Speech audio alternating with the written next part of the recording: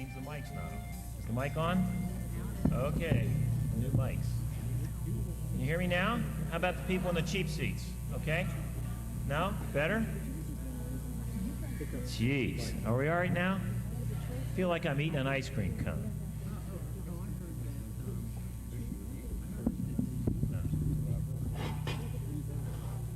This is the action meeting portion of our agenda, or of our meeting schedule, where we vote on items that we've previously discussed in the past. Please be aware that there's a audience of citizens where we allow citizens to come up and talk to the board and address the board on any item that reflects the school district issues or problems or concerns. When we get to that portion of the meeting, I will point you out. You can come to the thing. In fact, I guess with the two microphones, during that period of time, what we'll do is we'll just have you line up and we'll alternate microphones. Please keep your comments to less than 3 minutes, as there are a lot of people here tonight and there's a lot of items on the agenda that we have to address. Please state your name and where you live, and then provide your comments. Also, be aware that they're being videotaped, such that so anything you say will be on the TV. So please mark your words very carefully and keep things generic in terms of the issues and problems addressed with the board, and not personalities, please. With that, would you please stand and join me in the Pledge of Allegiance?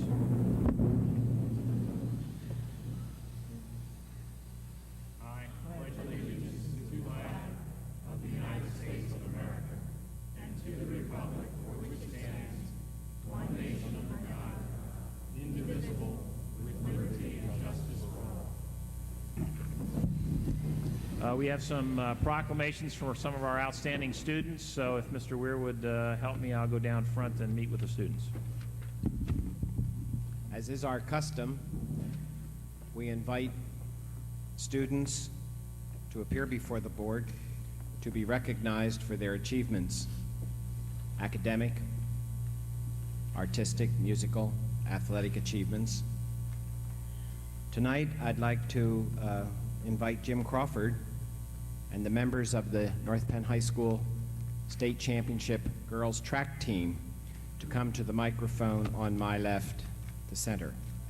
All of the students will be receiving a proclamation which has a generic beginning and then is specific for the student and the accomplishments. I'll read the proclamation only once.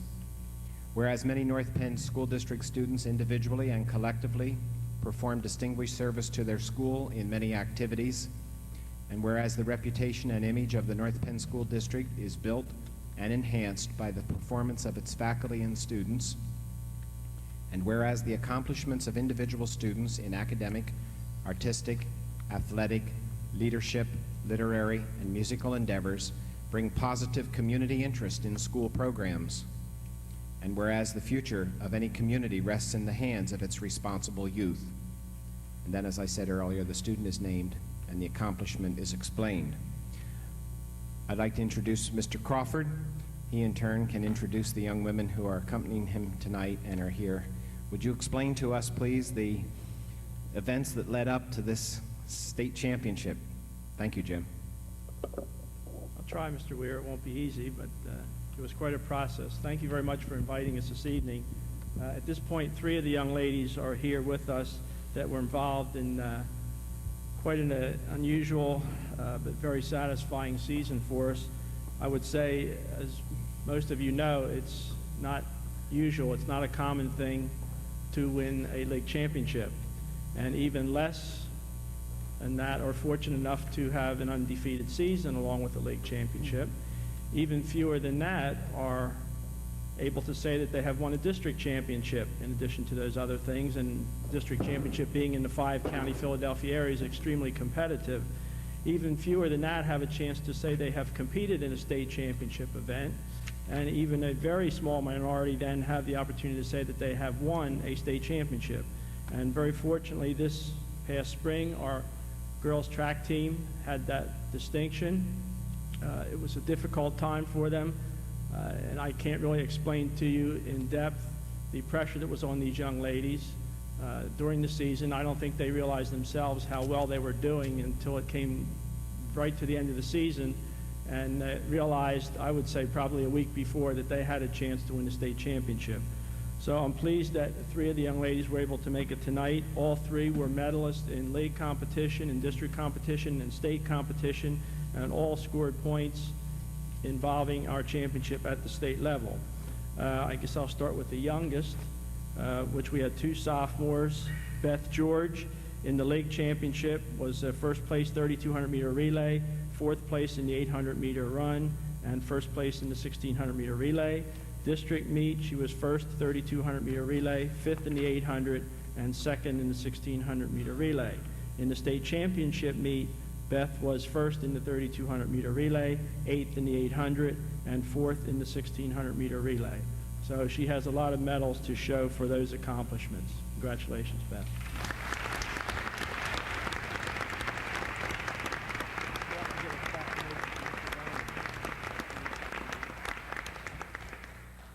Also, one of our younger members, a sophomore, Jessica Franks.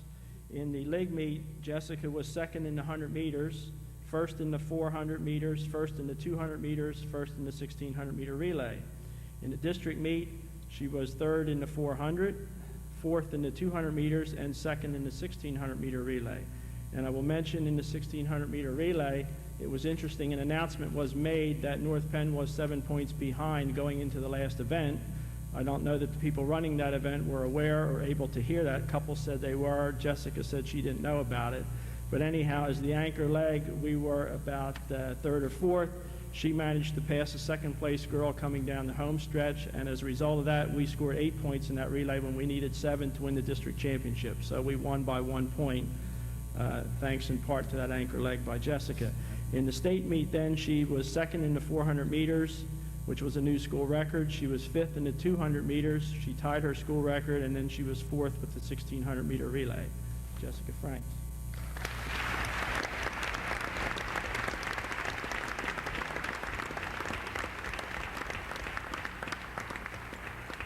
And last but not least with us this evening is senior Kerry McIntyre, who we're going to miss greatly after 4 tremendous years for us. As I mentioned in the newspaper when Kerry was Athlete of the Week, that she's been a cornerstone of our program, and I'm very happy for her and the other seniors that we were able to win this championship with them as the senior members of our team. And I think the younger girls were also pushing and hoping and working towards a championship for the senior members. So Kerry in the league meet was first 3,200 meter relay, 2nd in the open 400, 1st in the 1,600 meter relay. In the district meet then, in the 3,200 meter relay, she was first. She was 6th in the 800 meters, and she was 2nd 1,600 meter relay. And in the state championship meet, Kerry was first, 3,200 meter relay. She was our leadoff runner, 4th in the open 800 with her best time ever, and 4th in the 1,600 meter relay. She was also our leadoff runner there. So senior Kerry McIntyre.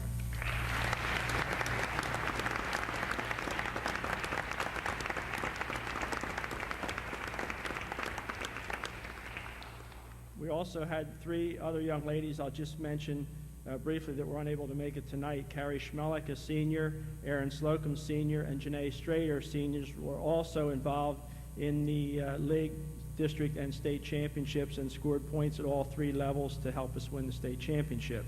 In conclusion, I'd just like to mention our 3,200 meter relay team didn't have too many losses during the season, and probably from the beginning of, from about the middle of April on, we didn't lose in any races that we ran.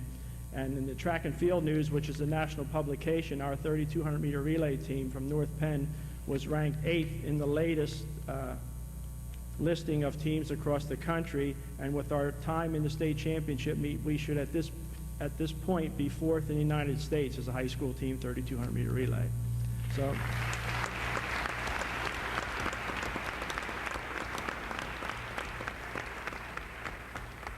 Just like to thank you all very much for inviting us this evening. It's been a pleasure to be here, and it's certainly been a proud moment for me and a proud time to be associated with these young ladies and with this fine team that we had this spring. Thank you very much.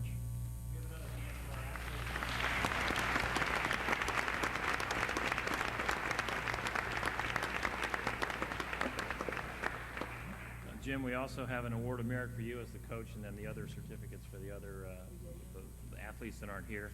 I think North Penn has a tradition of getting at least one championship team, either individual or team, every year, and the girls held us up this year, and it's been terrific.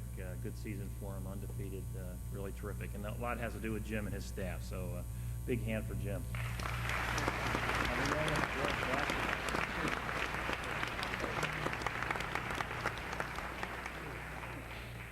I'd like to invite Mr. Tom Kramlich, Penndale science teacher, to come to the microphone, please. If you would be so kind, Tom, as to introduce the student who's accompanying you and to explain a little bit about your travels and the accomplishments therein.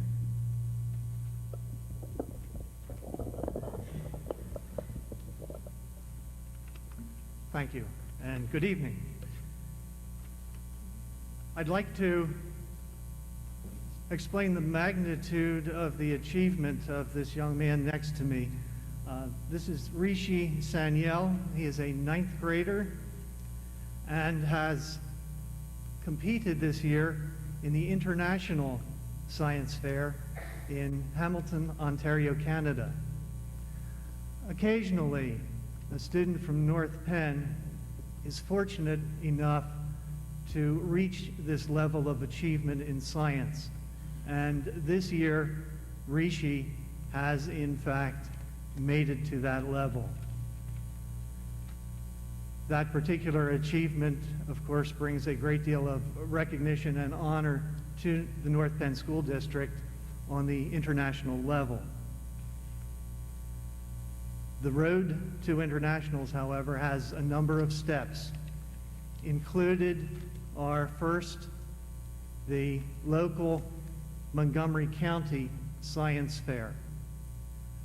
At the Montgomery County Science Fair, Rishi received a first place award in the category of physics for his particular project. The county fair has 43 contributing public, private, and parochial schools. So that from those 43 schools, Rishi's project in physics was judged #1 in 9th grade. That honor gave Rishi the privilege then of competing at the Delaware Valley Science Fair.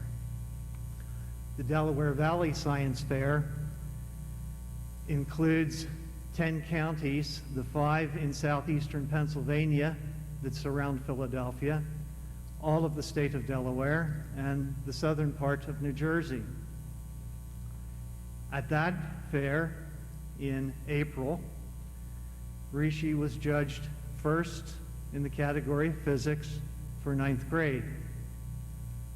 In addition to that, his project was judged the best project in 9th grade of all the projects submitted. I went back and counted them. There were 152. So of the 152 projects from the 10 counties in our local area, his was the best. Being best in physics in 9th grade was not his only achievement. He was the gold medal winner in 9th grade. So that as the gold medal winner of 9th grade, he was invited to attend the International Science Fair in Hamilton, Ontario, Canada. He did not hesitate to say yes, he would go. And in fact, in May of this year, he traveled to Ontario, Canada, and spent a week there. The Franklin Institute pays all expenses for students who are going. At that international fair, there are 1,036 students from around the world, 130 contributing regional or state or province or country fairs. 34 countries were represented, and North Penn School District was there. At the International Fair, a number of special awards are given, and Rishi was given one of those special awards from the Department of Energy. He was given an award for his project as an alternative source of energy. His project is entitled Magnetic Levitation Transportation, an attractive approach, excuse me. The project itself at the International Fair competed not only against 9th grade projects, but also 10th grade, 11th grade, and 12th grade projects. There is no grade level delineation at international fairs. So that in achieving this special award from the Department of Energy, he was recognized as having a project worthy of additional recognition. My congratulations to you, Rishi, for an outstanding project.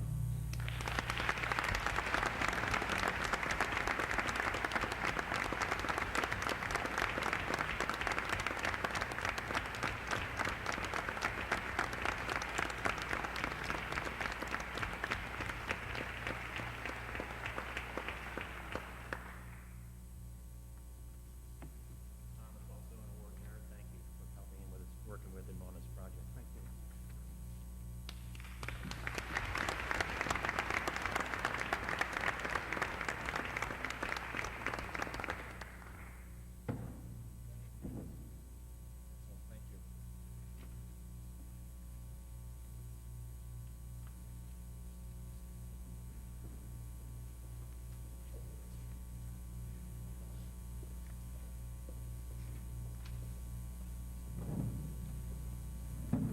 Okay, given the hour and the number of items we have on the agenda tonight, we'll press on with the first item on the agenda, which is, if I get to it, the approval of the minutes from the 696 meeting. Is there a motion to approve? So moved. Second. Moved by Reckamp, second by Allen. Any questions? All those in favor say aye. Aye. Opposed? Motion carries. Is there a move to approve the minutes of the 697th meeting? So moved. Second. Moved by Redcamp, second by Allen. Any questions? All those in favor say aye. Aye. Opposed? Motion carries. Is there a motion to approve the minutes of the 698th meeting? So moved. Second. Moved by Redcamp, second by Allen. Any questions? All those in favor say aye. Aye. Opposed? Motion carries. We had the proclamations first, so we'll move on to committee reports. Facilities, buildings, and grounds, Mr. Allen. No report. Okay, thank you. Community service and policy, Carmen? No report. Oh, sorry, wrong way. Looking the wrong way here. Figure out where everybody is. Elementary ed, Tom? No report. Okay. Special ed and student services, Terry? You missed secondary ed.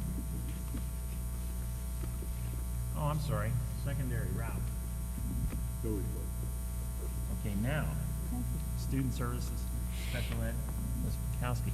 In the area of special education and student services, there are several items on the agenda for approval this evening. There's a recommendation to approve the budgeted amount of $24,180 for summer hours for counselors. This is not a new request, but rather a routine request that has been on the board's agenda since 1980. In addition to summer hours for counselors, there is a recommendation to approve summer hours for psychologists. Psychologists are needed over the summer to evaluate early entrance students, to test special education and gifted students when required, and to evaluate students requiring a more specialized program such as the Montgomery County Intermediate Unit or an approved private school. The $8,000 budgeted for summer work is the same amount as budgeted for the last 2 years. A request is also being made from the department to approve the special education plan. This is a yearly routine function required by the state to update any new positions or programs at the district level. Under federal grants, we have a request to apply for the Drug-Free School Grant. This grant is used to supplement the DARE program and to continue the use of drug and alcohol specialists to support student assistance efforts. The last request is to approve the hourly rate for the medical and dental examiners, clerks, and team physicians for football at the same rate as the last 2 school years. That's the end of my report. Thanks, Terry. Any questions of Terry? Comments? Okay, Moving on to support services, Ms. Mengel. Finance, Mrs. Shear. I will be giving no report tonight or making any recommendations with finance. However, Mr. Dennis Kelly would like to give a report at this time. Thank you, Mrs. Sharp. Mr. Bowman, in your packet tonight, there are 3 options concerning the 95-96 budget. At our last meeting, we did not reach closure on at least 2 issues that I'm aware of, which are the addition of 3 part-time teachers to the reading recovery program, and we also did not finish the talk on the technology employees that are in the budget to be hired. Option A in your packet is exactly where we left off before any of the other discussions. Option B includes the additional monies coming back from the teachers from their 4-day deduction, and it also shows the addition of that money into the salary accounts.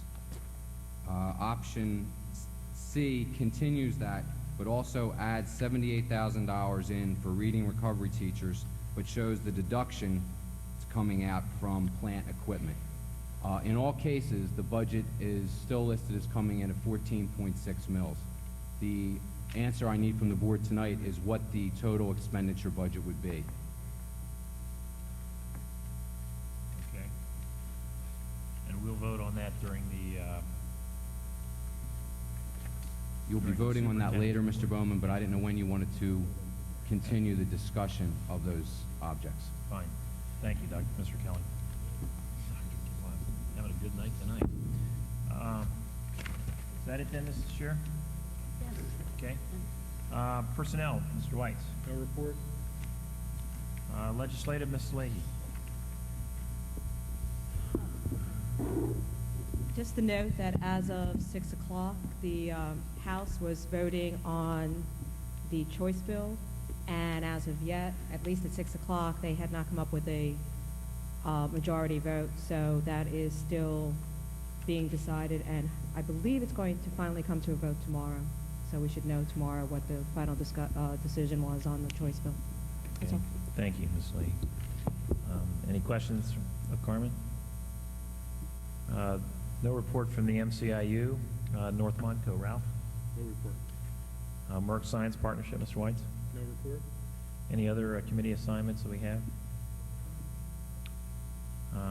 None. There being none, we'll move to the audience of citizens, which point people that would like to address the board can step to the microphone. Once again, please keep your comments as short as possible, and I will call you out, state your name and your address for the record, and please be aware that you are being taped. No one? Oh, darn. Couldn't be so lucky. Okay, ma'am. Frances Fennell. I understand tonight there's going to be discussion on the strike, settlement of the contract. I personally feel like we have been sold down the river without a paddle. We've fought 2 years over this. The majority of this community has stood behind you, has come to these meetings saying that we will defend you to the bitter end. Now, after all this time, after an arbitrator's report that backs our salary, we are now going to change it and increase it. I think 2 things we'll find out tonight, and those 2 things are, Mr. Redcamp, you sat on the stage at Penndale Junior High during the debate, and when the question came up regarding strike, you stood behind what the board had offered for a final offer. You said you believed it to be a fair offer and that you would stand behind it. From all indications... Excuse me, we're not picking out individual board members for their stance. People are voting tonight and will be voting tonight based on the vote at the time.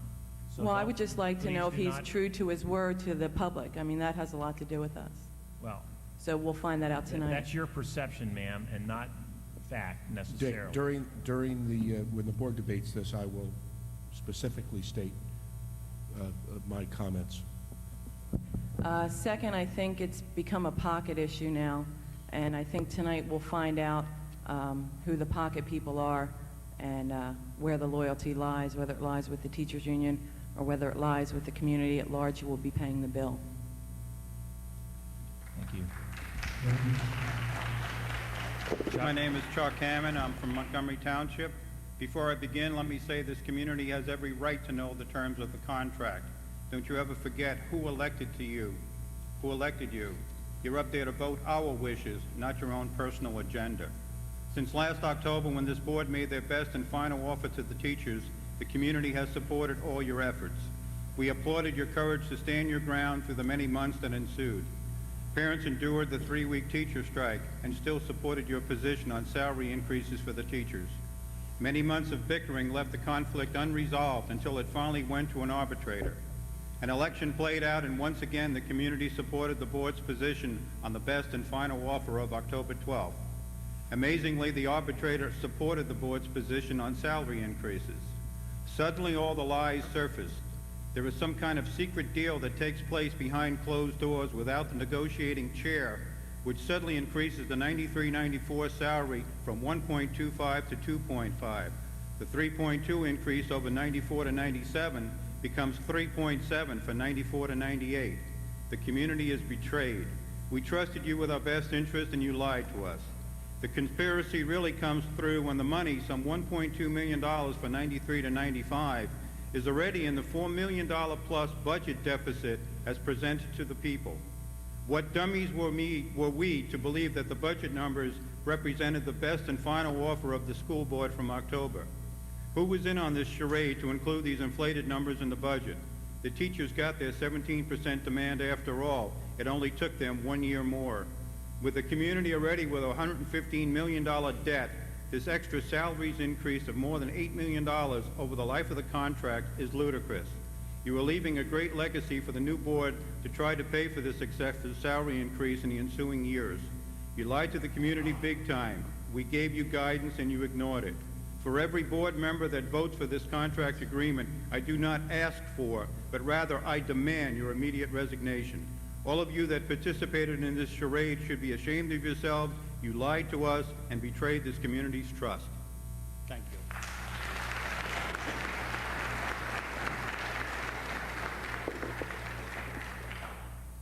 Andy?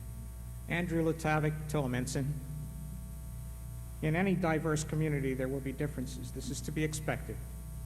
The best educational path for our students to travel is one of the areas that will foster debate and differences. We at North Penn have had our fair share. The building of a second high school, the elimination of honor programs, class size, reading recovery, Suzuki, special education, et cetera, et cetera. One thing is certain, we are not a lockstep community. Thoreau would have loved living here. There has been, however, one area that all of these diverse groups demonstrated solidarity, and that was the final best offer this board unanimously made to the teachers. Regardless of one's political affiliation, religion, race, or color, we as a community overwhelmingly backed the board and told them to stand firm in their offer, which we deemed fair and equitable, if not generous, considering the economic hardships many in this community had to endure. As a community, we were willing to suffer through a strike for this principle. We as a community would not be intimidated. We would not surrender. We weathered the storm. Our belief was that the teachers be held to the same economic standards and make the same economic sacrifices that the rest of us had to endure. After all, the teachers are not a privileged class who merit special privileges, nor are they royalty. Mr. Jordan some months ago stated in the Reporter, no group should profit at the expense of another in this community. What hypocrisy. How we suddenly went from this final best offer to the present situation is most perplexing to many in this community. Many questions have to be answered this evening, because not only the legality of what has occurred is questionable, but if it is legal, it certainly is not ethical or morally correct in my view. Mr. President, I hope you will answer some of these questions and shed some light on these things. For example, who decided that the chairperson of our negotiating team was to be replaced? Was it voted on by the entire board or a decision made by a few select people? If she was replaced because of her willingness to honor the wishes of this community, to stand firm, why was another person replaced, her replacement, when he was supported by the teachers union and known to be more than sympathetic to their demands? This hardly represents an even playing field for this community in the negotiation process. This move is especially puzzling if you analyze the results of the last election. If the community was not in agreement with Mrs. Mengel, why was she the top vote getter? Wouldn't she have been Mr. Lattav, rejected that's by your- the voting public Could you wrap it up, please? if her ideas were out of sync with the community? It is especially disturbing to read in today's report the comment made by one of the board members, which I consider the height of arrogance. And I quote, "The public is not voting on the contract, the board and the teachers are. In other words, you vote and we pay." I find this hardly an equitable arrangement. I think this person Thank you, Mr. needs... Lattavic. That's your time. Bob? 3 minutes. I'm sorry, ladies and gentlemen. Everybody has a time limit of 3 minutes. I announced that at the beginning of the meeting. It doesn't matter which side you're on, you get 3 minutes. Please keep your comments to 3 minutes. Mr. Graziano? Bob Graziano from Tolmenson. Concern for my children's education has brought me to these meetings for several years. Friends have said that I was wasting my time, that the board will do what it wants anyway, so why bother? I disagreed. I am not a good public speaker, but often come to the podium to speak, not very eloquently, but always from the heart. I have spoken about the issues, not the personalities, as tempting as that is sometimes. I have at times supported all of you on an issue, sometimes none of you, but always stayed with the issues. I've always tried to respect each member, whether we agree or disagree on the issues. The events of the last week have changed that. This is no longer a discussion of issues, but of character. In the contract negotiations, you gave and gave and gave and received token response in return. Finally, you said enough is enough and gave your commitment to this community that your offer was the last best final offer. You fixed the total number of dollars, but offered flexibility to move the dollars around. You knew that a strike would probably result, but held firm. The community overwhelmingly supported you. To no one's surprise, the union went on strike. They knew that the law could force them to return, but also knew that there is no punishment for striking. They read this board perfectly and just played a waiting game. Though the strike caused many hardships, the community still supported you because we knew that your offer was more than fair. Just last month, you had the unanimous support of all the candidates, including candidate Reckamp. You had everything in your favor, but you folded anyway. I thought that my voice could make a difference. I thought that certainly the collective voice of this community would make a difference. I was naive. My friends were right. You will do as you please. It's no wonder there is apathy. Our money, our possessions, even our lives can be taken from us. But one thing cannot be taken away is integrity. It can only be given away. Mr. Allen, Mr. Bowman, Mrs. Leahy, Mr. Reckamp, Mr. Whites, in breaking your commitment the way you have agreed to give away your integrity, and with it, any respect I have for you. You won't see me much at these meetings anymore as long as you are in power. Once you have surrendered your integrity, everything else you do is suspect. I have better things to do than sit here listening to a majority who I don't respect, who I don't trust, and who shows such contempt for this community. On a more positive note, I look forward to Mr. Bowe's arrival in August and a new board in December, when Mr. Bowman, Mrs. Leahy, and Mr. Reckamp are gone, and Mr. Allen and Mr. Whites will be in the minority. If any of you vote for this agreement, you should do the honorable thing and resign. But I don't expect that to happen, because integrity and honor go hand in hand. When you don't have one, the other is nowhere to be found.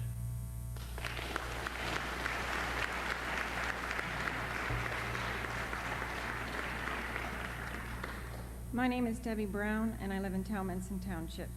I have two children who attend Nash Elementary School. My son is in 3rd grade and my daughter in 2nd. I am here tonight to encourage you to vote in favor of the tentative agreement that has been brought before you. I think it is a fair agreement, and it shows that both sides were able to compromise, and I congratulate you on that feat. This year has been a difficult one for all parties involved, and I do not want my children to have to go through another year like this one. So please vote in favor of this tentative agreement. I would also like to clarify something. Last Thursday, I heard there was a tentative agreement, and since my reporter was late in arriving to my house, I turned on WNPV, which I never listened to hear if they had any information. And guess what? They did. So details of the tentative agreement were released prior to Monday. Thank you.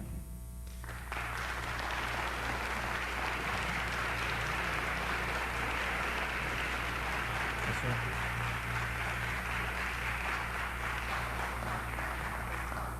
Okay, I'm Harold Schaefer. I live in Hatfield. I'd like to give my support to the last best offer that was previously offered. If you look at the percentages, the last best offer, those percentages seem to be most in line with today's inflation rates, CPI index. I work for a pharmaceutical company who we watch those inflation rates based to look at what we do for price increases, and also that gets back down to our increases and things. So over the years, the past several years, that's been running at about 2.5% or so. If you look at the average working person, 3.2% increase and $30 a month for medical benefits is a pretty good deal. I wish I was getting that. So also I read in the paper today that there was talk or discussion about waiting a week before voting to allow the public to voice their concern or their support or disapproval of this tentative agreement. I would like to say that I would support that also. Thank you. Thank you.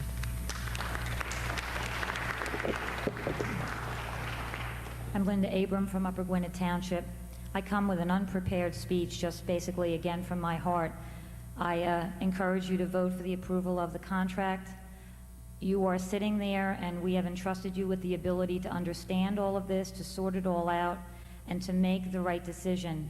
Obviously, there are two sides to every story, and in this case, there are two very different sides here. But I feel notifying the public of some information and not allowing all of us to understand it in depth is actually a disservice.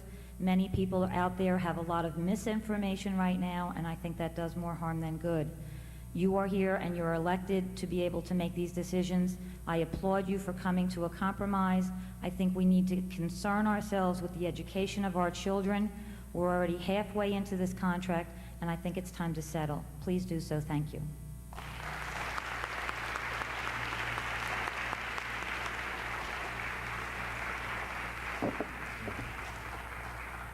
Karen Clark, Montgomery Township. I'm down to only one question left.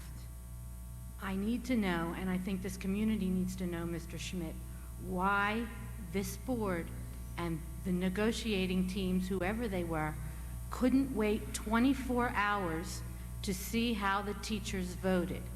You knew you had your 5 votes.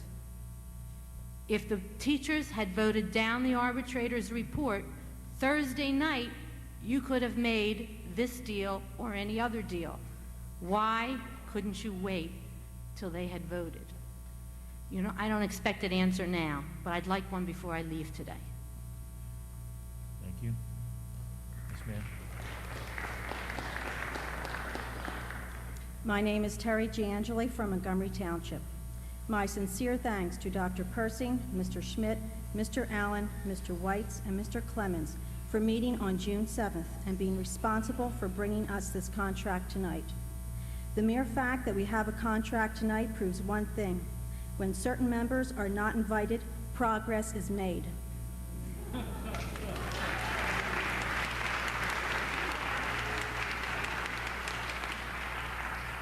It is simply amazing to me what can be accomplished without a particular board member's unrelenting need for control, power, and status. I don't enjoy conflict, but when you unabashedly attack the rights of our children, let's keep this at a generic level, please. you attack their parents as well. For my children, I worry. For yours, I can only pray. It's a shame you force us to be so disrespectful. However, you consistently leave us no choice. I speak for many parents when I say this contract should be acceptable to both parties and deserves to be approved. Should you choose to vote against this agreement, I strongly believe those members owe the entire student body of approximately 12,000 students a sincere apology and should be held accountable for continuing to disrupt, destroy, and devalue their education. Thank you, Mr. Bowman.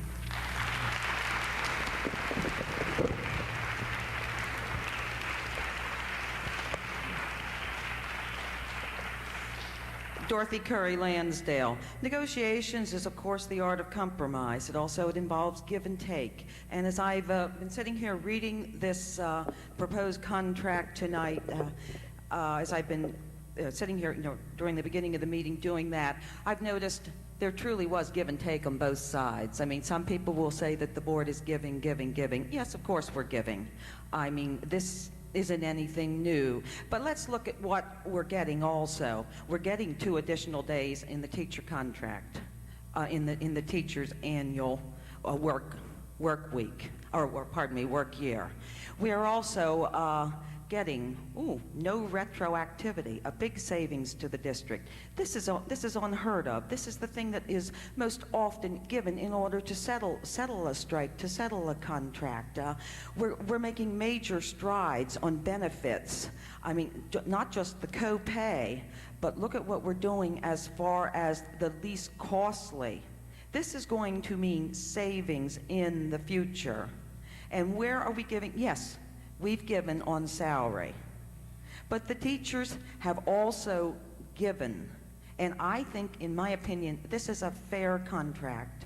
This is a win-win situation for the North Penn School District, for the students, and for all of us. It's a win-win situation, not only for this year, but for the future of this district, and not just during this contract, but because of what you people have been able to start as far as benefits go in this contract. I commend those of you who were able to put this contract together. I think we all owe you a debt of gratitude. I would also like to make one comment concerning the Teachers Association and Jeff Jordan. I do believe, I mean, in reading my newspaper, listening to the news during this unfortunate time for the past 2 years when the teachers were working without a contract and were on strike, I would like to commend him for, in my opinion, always presenting himself and the teachers in this district in a most professional manner. And I thank him for that, and let us move ahead. And I certainly hope that you will adopt this contract tonight. Thank you.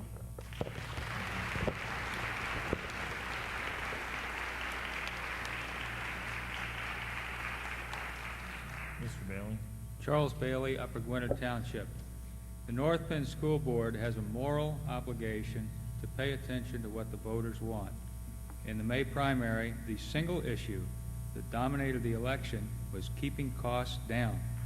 5 financial conservatives took strong stands against plans to build a second high school, against giving in to union demands for more money, and against higher taxes. The voters gave a landslide victory to these 5 candidates. If you remove the votes of those who work directly for the school district, the general public gave the financial conservatives an astounding 3-to-1 margin of victory.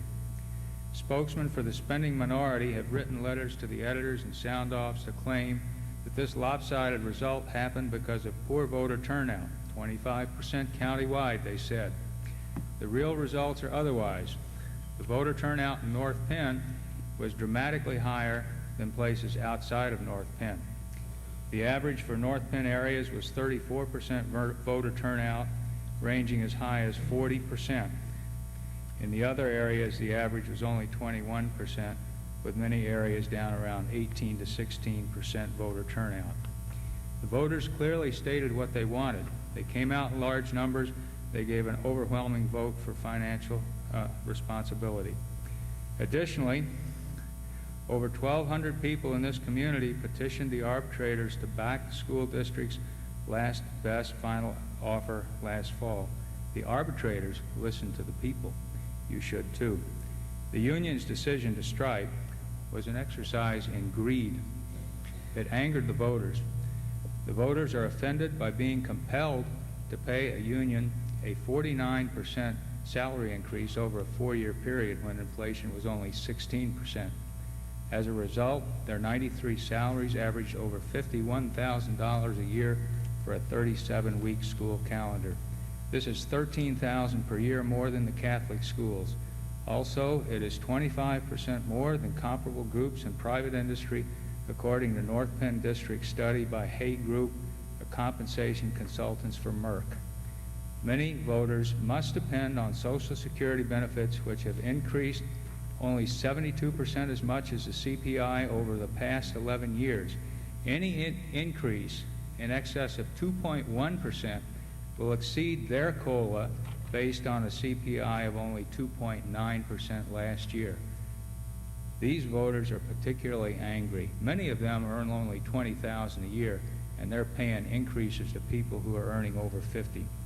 The voters want the school district to accept the arbitrator's decision. To reject it because it is too low is to insult, to betray, and to rob the voters. Any school director who does not understand this will incur the wrath of the voters in November. The voters want you. Do not give the union 1 penny more than the arbitrators awarded. Thank you.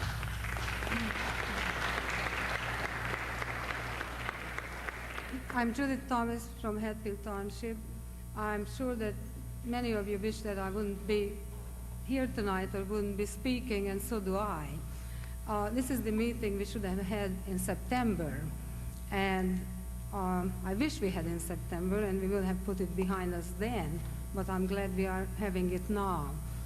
I couldn't for the life of me figure it out when the strike started, why wasn't more negotiation and why wasn't there a compromise?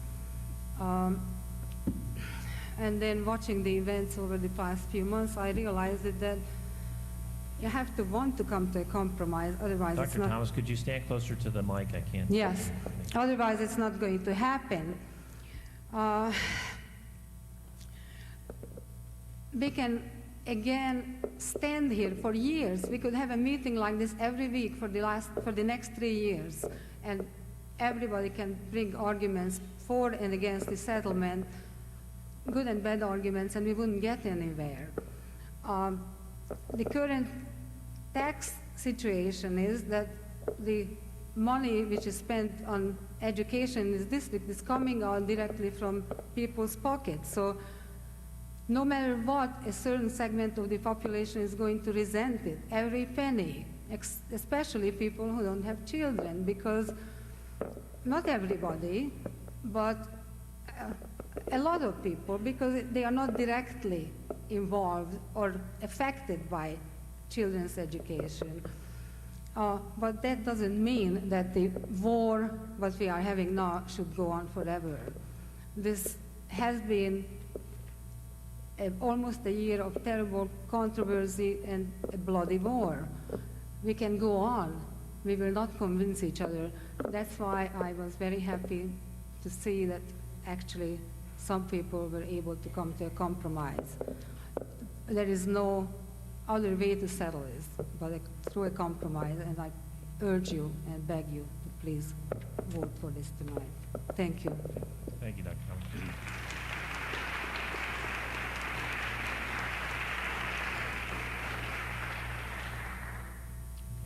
Good evening. My name is Judith Emerson. I've been a resident of Hatfield Township for 26 years and moved here because of the quality of the schools. I have 3 points I'd like to make. First, with regard to the anticipated motion to delay voting on the tentative agreement with the Teachers Association tonight, Directors Mengel, Scher, Perkowski, and possibly Clemens, I see no need to postpone this vote. This board has been elected to become knowledgeable about district affairs and vote in my stead.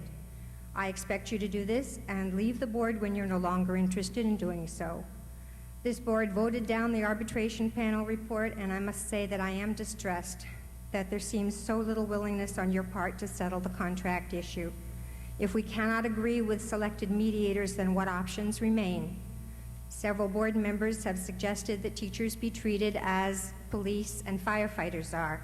They are required to go to a binding arbitration. However, this board also voted down binding arbitration at one point in time. Secondly, I do hope, Director Mengel, that you have not opened up the board to unfair labor charges by your news release.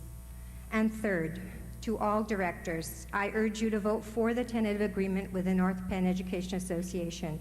Within reason, compromise is needed. And I see figures tonight that have been given to me that suggest that the 93-94 school year is the only year when the salary increase is greater than the arbitration panel's recommendation. The other years are equal to that, except for 97-98, which is not listed. Thank you.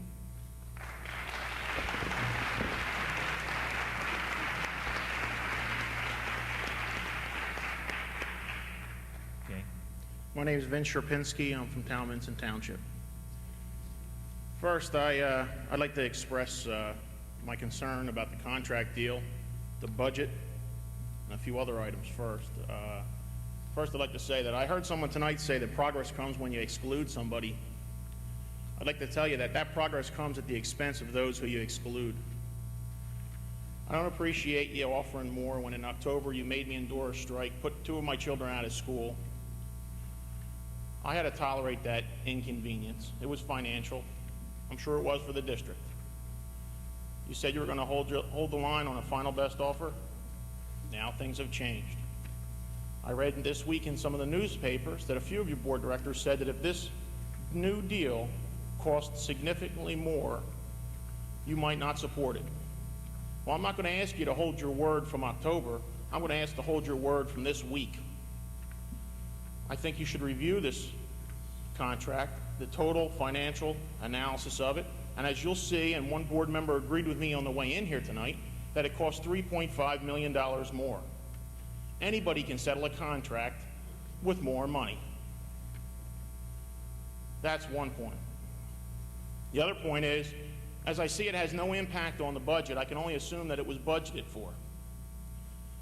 And if you switch 4 days' pay from last year, or this year actually, to next year's budget, that's nothing but taking money from one pocket to another. Whether I'm right or wrong, all I can tell you is the budget came out in April. If this deal was already funded in April, how come we only found out about it 6 days ago?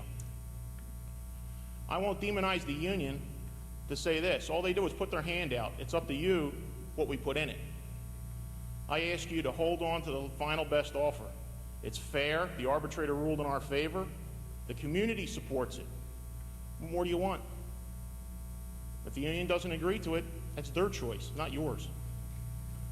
Hold the line. Don't make me pay twice for a strike. Thank you.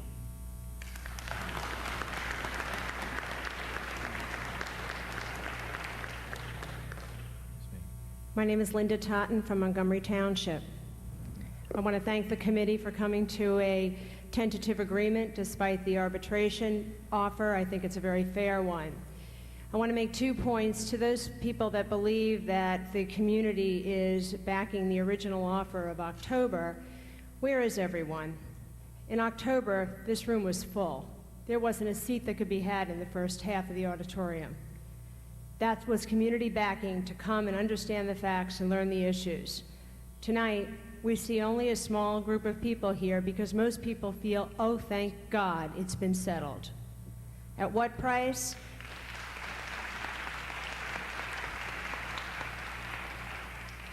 If you think of the population of our entire school board area, if you think of all the townships and boroughs put together, we're probably talking about 100,000 people. So if we calculate the difference between the arbitration offer and what's on the table now, we're talking about $5.92 per person. I know I'm glad to pay it for the 5 members of my family, and I know all of the people that are looking at their children having to potentially have sub-level teachers because of North Penn being known as a district that can't negotiate, would be happy to pay it as well. So I commend you for your efforts in committee, and I applaud your efforts tonight to vote this contract and put this issue to bed. Thank you.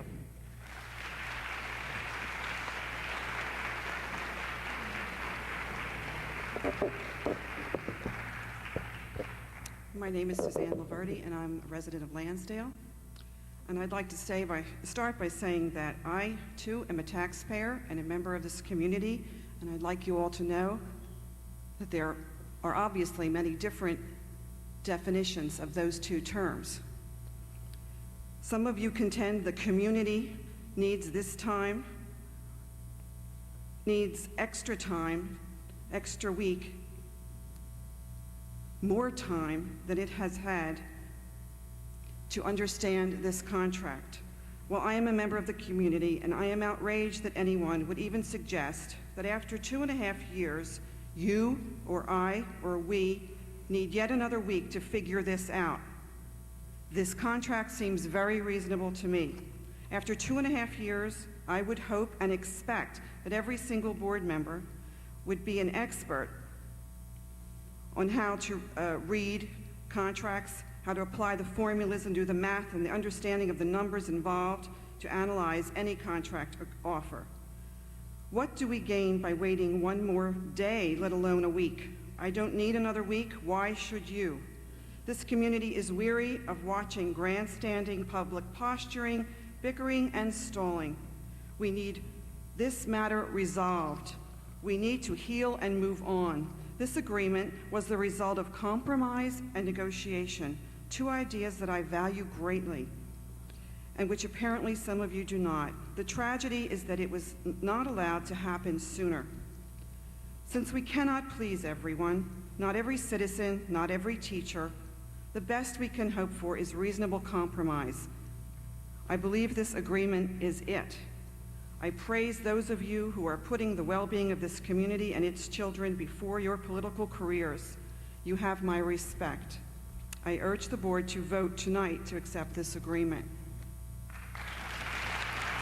Thank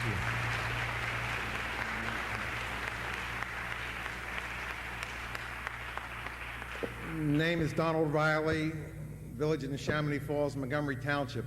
What in the world are some of our folks smoking tonight? I'd like to have some. I thought it was just our board of directors, certain ones. Our senior people, once again, cannot be here tonight because obviously they've reached the age that they can't come out for this malarkey and nonsense, so that's why they're not here.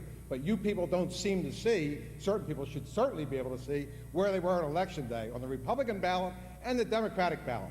Most of the people on the Democratic ballot didn't understand what was going on. They did where we are, and they will all over this district before it's all over. How are we going to staff a new high school? Where's the money going to come from? This is one big joke. People just sit here and hand it out. Mrs. Leahy and myself both work with Conrail. Carmen and I both see they've just laid off more people. It's a thriving company. They've downsized. We got to do the same thing here. When are we going to stop it? Are you going to force everybody out? Just because the senior citizens aren't here, you better believe they'll all be here in November. Please give us a break. Thank you.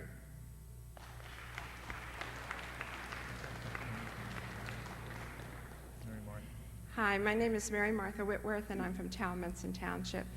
I want to say a wholehearted thank you to the wonderful negotiating teams who have reached an agreement on the teacher's contract. I only wish that the board had changed the members of the negotiating team much sooner so that the negativism would have been eliminated and the contract might have been settled in September.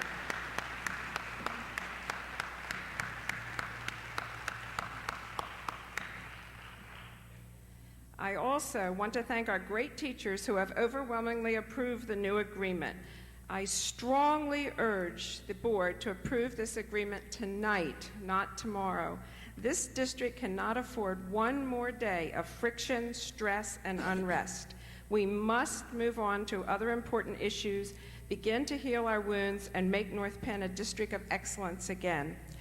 I would also like to thank the hundreds of outstanding teachers in our district who have taught for 2 years under extremely difficult conditions.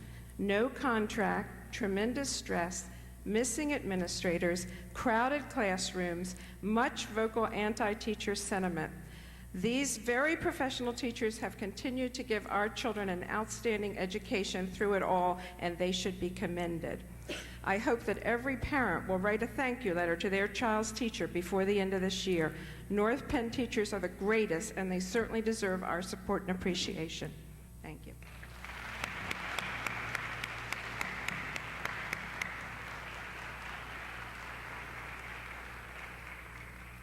My My name is Nancy DeLucia. I'm from Montgomery Township. I would like to point out that I know a lot of parents who aren't here tonight because they're home taking care of their kids. And this time is not necessarily convenient for us either. I came tonight to talk about children's stories and business. And I brought one of my favorite Dr. Seuss stories, The Zacks. But to save time, I'll paraphrase the story. It's the story of two very typical Seuss-like characters, the north-going Zacks and the south-going Zacks. And they meet head-on the prairie of Prax. Neither one of these characters will move to one side, not an inch to the east, not an inch to the west. So they dig in and they posture, and they prove to each other that they are strong-headed and stubborn, and they stand there for 59 years while the world passes them by. This story reminds me of the school district this fall, and the leaders of the teachers' union were the north-going Zacks, and the school board are south-going Zacks. You both dug your heels in, and we did nothing for 4 weeks. I've heard many times from board members and the public that we must run this district as a business, and I agree, but I must point out that education is a very special industry. Many people have pointed out this when they note that teachers have less incentive than other unions to negotiate and compromise because they aren't hurt financially by striking. The day's pay that they lost this fall, they're recouping right now. I would also note that the same is true for our management, for the school board, that they have less incentive to negotiate as well. Unlike GM and SEPTA, your dollars aren't flying out the doors because the doors were closed. But what about our profit? What happened to our profit this year? Well, when I look at the school district, the profit has to be educated children, and I think that profit was sorely hurt this year. I think few people would argue that the education our kids are receiving in these weeks of June is the same that they would have received in the fall, and that the quality of teaching is the same that it would have been if we had not been disrupted by the strike. Now, some of the members of our labor and management teams have decided to strike an accord. It's my understanding that there is a salary increase that's bigger than the last best final offer, but that most, if not all of this, is being paid back by give-backs on the benefit side and by days the teachers aren't being paid for this year. Perhaps the money is completely covering the dollars that we're giving them in salary increases. Perhaps it's more than covering them, and perhaps it's not quite covering them. But it seems to me that both sides have taken a step, one to the east and one to the west. I think this is a fair agreement, and it shows that perhaps now we're acting as businessmen and women. Now we're acting as responsible board members. I urge you to do that and not to continue to act like a south-going Zacks. Thank you. Thank you.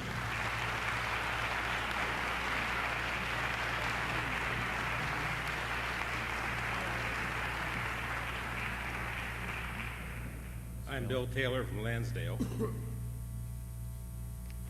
It seems to me that we're talking about something quite different from what matters. I was going to say there's almost an awe of reverence that comes in when money is mentioned, and that the real currency of this whole thing is the time during which people can learn. And as we've shown to each other again tonight, the older you get, the longer it takes. I'd like to talk about a comparison that I run across with my daughter frequently. She's growing out of it, she's 14, but she will tell me something hurts. And I have to first find out if she's had that kind of pain before, because otherwise there's no way of telling how much it really hurts. Now, unless I'm mistaken, we pay less on the dollar for our food than anybody else in the world, and there are other comparisons which are close. And yet we've talked tonight as if this were Cervejo. I cannot imagine people taking themselves seriously this much for so few pennies on the dollar.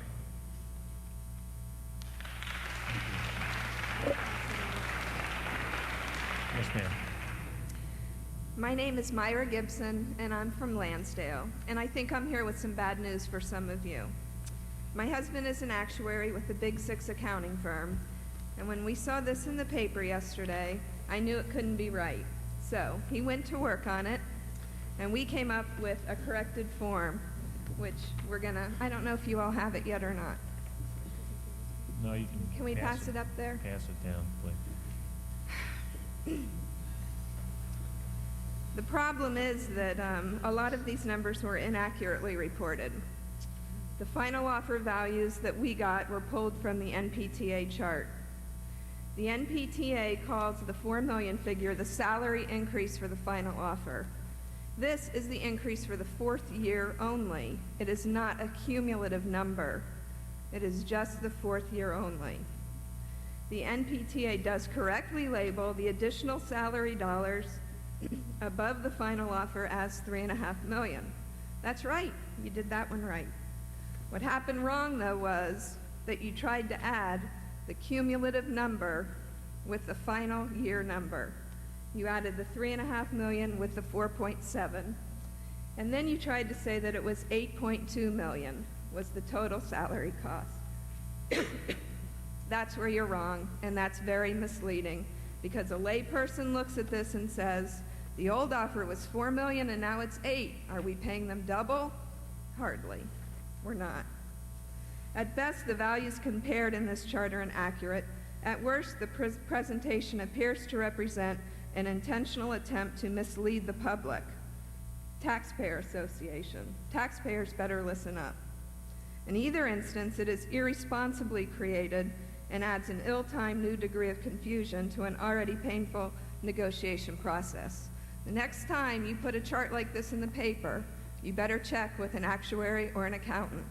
Let's pass this tonight and move on, please. Thank you.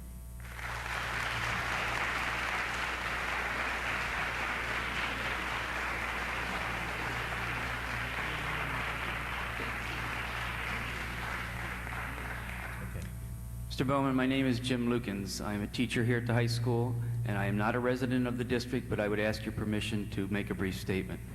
Please. Thank you. During the last 2.5 years, many people in the district have endured many hardships. We have endured threats and insults, serious illnesses, the deaths of family and friends, and most recently, the death of a beloved friend and colleague. We, all of us here tonight, need to begin a healing process. I have long believed that an equitably bargained contract would be a big first step in this process.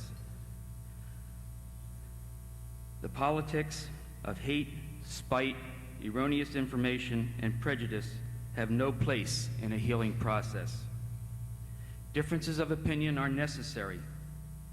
Hate and prejudice against any one group or groups is not acceptable. Let us all continue to be proactive and put these 2 years behind us and continue to provide the excellent quality education that the staff of this district have so willingly provided. Let us begin together tonight this healing process and begin the journey of respect, trust, and cooperation among parents, students, teachers, and board that can only lead to good things for the North Penn School District. Thank you.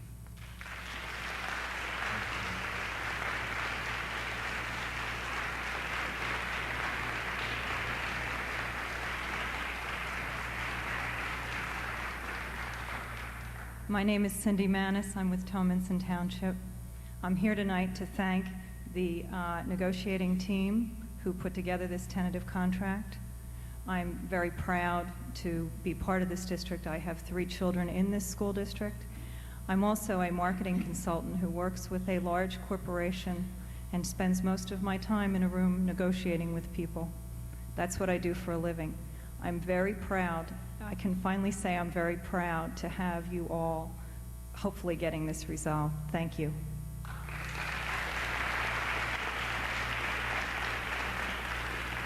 Ginny Collins from Tomenson Township. I'm sorry, ma'am, I couldn't hear you. Ginny Collins from Tomenson Township. I had hoped the board would explain in detail the differences between the board's last offer and the tentative agreement before the audience of citizens, so we could all be commenting based on accurate information. The Montgomeryville Spirit stated that the tentative agreement would cost the average taxpayer $220 over 5 years. Assuming this is accurate, that's $44 a year, which is only $3.66 a month. I doubt there are many people in this district that could not afford to pay $3.66 a month. I am glad an effort at compromise was made by both sides. I believe we have high-quality teachers, and they are certainly worth this small increase in taxes. In the interest of our children and the community, please settle the contract now.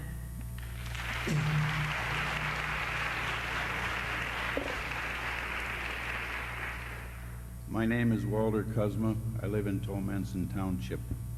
I keep hearing this expression over and over and over. This school of excellence.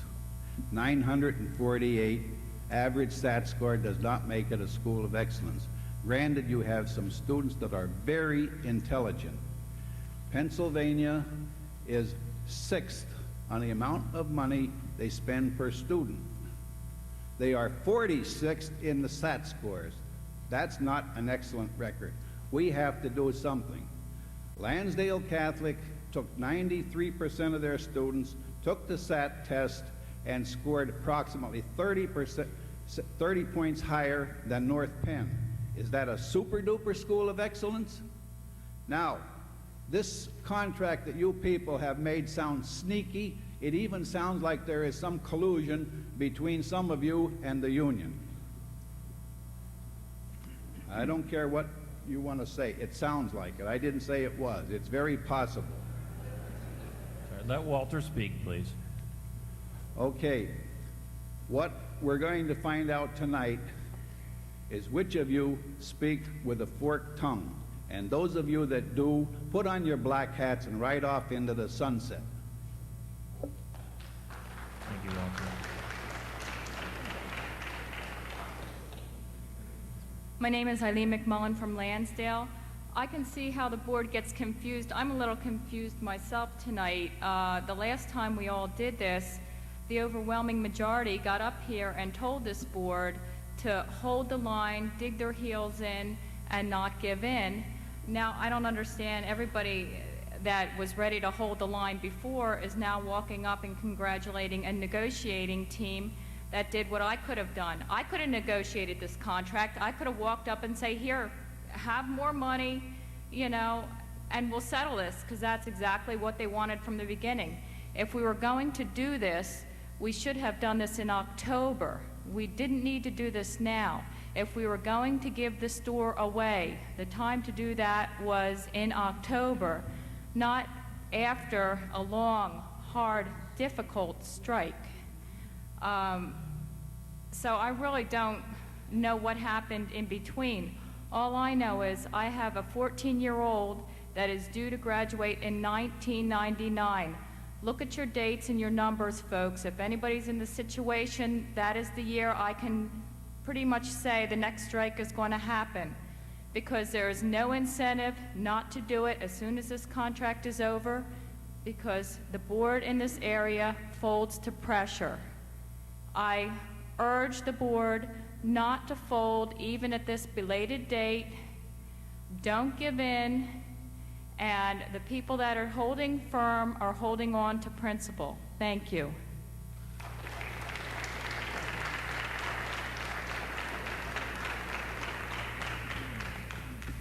Hi, my name is Chris Duffy, and I live in Hatfield Township. And I have 3 children in the elementary school in North Penn. And I wish things had been done in October, but they weren't.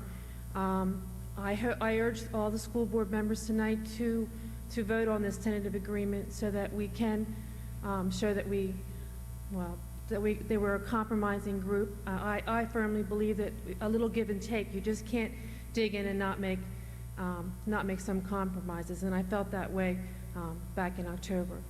Thank you.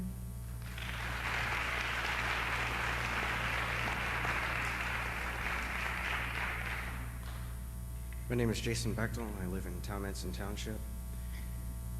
I'd just like to point out a short little saying that I've always heard, and it's, you get what you pay for. Jason, would you get closer to the mic, please? Sorry. I wanted to repeat something that I've always heard, and that's you get what you pay for. I understand that perhaps a salary isn't a proper gauge for the quality of teaching that we get here, but that's a standard that we can look at. I mean, if you're looking for the minimum that you can get for something, you're not going to get the best out of it as a general rule. I just wanted to point that out. Thank you.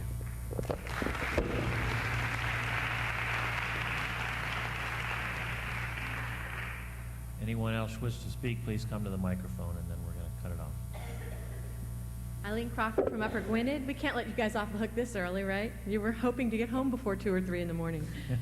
I just have a couple of thoughts.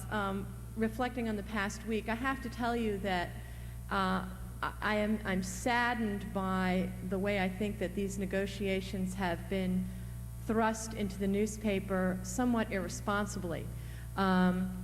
It's one thing to leak information so the public knows it. That's a noble goal. It's another to leak it selectively, to leak just the facts that one individual wants out while keeping some other facts that are important to oneself.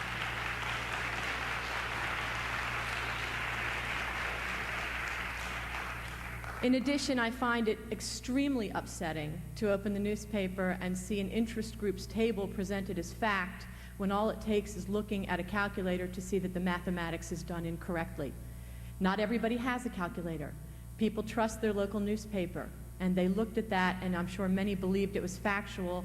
That may have fueled some of the concern that's being expressed to you tonight. So I think that's a sad commentary that we have to rely on biased and unfactual information. So that just brings to the point that the trust that we have placed in the 9 of you who were elected by diverse members of this community is not ill-placed. People are counting on you to understand what's been presented to you. There is only one reason that I can possibly think of to defeat this tentative agreement, and that would be to delay and to push this into the fall campaign. And that would be a horrendous and irresponsible act on the part of any board members who felt that it was better to continue to use teachers as battering rams and children as pawns than to get school back in session the day after Labor Day where it belongs. Thank you.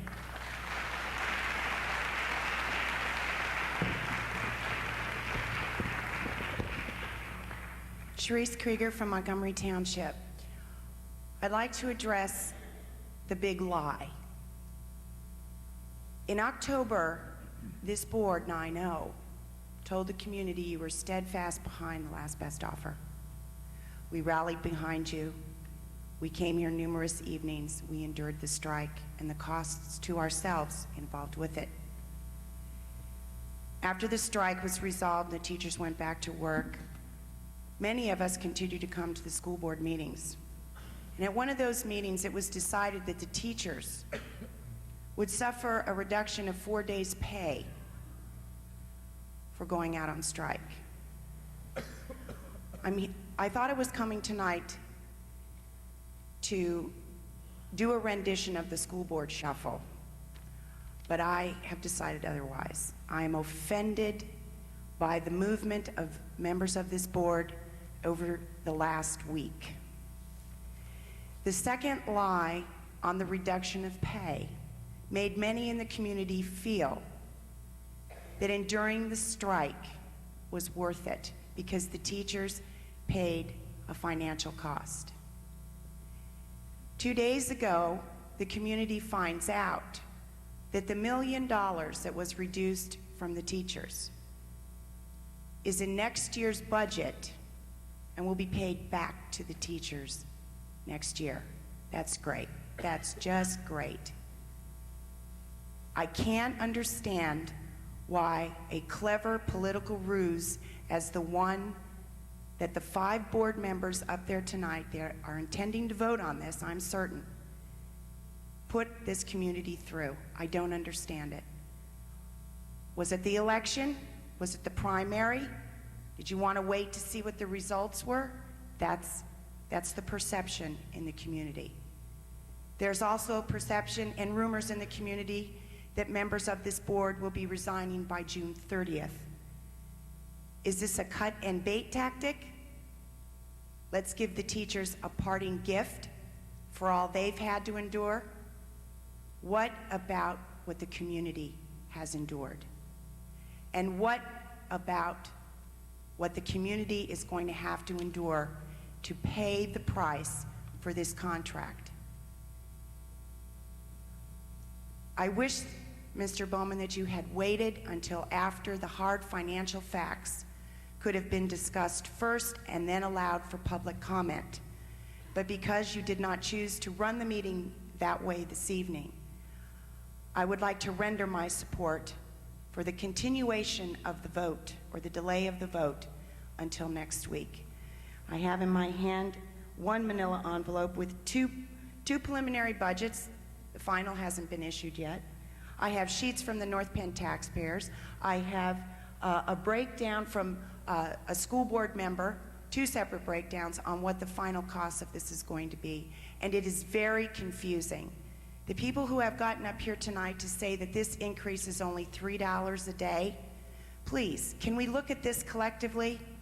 I would like to be able to award the teachers a contract.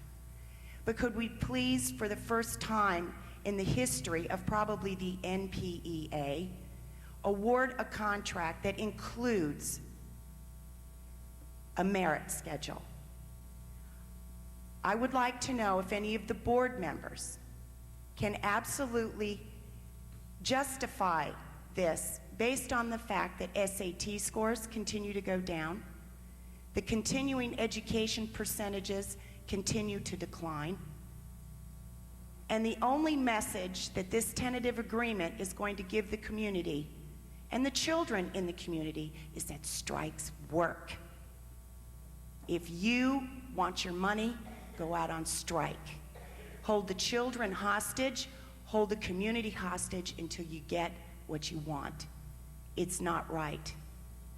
A few years ago, there was a strike here that created the Taxpayers Association, and I guarantee every single one of you and every person in this audience, you give this contract, I predict the formation of a taxpayer revolt, because we simply can't afford to give the store away. Stop the message. Stop allowing the teachers to get up and say to their classes, I love being a teacher in North Penn. Plenty of perks, mucho moolah, and no accountability. Thank you. Ladies and gentlemen, let's respect all the speakers, please. Yes, My name is Patty Hyder. I'm from Lansdale. I just wanted to say, as a parent of two boys at Bridle Path Elementary and as a taxpayer to the North Penn area, please end this contract impasse. This contract is fair to all sides. Everybody has compromised. The teachers have compromised. You guys have compromised. That's what you're supposed to do. It will never be more fair. It will never be better. Stop this political grandstanding. Stop using this contract issue as a campaign issue. The North Penn community and students deserve better than that. The school board has had the terms of the contract for a week, and they've been studying it for 2 years. The public for a couple of days. If you guys can't understand the details of it by now, you shouldn't be sitting up there. If you don't understand the contract terms by now, then we're in more trouble than I thought. By not settling this contract tonight, you are doing this community a great disservice. Please settle.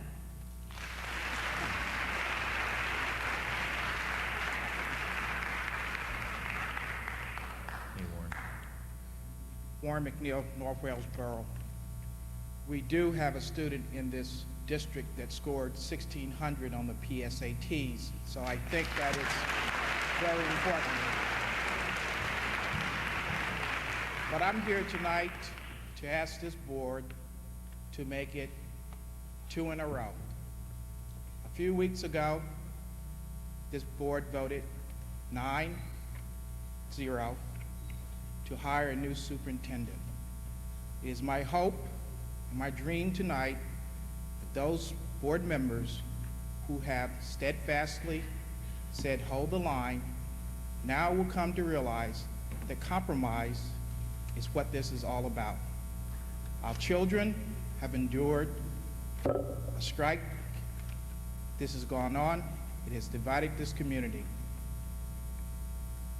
If we can compromise with a total stranger as our superintendent, it's surely my hope that we can compromise with the 800+ professionals who have taught our children for a number of years. I hope you will vote 9-0 for this compromise contract. Thank you.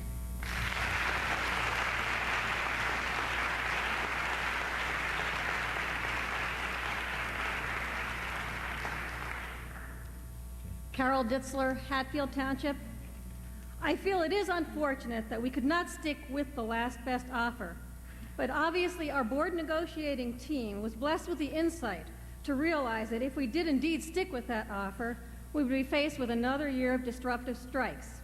This would be cruel to our children, and I'm thankful that the current negotiating teams realized this and found a reasonable way for all to save face.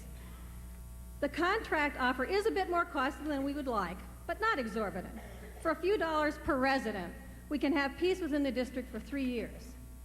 This gives us time to deal with the real problem, a state law that allows teachers to strike instead of utilizing less disruptive negotiating tools. If we could harness as much energy in support of reform in this area as we have in the current year of dissension, we could ultimately save many dollars and much stress in the future. I urge the board to vote for the current contract offer, and I urge the citizens to work for changes in the law. Thank you.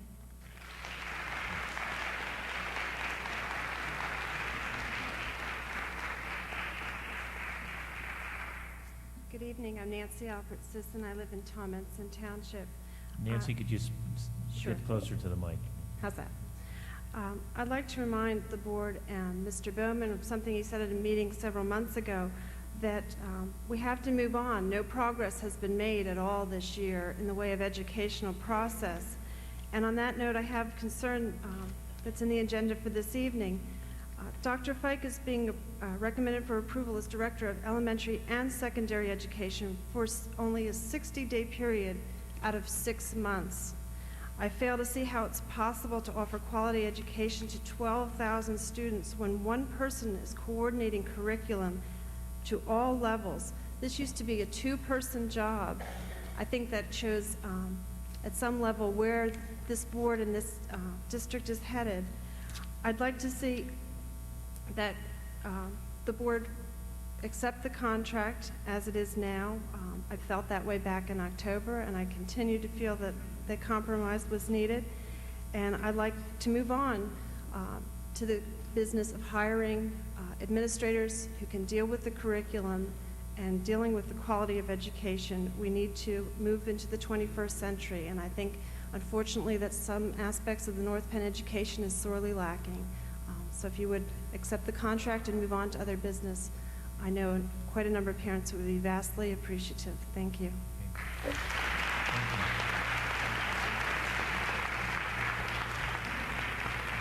I heard a lot of people discuss tonight that they wanted to have the real numbers, so perhaps we could move on to the, Mr. Bailey, you've already spoken tonight. True. Thank you very much. Hey, one time, that's it. Sure. No, one time. Everybody gets...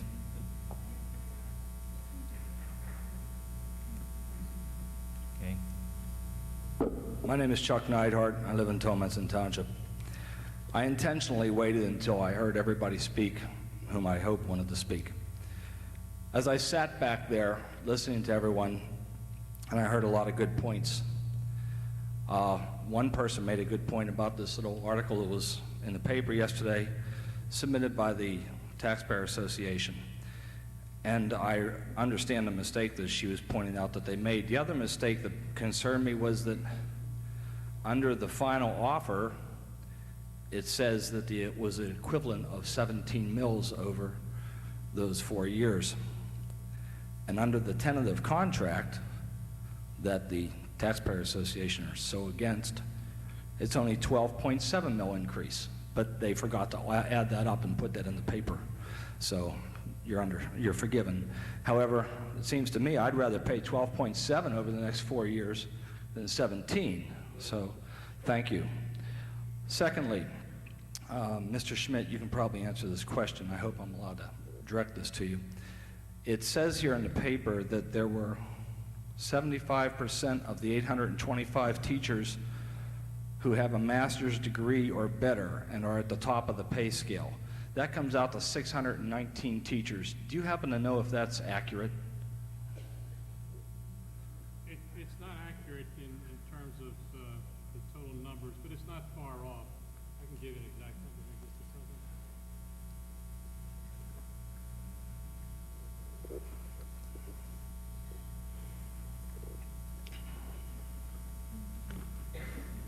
There are 463 people who are at the maximum, and out of that, 318 of those people are at the Masters Plus 30 maximum. How many, I'm sorry? There are 463 altogether at Right. maximums, and there are 318 that are at the Masters Plus 30 maximum. So that's not even half of what the North Penn Taxpayer Association people are alleging in the newspaper. I can't answer that because I haven't Well, read that. they said there was 75%, which comes out to 619 of your total teachers, and you say only 318 are at the max. At the Masters Plus 30 max. Bit of a mistake again. Thirdly, everybody's upset about the money that's going in there, but for the past 2 years, the teachers haven't received an increase, I don't think. Am I wrong on that? You are not wrong. So, but the money for an increase was budgeted each year in the past 2 years, correct? That is correct. So, the school district, Mr. Bowman, must have saved that money somewhere. Am I correct? Or what happened to that money?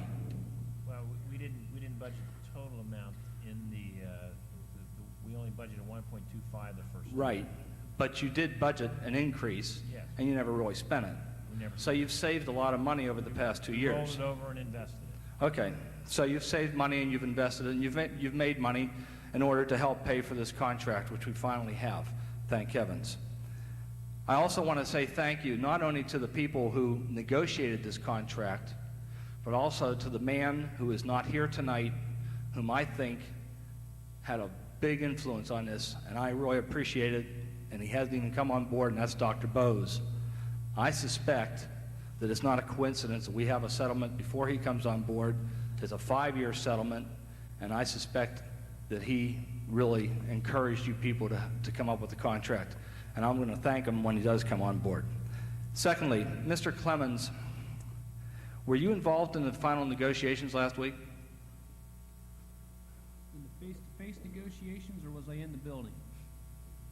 Well, according to the paper, and that could be wrong, I thought it sounded like you were in the face-to-face I negotiations. was not in the face-to-face negotiations. I was in the building. Okay, were you part of the team then? Okay, Yes, I was part of the team. then maybe what I read was wrong. I thought just- you were partially... Chuck, just Okay. finish up I your realize my 3 comments, minutes... please, and just keep it I know to my 3 comments. minutes are up. Finally, to those people who say they want to vote based on what the public has to say and how the public feels, the vote of the public tonight in front of the microphones was 21 to pass this contract and 10 against it and 2 abstentions. Thank you.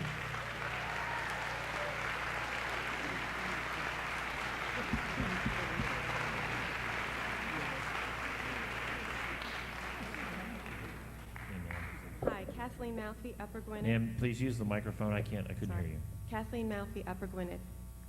I, too, would like to thank all the board members who were responsible for reaching this tentative contract agreement. It is my understanding that the teachers have made major concessions. The time has come to bury the hatchet and move on to other business within the district. I see no reason to delay the vote. I urge the board to vote in favor of the contract. Thank you very much. Thank you.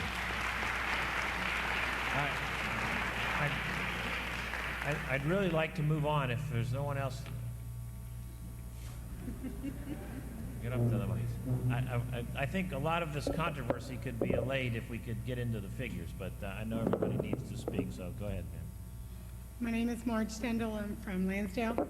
I'd just like to comment on thanking all the children that have been very tolerant of the situation. I have a daughter in 6th grade and I have a son graduating, and I think both of them, as many children in our district, have been extremely good about the situation. I know it's been very difficult for all concerned, and I think the children especially are the ones that we need to focus on.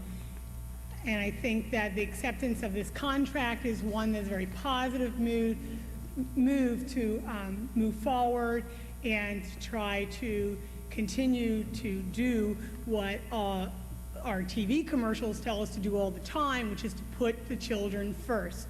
I think that all of us need to remember that as we try to look toward our future and see, as all of us get older, what are we going to have?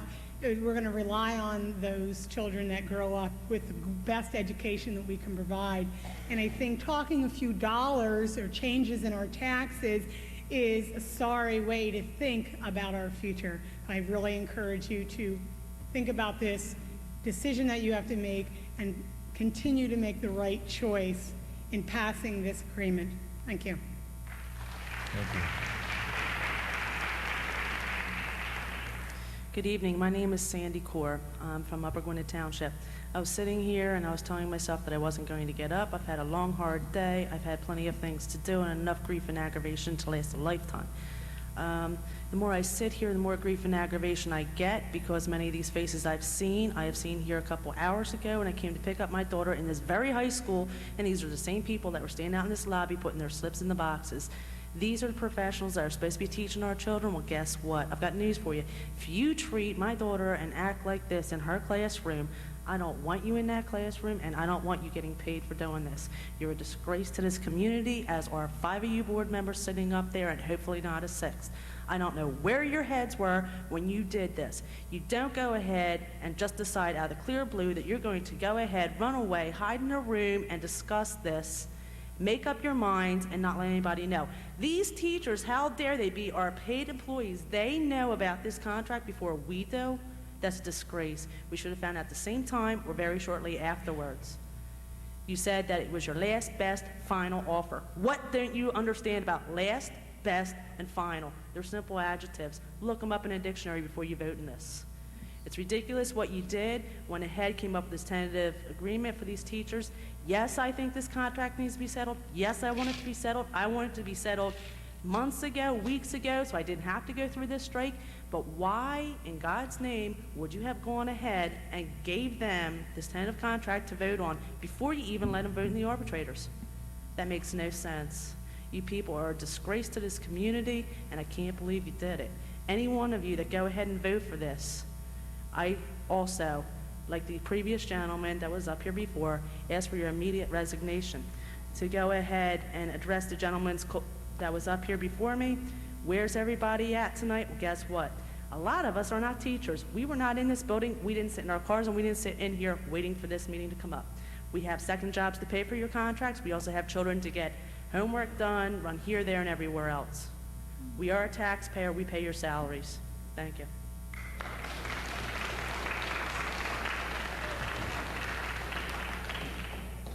Good evening. My name is Don Franks, and I'm from Upper Gwinnett Township. First of all, let me say that I respect the school board members. I may have differences of opinion with a number of them, but I respect the role that they're taking. I respect the sensitivity that they're showing for the taxpayers, and I also respect the sensitivity they're showing for the student body of the North Penn area. One of the major objections that I have to some of the public commentary that I've heard tonight are the value judgments that are being made, either of the teachers, of the school board members, whether they be of the 5 or the 3 or the 4 or whatever. I resent the fact that people can come up in public and call public officials, people that are serving us, liars and cheats, and innuendos that they're in the back pocket of somebody else. I resent that fact without some support. I also resent the fact that the North Penn Reporter can present information that's provided to them from a single source with no verification, no research, nothing provided. I believe that one of the primary responsibilities of a publication, a journal publication in a community, is to present the facts and to report facts. And that's not happening in the North Penn area. What's happening is we're selling newspapers. That's the problem. The controversy that's being raised is being kindled, fired by the North Penn Reporter, and I resent that fact. The other issue that I'd like to address is the fact that the last best contract offer. There are a number of people here that are focusing simply on the salary aspect of the last best offer. In my opinion, last best offer simply means this is the total purse that will be spent on a negotiation. However it's spent is irrelevant. What counts is the bottom line, how much is being spent. As a local businessman, I recognize the fact that salaries are only one aspect of personnel expenses. The other aspect, of course, are benefits. If the benefits are compromised, that can be adjusted in a salary, and I think that's what's happened here this evening. One point that was also presented was the arbitrator results. I believe the arbitration results indicated that they agreed with the school board regarding the salary position that they've taken in their last best offer, but I also believe that they agreed with the Teachers Association regarding the benefits that they had proposed. I think what we are missing here is the fact that this is a balancing act. It's a balance between the expenditures that our community can handle and the compensation that our teachers need. There is compromise in all this, and by removing the personality conflicts, perhaps we've gotten down to the facts, and the facts are really what counts in the end.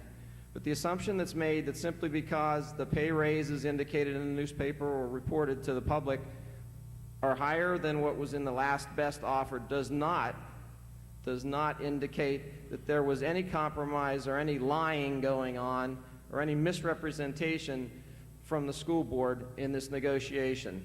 A negotiation is a very sensitive process that requires personalities and facts. And the personalities need to be removed. And that's what finally happens in a negotiation. You get beyond the personalities and you move to the facts. And that's where I think we focused, and that's where the focus should have been over the last 2 years.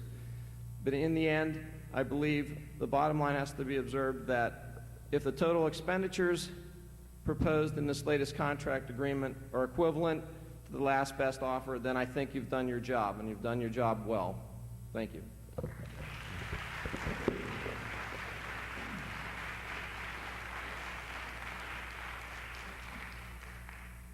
Okay, I'm going to call on Mr. Schmidt to, oh, I'm sorry, we have a, Mr. Bowman, my apologies. There's an addendum to tonight's agenda on BAA1, as was brought up by a speaker this evening. Under other business tonight, as part of the personnel report, there will be a recommendation to approve a resolution employing Dr. Persing as a consultant for 15 days between July 1st and August 15th of this year at a rate of $500, not to exceed 15 days, and a total compensation of $7,500. There will also be a recommendation to approve a resolution to employ Dr. Ray Fike as a substitute director of education, elementary/secondary, for 60 days between July 1st and December 31st at a daily rate of $450, not to exceed 60 days, and a total compensation of $27,000. Both of those recommendations will be made under other business, and my apologies for skipping that in the personnel report. okay, thank you, David. We're going to take a 2-minute break so we can change the tapes, and then we'll come back and proceed with the business meeting.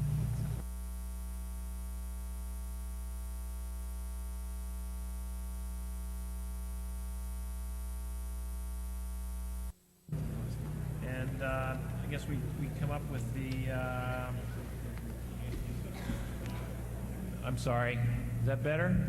Okay, we're going to resume. Can we get the hum out?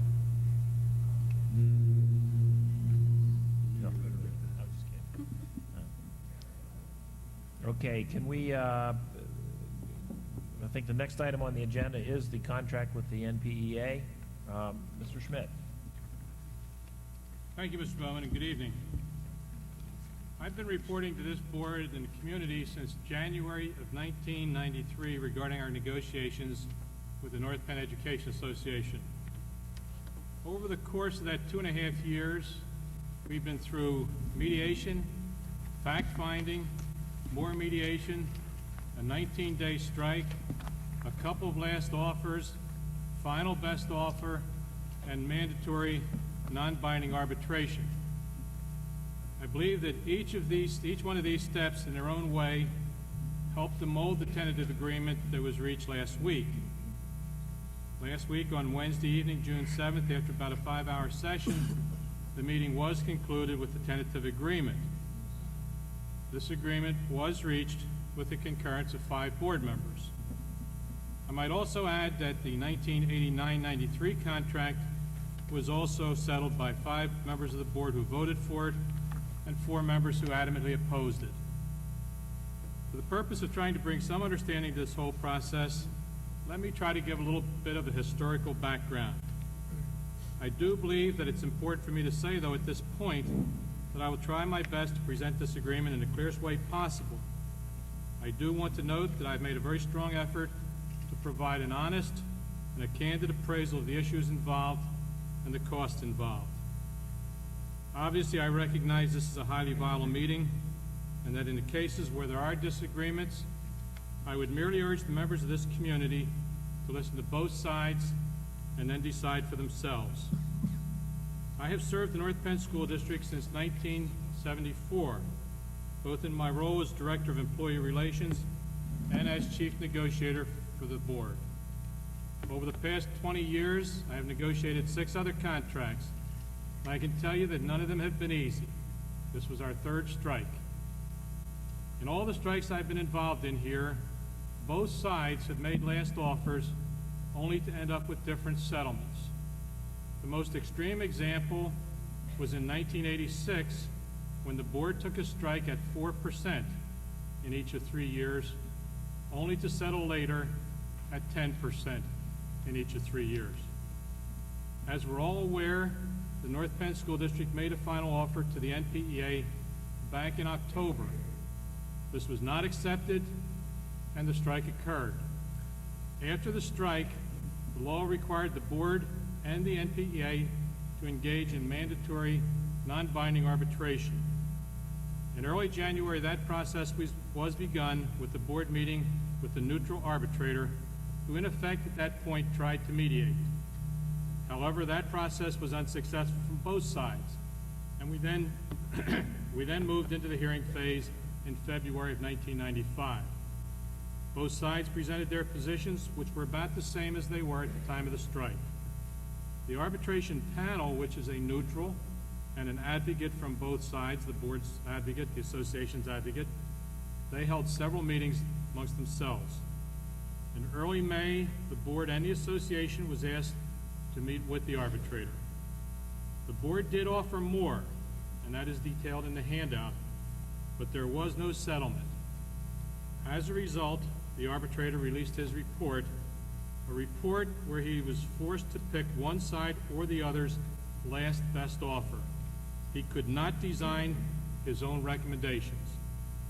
As the chief negotiator for the district, I've always viewed that my responsibility was doing my best to try and get a settlement. I took it upon myself to tell Mr. Weitz that I felt we still had one last opportunity to bring closure to this process. I indicated to him what I believed it would take to reach an agreement and asked him to see if he could get 5 votes for it. I then set up a meeting with the NPEA. At the same time, I did talk to Mrs. Mangle and indicated what I was trying to do. I told her that knowing where she was and always had been, that I felt if closure was to come, it would require someone other than her. I'd also mentioned to Mrs. Scher about the need to find a way to bring closure. On Tuesday evening, June 6, 1995, in an executive session, I discussed the arbitrator's report and reiterated that an attempt would be made the next evening to get to a settlement. The success of that meeting is the reason for this crowd tonight. I want to take a couple minutes to go over the tentative agreement. Before I do, I would like to add a couple of other things. I truly believe that it is time to settle this contract and to bring the community back together.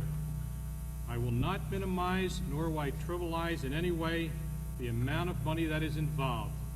I know we are talking about a significant amount of money. However, I don't feel it would be healthy for anyone concerned to continue the acrimony and the animosity that has been so prevalent for the past 2.5 years. I realize the Taxpayers Association has very strong feelings about this tentative agreement, but I would ask that they look at this contract the same way they did when they gave their approval to the incoming superintendent's contract. I quote Mr. Sherpinski. Mr. Sherpinski's group, and this was through the paper, Mr. Sherpinski's group thought that Bose was being paid too much, but he conceded the new superintendent was worth the money. He cost a lot, but he brings a lot. Local Indiana taxpayers groups, when called by Mr. Sherpinski, said Dr. Bose had done an adequate job, which Mr. Sherpinski said is high praise from a taxpayers group. I truly believe our teachers bring and have been bringing a lot, and that even the taxpayers group would have to say they are adequate and they are worth the money. In trying to look at the settlement, I encourage everyone to look at the offer that was made by the board to the arbitrator, not to be confused with the arbitrator's report, and measure the difference in the tentative agreement from that point. I do realize that as I present the financial implications, that some people may agree and some not. I am basing that opinion on information that has been widely distributed and that I would view as misleading. The numbers that I have provided to you reflect accurately the cost of this contract. The method used to calculate the cost is the same method used by school districts throughout Montgomery County, as well as Bucks, Chester, and Delaware County, and throughout the state of Pennsylvania. I strongly urge the board to vote for this contract. Since we had full board concurrence on the last best offer, I'd like to deal only with the board's last best offer and the differences to that offer. One of the things that was in the last best offer was release time for association business. The board proposed 22 days. The tentative contract contains 22 days. There is an issue there that was presented on association delegates. For the past 20 years, the board has paid for 3 delegates to attend the educational conference sponsored by the Pennsylvania Department of Education. Included in this cost for the board was travel, room and board, and registration. We also paid for a substitute. In the tentative agreement, the board agrees for 3 people attending 1 day, with the association picking up the cost for travel, room and board, and registration. The association will also pick up the cost for the substitutes. Payment of benefits during the strike. The board had asked that the association pay for their own benefits during the strike.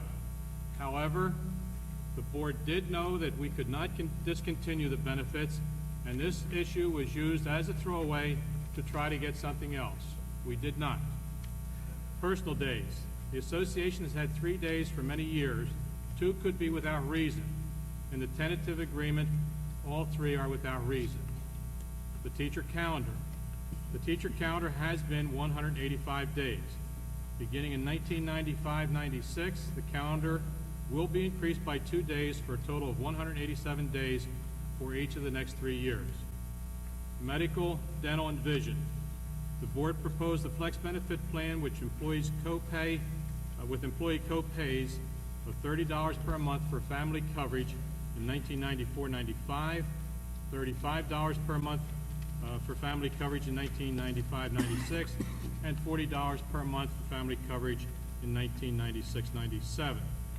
The board also proposed that contributions to the medical plan by the board would be based only on the personal choice cost, except in 1994-95, where the board would contribute the full cost for Blue Cross Blue Shield minus the co-pay. Also, in the final best offer, the board had proposed that they would continue contributing toward the cost of personal choice next year, plus half the difference between personal choice and the cost of Blue Cross Blue Shield. That is not in the contract, in the tentative agreement. Beginning in 1995-96, the board in the tentative agreement, beginning in 1995-96, will contribute the full cost toward the personal choice minus the appropriate copay, and the employee will pay the difference between personal choice and any other medical coverage that they may choose. Also, the employee will co-pay $30 per month for family coverage in 1994-95, $30 per month for family coverage in 95-96, and $35 for family coverage in 96-97, as well as 97-98. I would make a comment in terms of the medical because I think it's very important. I think what the board has been able to do, which is unlike what other school districts have been able to do, is to base the contributions, their contributions toward the medical cost on the lowest costing plan, and in effect reduce rather significantly the costs that they've had to incur in the past. I would also say that other school districts that have gone down that path and negotiated contracts similar to that have in fact then said, as a result of the concessions made by the school district or by the teachers, the school district then would not assess any kind of co-payment. I think it's a rather significant breakthrough that the board has been able to base their contributions on the lowest costing plan as well as involve co-payments on top of that. I'd like to take a couple minutes and go over the information that you have in your packet so that hopefully it will help you to better understand what it means. I think the second page of the information has at the top of it the summary of tentative agreement between the North Penn School District and the North Penn Education Association. In the first column there, it shows the percent increase for each of the 5 years of the contract, 2.5, 3.7, 3.7, 3.7, 3.7. It's a compounded total of 18.5%. It also reflects the increase each year in the cost for that contract as well as the total salary cost. And obviously the $49 million is 18.5% higher than the $41 million that was the base year. The average salary from 1993-94, actually from the base year 92-93 of $50,000 goes to $52, to $53,900, to $55,900, to $58,000, and $60,158. And it also indicates there what the average increase is over the course of the time that the contract extends. I assume everybody understands that average increase does not mean that everybody gets the same. There are people who will get less. There are people that will get more. Examples would be in the next area where I'm showing the beginning salary, the master's plus 30 maximum salary, and the doctorate salary, where we have 11 people. The beginning salary increase is 12.9%. The master's plus 30 column increases 13.2%, and the doctorate maximum increases 13.1%. I want to do something else too, just to quickly give some different perspective in terms of the kind of contract that has been negotiated here, and it's something that I think is important.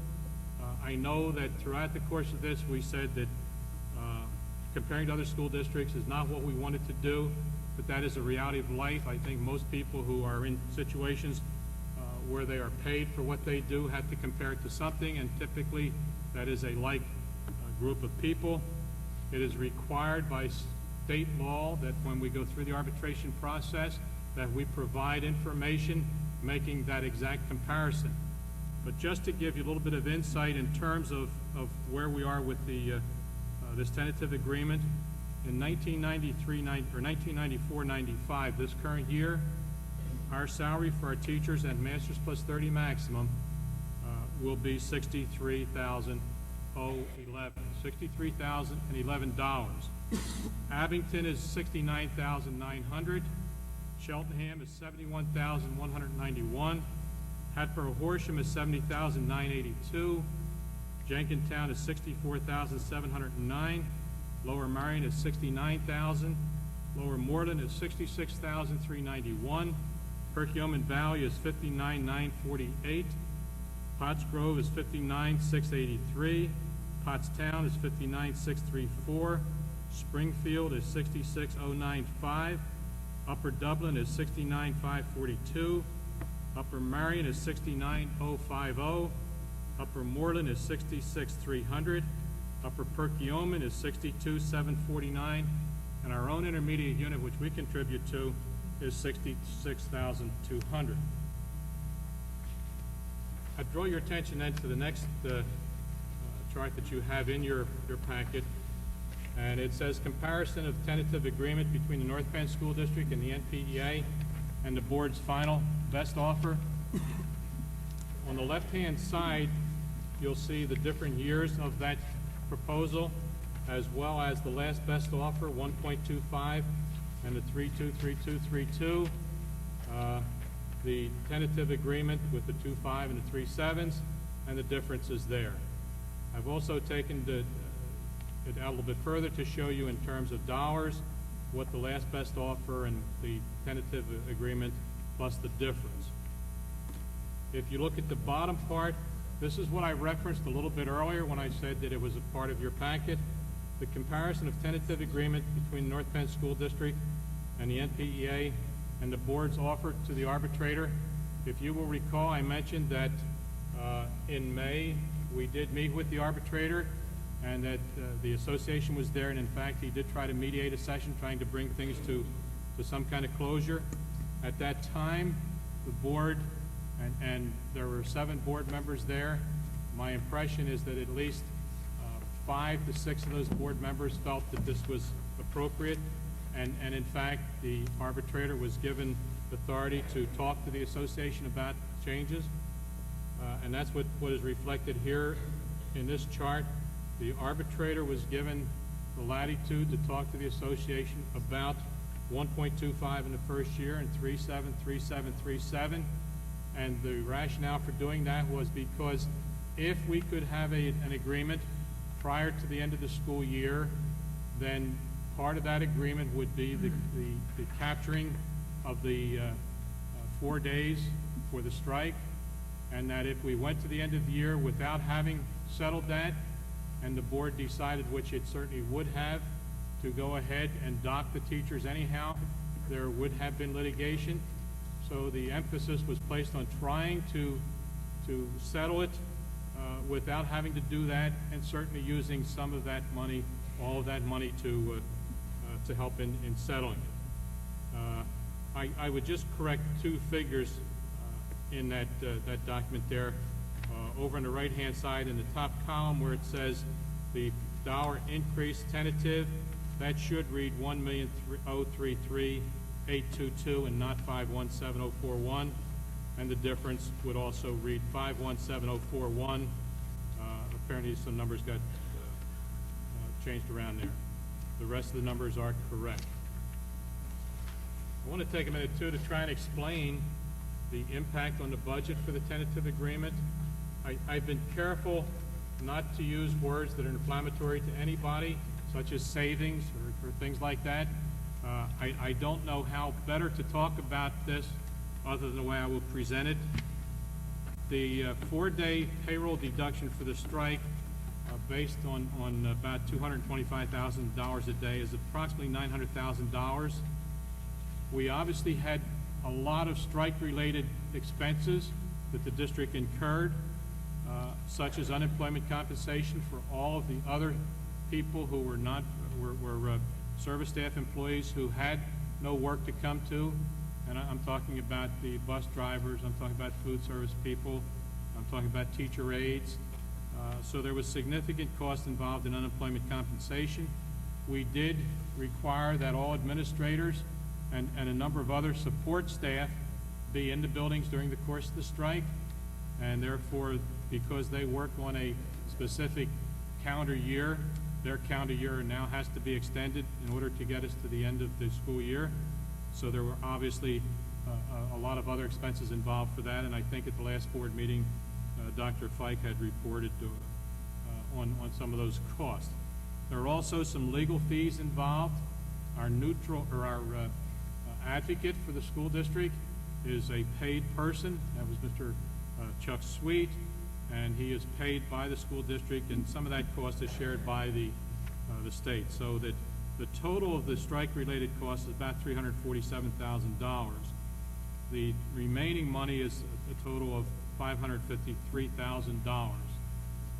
If you look at 1993-94, it will cost us approximately $1,033,000 $822 to provide that additional 2.5% from the base that we had in 1992-93.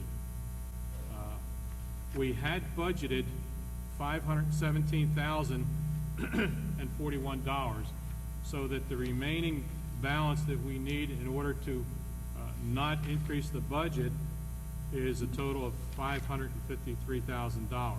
Or I'm sorry, that would be reduced by that $553,000, which is the money that remained from the strike funds or the days that were deducted. So that for the first year, 1993-94, there's actually a slight increase in terms of the net impact on the budget. In 1994-95, the 3.7% will cost approximately $1,600,000. We did budget 3.2% for that, so that we needed a balance of $212,917. We indicate that we would pay for that by virtue of the co-payments that we will be getting from the association as of this year. Those co-payments are retroactive for the course of 1994-95. I would stop for a minute to say that I understand arguments about spending the money that you perhaps are trying to save, but I would also indicate to you that without a settlement, we have no money saved, we have no money available to us, so that the copay is being put back into helping to pay for the cost of the contract. In 1995-96, the cost was will be $1,625,000 for the 3.7. We budgeted 3.2. Again, a balance needed of about $218,000, and again, a net overall of about $18,000. If you look at the overall impact on budget for 94-95 and 95-96, we have total increases of about $4.2 million. We have total budgeted of about $3.2, so we have about $950,000 needed to balance that. And the total available to the school district through the 4 days, through the co-pays, is approximately $1,027,000, so that there's about $78,579 difference. I would also point out that as a part of the tentative agreement, the board did withdraw a proposal that they had in the final last offer for splitting the difference between the cost for Blue Cross Blue Shield and for personal choice, and difference between Blue Cross Blue Shield and personal choice in 1995-96. That actually results in a savings, and I use the word savings because it is money we would have spent that we decided we will not spend. That results in a savings of approximately $150,000. Also anticipated funds derived from copay in 96-97 and 97-98 are approximately $287,000 per year, for a total of about $575,000 over the next 2-year period. That last sheet that you have in the handout highlights several of the different items that had been agreed to prior to the final best offer, and it isolates the cost differential over the next 5 years, over the total 5 years for those particular items. Mr. Bowman, I've concluded and answer any questions if I can. Any questions of the board? Any questions of the board members?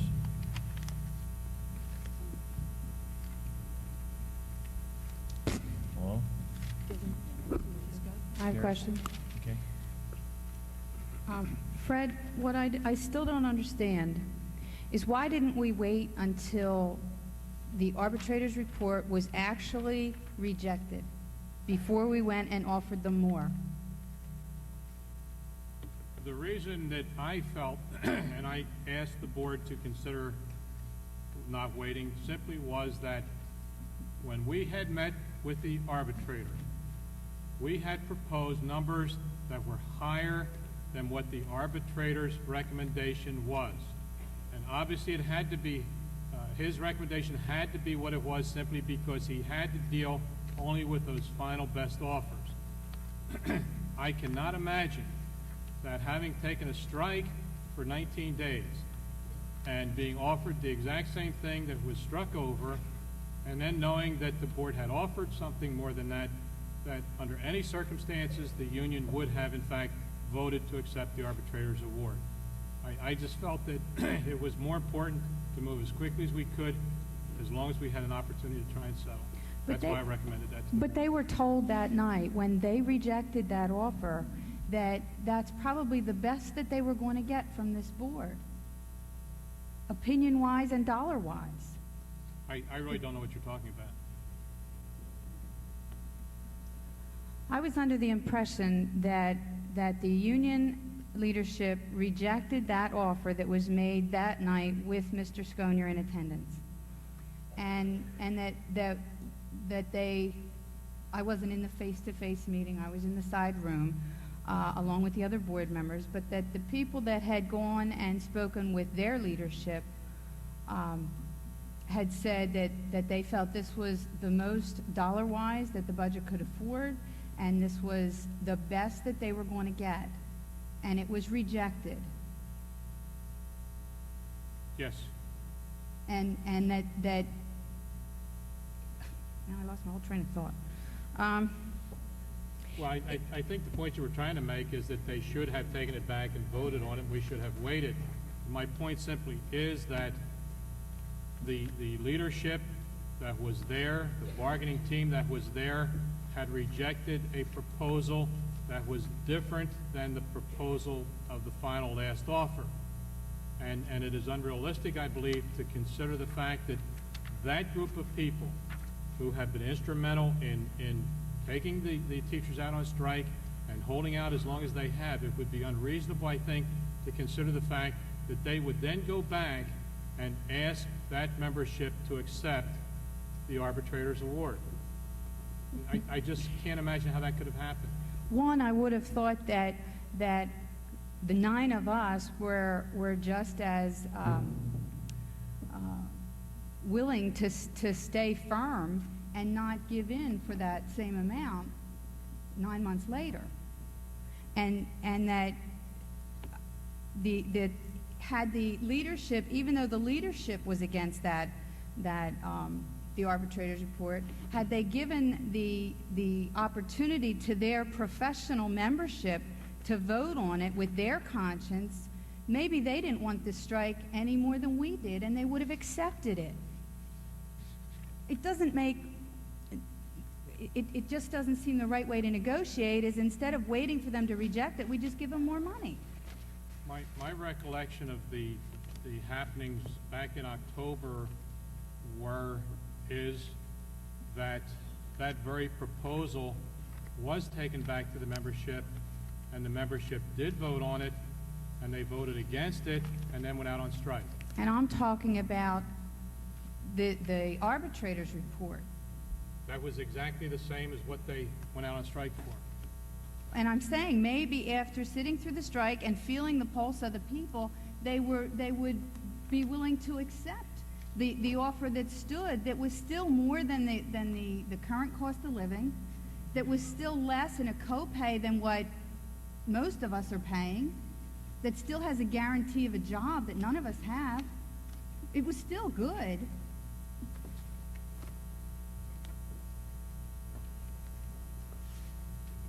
And I have 3 children that will be in the district next year, one that's starting kindergarten that would be affected by a strike.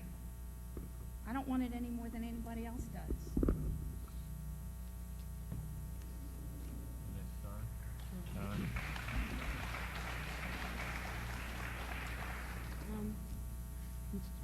More than questions, Mr. Bowman, I have some comments.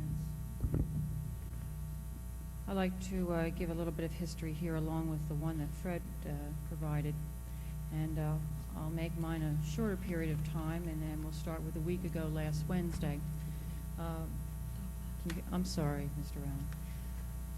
Last Wednesday, a number of you had met with the NPEA, and you were able to forge, by a combination of proxy votes, phone calls, and actual active members, a tentative agreement, or the numbers necessary for a tentative agreement.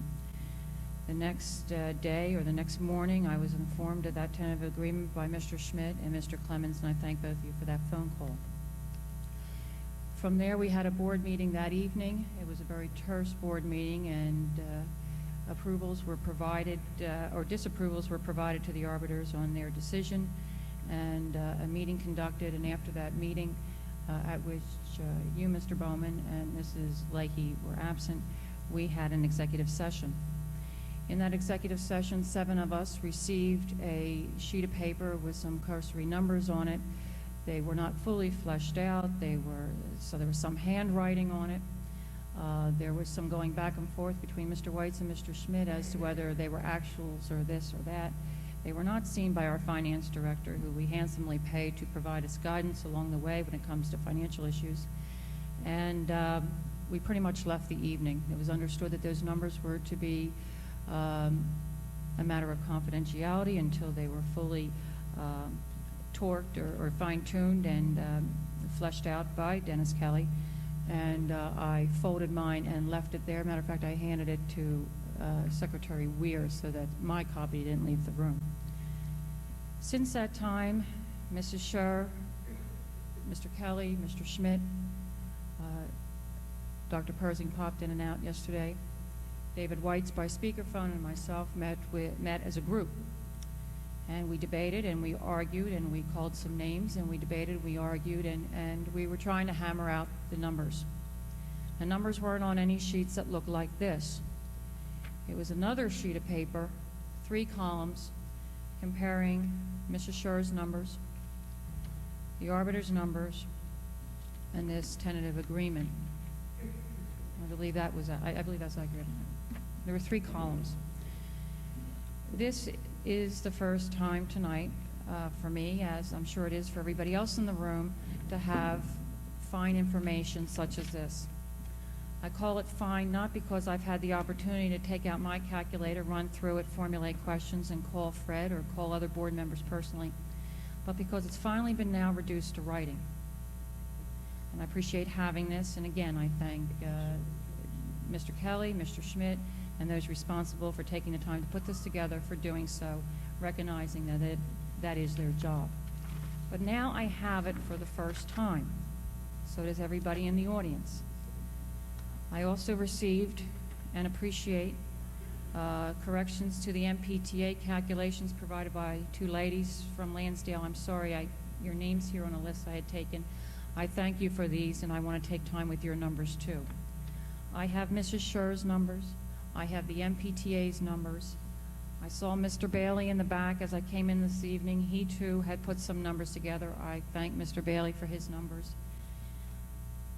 But I can't thank a board that is not willing to give all of us time to look these numbers over after various citizens and after various paid employees have put them together. This is the first time that I have seen in a proper forum the impact on the budget for the tentative agreement. Fred, again, I thank you for putting it together. The related costs for the tentative agreement on the backside. In talking to you tonight, Mr. Bowman, you said you will not be here next week. Okay, I appreciate that. We all have lives outside the school district, or at least we used to. I'm sure Mrs. Leahy has complications next week, as she has been struggling with attendance for some time due to her job. Therefore, I'm going to move ahead and I make a motion to delay the vote on the NPEA and North Penn School District tentative contract agreement for a period not to exceed past June 30th, 95, in order to further discuss, take testimony, and allow proper remonstration by the community and board members. I'll second the motion. Is there a second to that? I'll second the motion. I'd like to make a comment too, please, when you're ready for questions and comments.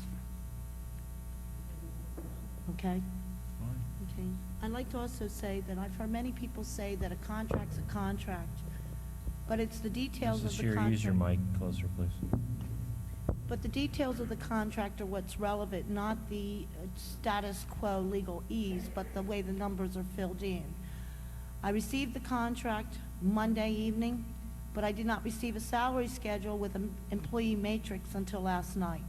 Now, anyone that's out there that can evaluate a contract simply by reading the general paragraphs without looking and evaluating the details, which were new and not the same as what we would have been looking at last October had we even made up a contract, I'd like to know the trick. So far, I've not been able to evaluate those. I agree, there are many numbers around.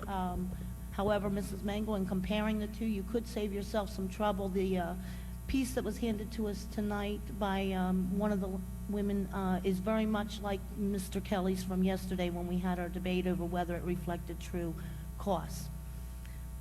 There is a lot of debate over what does this new contract mean, and I can think of, reflect back and think of the best argument I know of for delaying this vote. I recall when this community was faced with a 37 mil hike, many members of the cabinet were here at the time.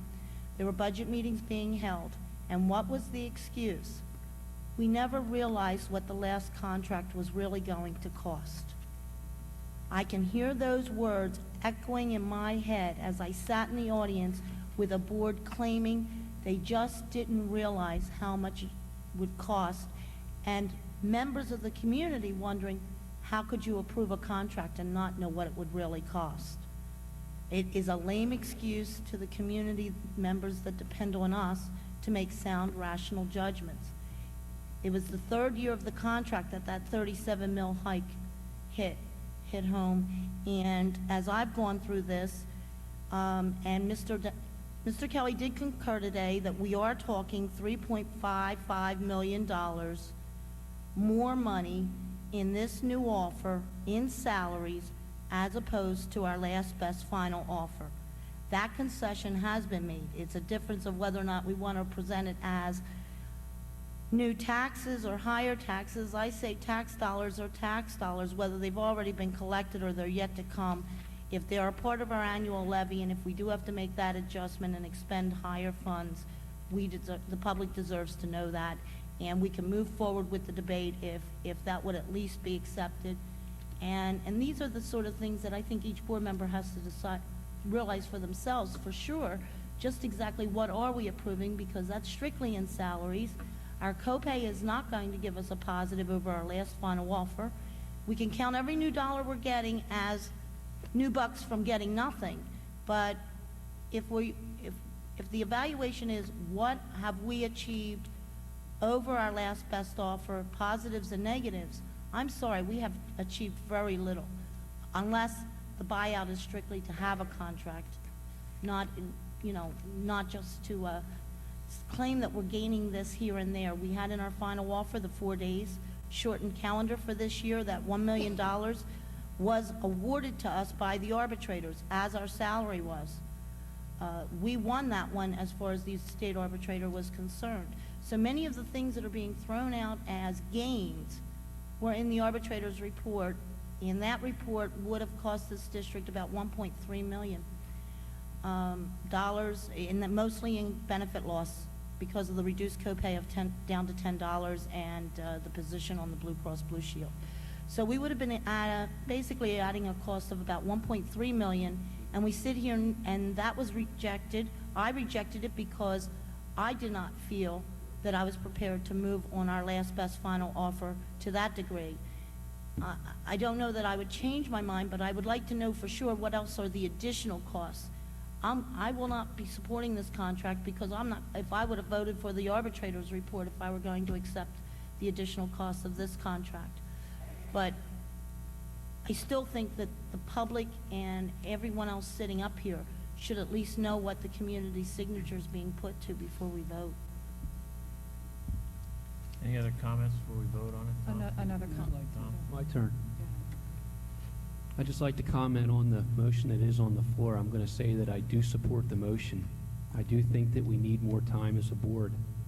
I know many of you said that we as a board should know what we're doing. We've had enough time to study the numbers.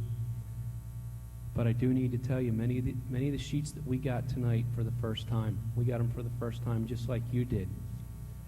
And I don't think if you would poll I think if you'd poll every board member in here, each one would have a different opinion of what the true number is going to be for this final offer. It was very difficult to come to a consensus to get a 9-0 vote for Dr. Edward Bose to come to this district, and it didn't come overnight. We worked hard on it. We got together as a board. We spent nights. We spent Saturdays.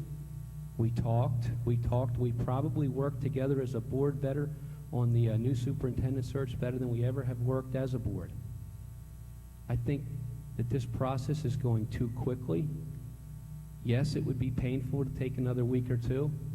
I've talked to some other board members today and made mention to them that I'd like to take another Saturday or two to take the whole day to really hash this out, to see if we could come to more than a 5-4 vote on this, because I do think there is some common ground in this contract. I don't think this is a horrendous offer as far as that it's way too much. I think we're very close. But I don't feel we've talked it out as a board enough to see where we could find common ground. So I will support Mrs. Mengel's vote tonight to delay this. I think she has a good idea that we would set a time before June 30th, but if it has to go through tonight, I won't support it as far as supporting the contract. Okay. Mr. Bowman, another point, please, I need to make. One of the impacts on the budget caused by this tentative agreement that has been overlooked this evening is essentially 5 board members have intention, possibly tonight, to provide 3.7% to one portion of our employees. What I cannot understand is 5 board members. What you have done has caused a moral dilemma, in my opinion. I don't feel I have that moral dilemma because I am willing to pay all employees 3.2%, but I believe the 5 of you do. I do not understand how you can provide 3.7% increases to one employee group that walked out on the job. They walked out on the community. They participated in causing strife and caused as much dissent as maybe various board members have been accused of doing. I do not know how you can then turn around this evening and vote for a 3.2% for all those folks that stayed on the job. Bus drivers, cafeteria workers, janitors, custodians, secretaries, grounds, maintenance, security, support staff, administrators, principals, et cetera, et cetera, et cetera. All of those employees that stayed on the job remain loyal and served. To me, that is a budget impact. It should impact this evening. It should impact your conscience and worthy of another hit at your calculator. I will not pay anybody in this district over 3.2%. But the rest, there's some of you that are willing to do so, and I think you need to consider all employee groups. This is how unions foster and grow. That when you treat one employee group as less valuable or less necessary to contend with because they are not unionized or organized, we can just give them 3.2% because they haven't made our lives that difficult. I do not agree that you should ever pay more after a strike because it allows a strike to work. The practice of a strike is then successful.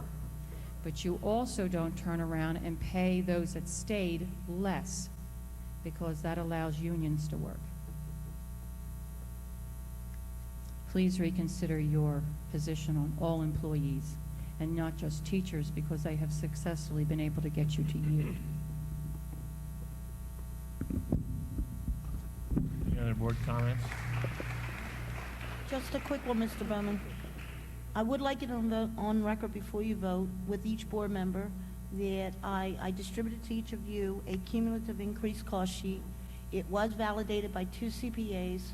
Be glad to give you the name, their phone numbers, which protracts out the contract costs, the total new dollars in the salary accounts according to this contract without taking into the peripheral issues, but dealing with the base salary based on a $42 million payroll, which I had received from Mr. Kelly and which he has confirmed that he does feel is a fair number.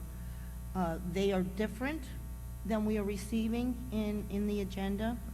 That is because it is a cumulative increase, which because salaries are recurring expenses, if you've paid $1,050 in an increase one year, you pay it again the next year and the next year and the next year, compounding with your new increases as they progress.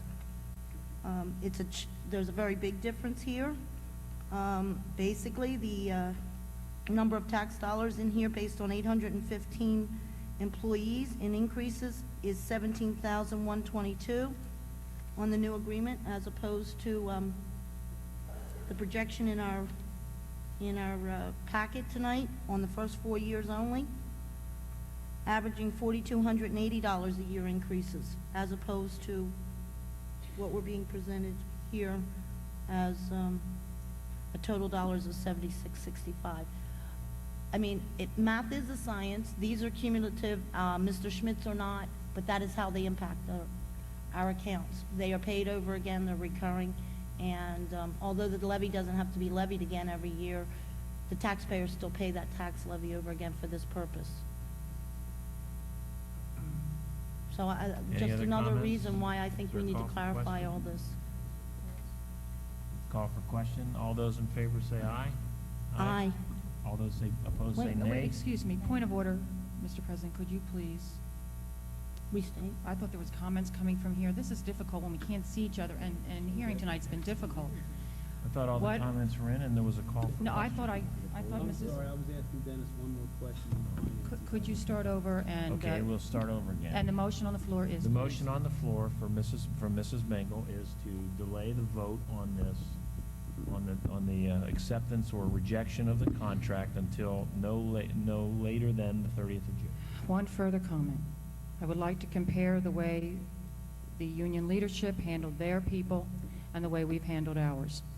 I had an opportunity to share this with Jeff Jordan today, and I had to compliment he and the union leadership for the way they have taken care of their membership. You were provided, those members that are here tonight, you were provided on Monday with the tentative agreement. You had in excess of 48 hours to review that tentative agreement. You could have taken it home and discussed it with your kids, your spouse, your attorney, your accountant. You had time with that agreement because your leadership provided it to you in a timely way. You had a meeting last night, I understand, to deal specifically and personally with your questions, with your concerns, to give you peace of mind or to give you whatever it is that you needed last evening. I understand you voted at some point today after you were able to go home and sleep on it.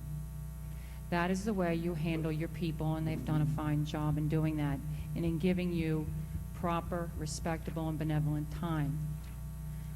I can't see us doing any less than that for our membership community. A little more time to go over these things provided to us by private citizens and by groups and by the administration. Time to ask questions, time to have an executive session with all 9 board members in it, that we can speak to one another face to face. Understand this with those we pay to tell us the truth and tell us to our face what these numbers are about. And I want to better understand not only the tax impact for this budget tonight, but the 5 years of the contract and what that budget impact is going to be once some of you leave and are not here to levy those taxes. So please, I'm asking that this board be as kind and benevolent to the membership that we represent as the union has been to theirs. Are there any other comments before we vote?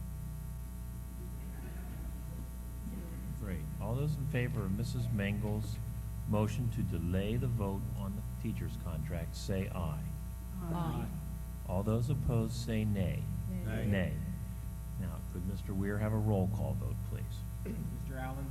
No. Mr. Clemens? Yes. Mrs. Leahy? No. Ms. Mingle? Yes. Mrs. Kukowski? Yes. Mr. Reckcamp? No. Mrs. Scher? Yes. Mr. White? No. Mr. Bowman? No.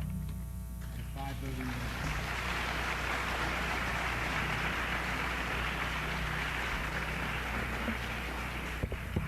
Mr. Bowman, in light of that vote, I would like to recommend the approval of the contract between the North Penn Educational Association and the North Penn School District for 5 years, 1993-94 through 1997-98.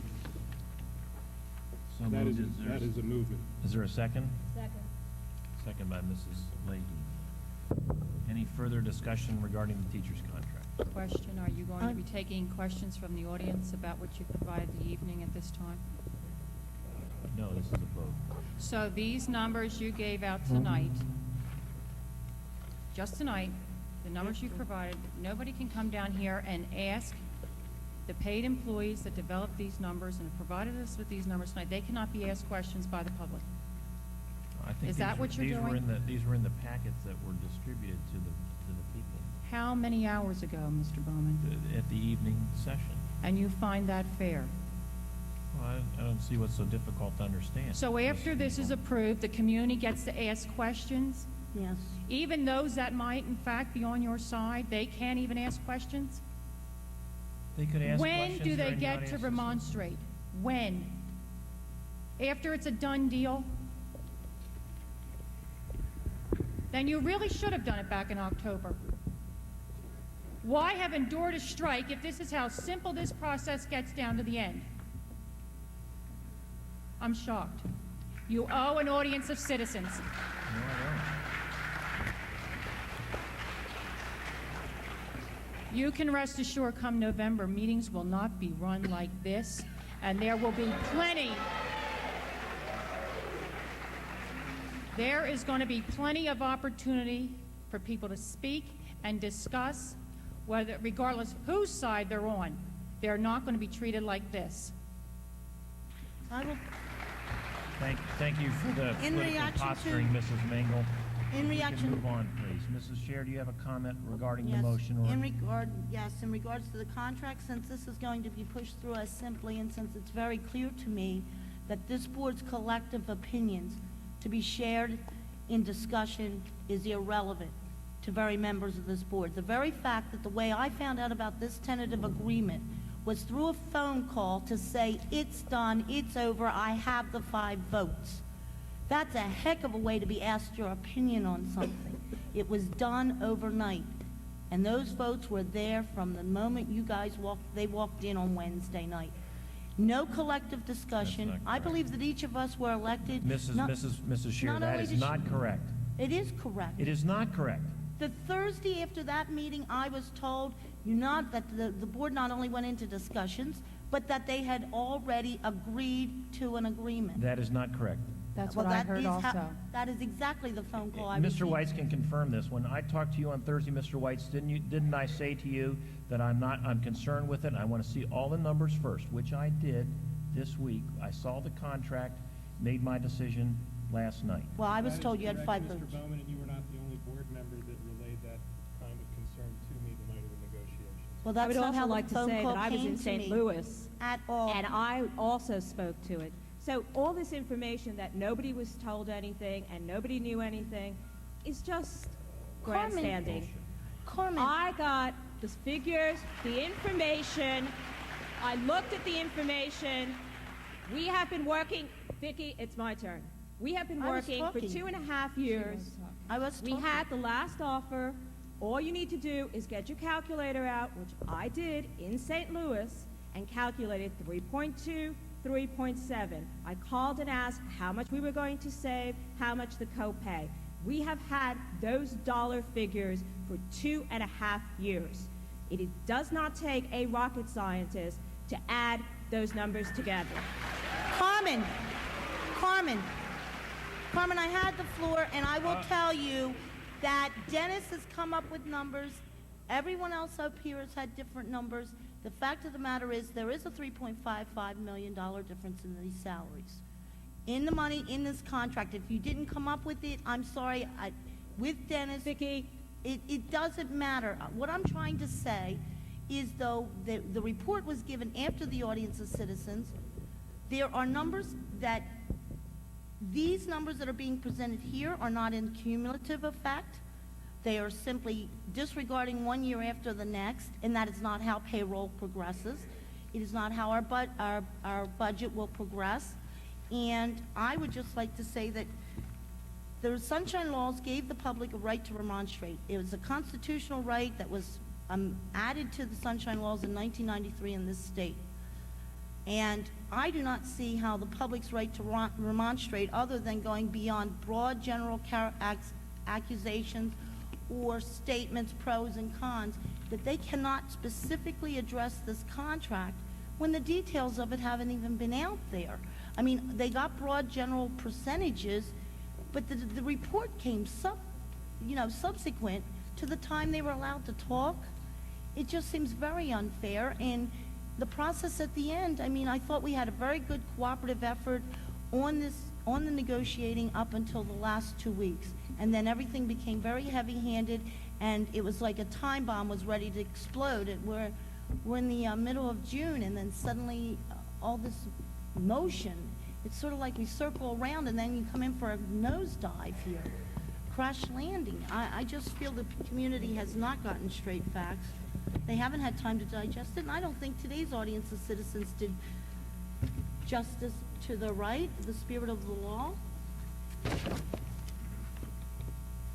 Give people a Any other right to comments? speak, but you won't tell them what to speak on, what they can speak. Mr. Reckamp? Yeah, I do have a comment. My name was mentioned several times from the audience, and I wanted to make sure, as I tend to try and always do, is say exactly why I'm going to make a vote before I make it. People may or may not believe this, that's fine. We've had for several years an offer, 3.2% basically, and it went down 1.25 and then 3.2 in benefits. It's been out there for several years. Why didn't we do this in October? Because the teachers wouldn't agree to it. We've said consistently from this board table, here is the offer. That offer represents a pool of dollars. Those are the dollars we are willing to invest in this contract. We would be more than willing at any time to sit down and talk with the Teachers Association to rearrange those dollars. A number of people, Mrs. Scher included, the Taxpayers Association, have come up and talked about the salary portion of that money pool. And yes, that has gone up. But in fact, this is the first time that we have an agreement that takes that pool of dollars and the teachers have agreed to it. That's why we didn't have a contract offer before. When we take a look, the Taxpayers Association folks have suggested that we ought to stay with the arbitrations report. A week ago, I voted against that report. I voted against it for two very specific reasons. One, I did not think it met the management objectives in benefits that we were looking for, especially in the area of co-payments and especially in the area of going to personal choice or the lowest cost thing.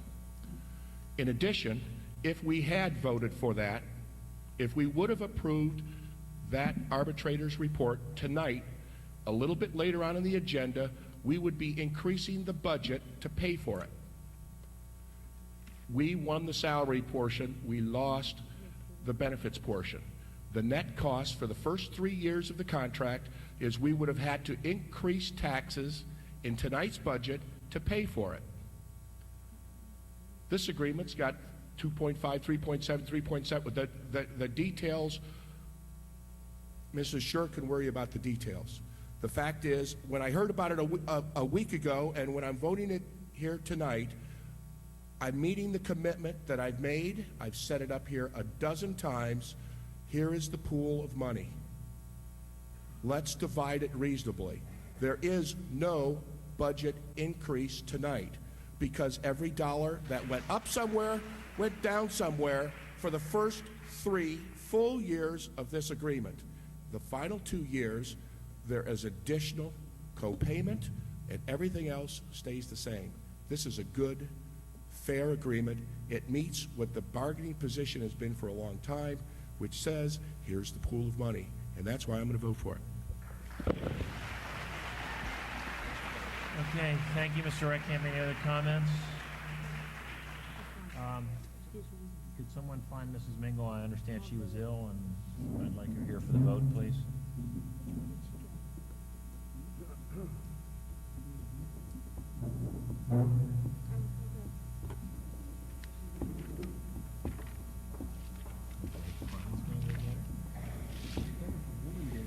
What? Oh, Bill can go in the ladies' room. You know, Okay, she okay? I would like to just add while we're waiting for a moment. I've heard a lot of criticism today about perhaps with Mrs. Mangle off the negotiating team, That's what brought about a difference. I have to say, it's all about money. When it comes to the union and negotiations, it's about money. When 5 board members supported lowering the copay last October from $50 down to $30, that was a 5-member majority that agreed and okayed that going to the negotiating table. There was a sacrifice in dollars that was made as a part of the last best offer in an attempt to avoid a strike. Mrs. Mengel went into negotiations with Mr. Schmidt and worked to negotiate for the position of the board majority, although she did not agree.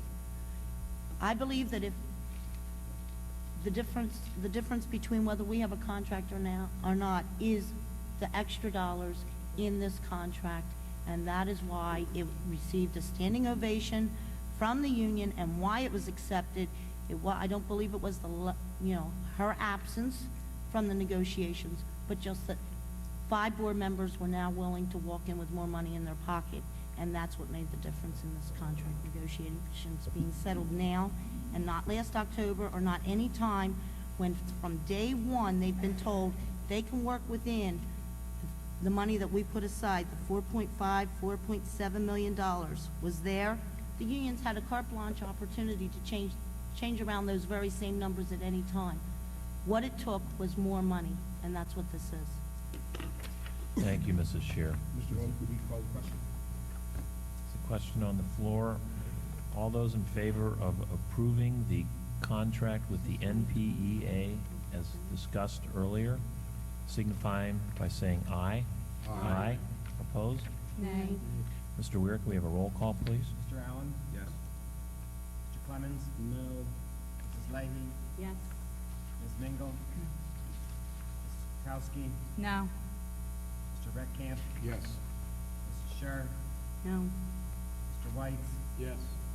Mr. Bowman? Yes. I have 5 votes. Motion carries.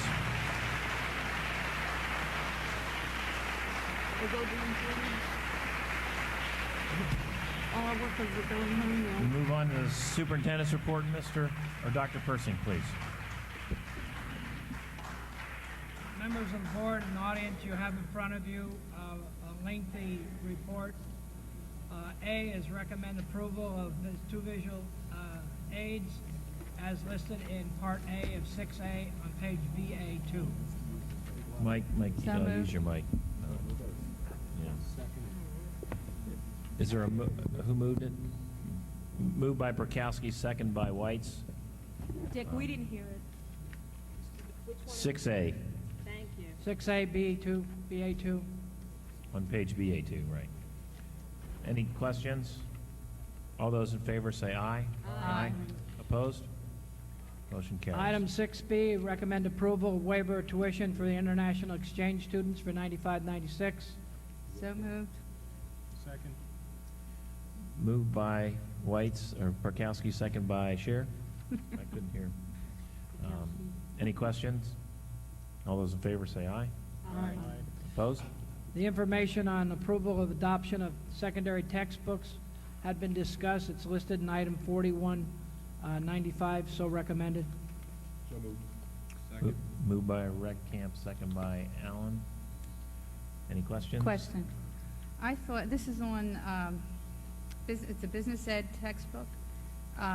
Isn't that still covered under distributive ed at the tech school, or is that totally out and we only have it at the high school? Is this a duplication? Not to my knowledge, no. Distributive ed is a different, if it is a different course other than this. Right, that's correct. This is a new course at the high school. It's a new course for the high school, but is it a duplication of the tech school course? No, it is in the same not. area? Thank you. Any other questions? All those in favor say aye. Aye. Opposed? Motion carries. Next is an approval to establish Saturday school program for all secondary schools, 95-96, cost of the school district not to exceed $12,000. I do believe, if those people are still present, Yes. that you may want to say something, Dr. Fike? Yes, Dr. Persing, the board had asked for a report on the Saturday school program. They have about a 5 or 7 minute presentation to tell you what has happened and why we're requesting a budget. So Mrs. Miller and Mr. Feely are here this evening. Okay, why don't you step to the microphone and give a summary report, or either come up here or down. Might be easier. Would have been easier to use that one, but.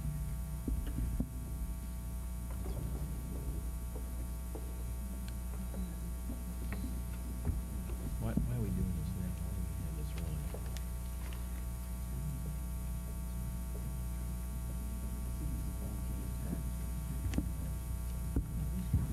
Good evening, everyone. This evening, we are requesting your approval to continue the secondary Saturday school program for the 1995-96 school year. As you are aware, in the second semester of the 1993-94 school year, Pembroke Middle School developed a pilot Saturday school program as an alternative disciplinary option. The purpose of the program was to reduce the number of days that students missed direct classroom instruction and to provide a consequence that infringed on students' time, thereby making them think twice about breaking school rules. On each Saturday morning, students assigned to the program arrived at Pembroke by 7:55, where Mr. Feely greeted them and assigned them to a room, usually the IMC. During the 4 hours they spent with us, students were required to do homework, school projects or reports, study for tests, or read appropriate literature. We also kept additional assignments on hand for those students who had completed their own work. Students were also expected to sit quietly. Lavatory breaks were provided, and throughout the morning, Mr. Feely spoke to Pembroke students about the actions that caused them to have Saturday school. They also discussed alternative behaviors that would have been more appropriate. Parents responded positively, students hated the program, and teachers liked having students in class. Because the pilot was successful, secondary principals agreed that we should develop a program that would include all secondary schools. Secondary principals gave input that helped shape the proposal. We then came to you this past September to propose a secondary Saturday program. At the time, the consensus of the board was that this was a good program. Of concern was the proposed cost. At the time, you gave us approval to begin the Saturday program in October, but asked us to limit the number of teachers needed to run the program. The suggested ratio was 1 teacher for every 15 students. Mr. Feely immediately set up a communication network with all secondary assistant principals at Penfield, Penndale, and the high school. This communication system involved extensive use of email, allowing Mr. Feely to receive the names of students who were to participate in each Saturday session. It also gave him a way to immediately communicate how many students had participated and which students did not show up on a given Saturday. This system allowed him to know how many teachers would also be needed on any given Saturday. Further, Mr. Feely maintained a list of teachers from all the secondary schools who were willing to help with the Saturday program. We also promised to evaluate this program by getting feedback from parents, students, teachers, and administrators. We will be collecting this information during the summer and compiling all data to share with the board. At this time, Mr. Feely will share with you data about the number of students and teachers participating in the program this year, the actual operation of the program, parent reactions to the Saturday option, assistant principal's reaction to the program, and his own observations of the program. It is our hope that you will agree that Saturday school is a viable and valuable disciplinary alternative and that it should continue in the 1995-96 school year. Thank you, Mrs. Miller. Good evening. Just to go over the handout that was given, this is an update to the handout that's in tonight's agenda. As a matter of fact, it goes to and including June the 10th, that's this past Saturday, and it starts, as you know, on October the 1st. You can see the figures, but more importantly are the figures at the very end of tonight's report, or this report, where this year we've been able to service 739 dissatisfied customers. I do want you to know that 891 students were assigned to the program. So if you do your division there, we can boast an 83% attendance on a Saturday morning. Also, I need for you to know that our student-teacher ratio, and there are two figures that are given, of those assigned, that's students assigned to the program would have been one teacher to every 18.5 student. That's assigned. To those actually attended, we were able to maintain one teacher to every 15.4 students actually in attendance. We had a total of 48 teachers, up to and including this past Saturday, June the 10th. There are 48 teachers that helped us out with this program. So if you do your division, you're dividing 739 by 48 and 891 by 48 to get those figures. I know it's late. I'm going to skip some of what I had planned to say, but I need you to know that the assistant principals and the principals that are involved in this program at Penfield, of course Pembroke, and at the high school are fully in favor of this program and are highly delighted with its outcomes this year. Over the past couple of days, I spoke with just two, Mrs. Marcella at Penndale and Mr. Frederick, the 11th grade assistant principal here at the high school. Mrs. Marcella was quick to say that this program has been extremely effective for students who decide not to come to school, for students who are continually late to class, and for those who are missing detentions. All of those students were quickly assigned to our Saturday program, and all of this kind of behavior quickly disappeared. Students, according to Mrs. Marcella, just don't like the program, and they try to avoid getting it.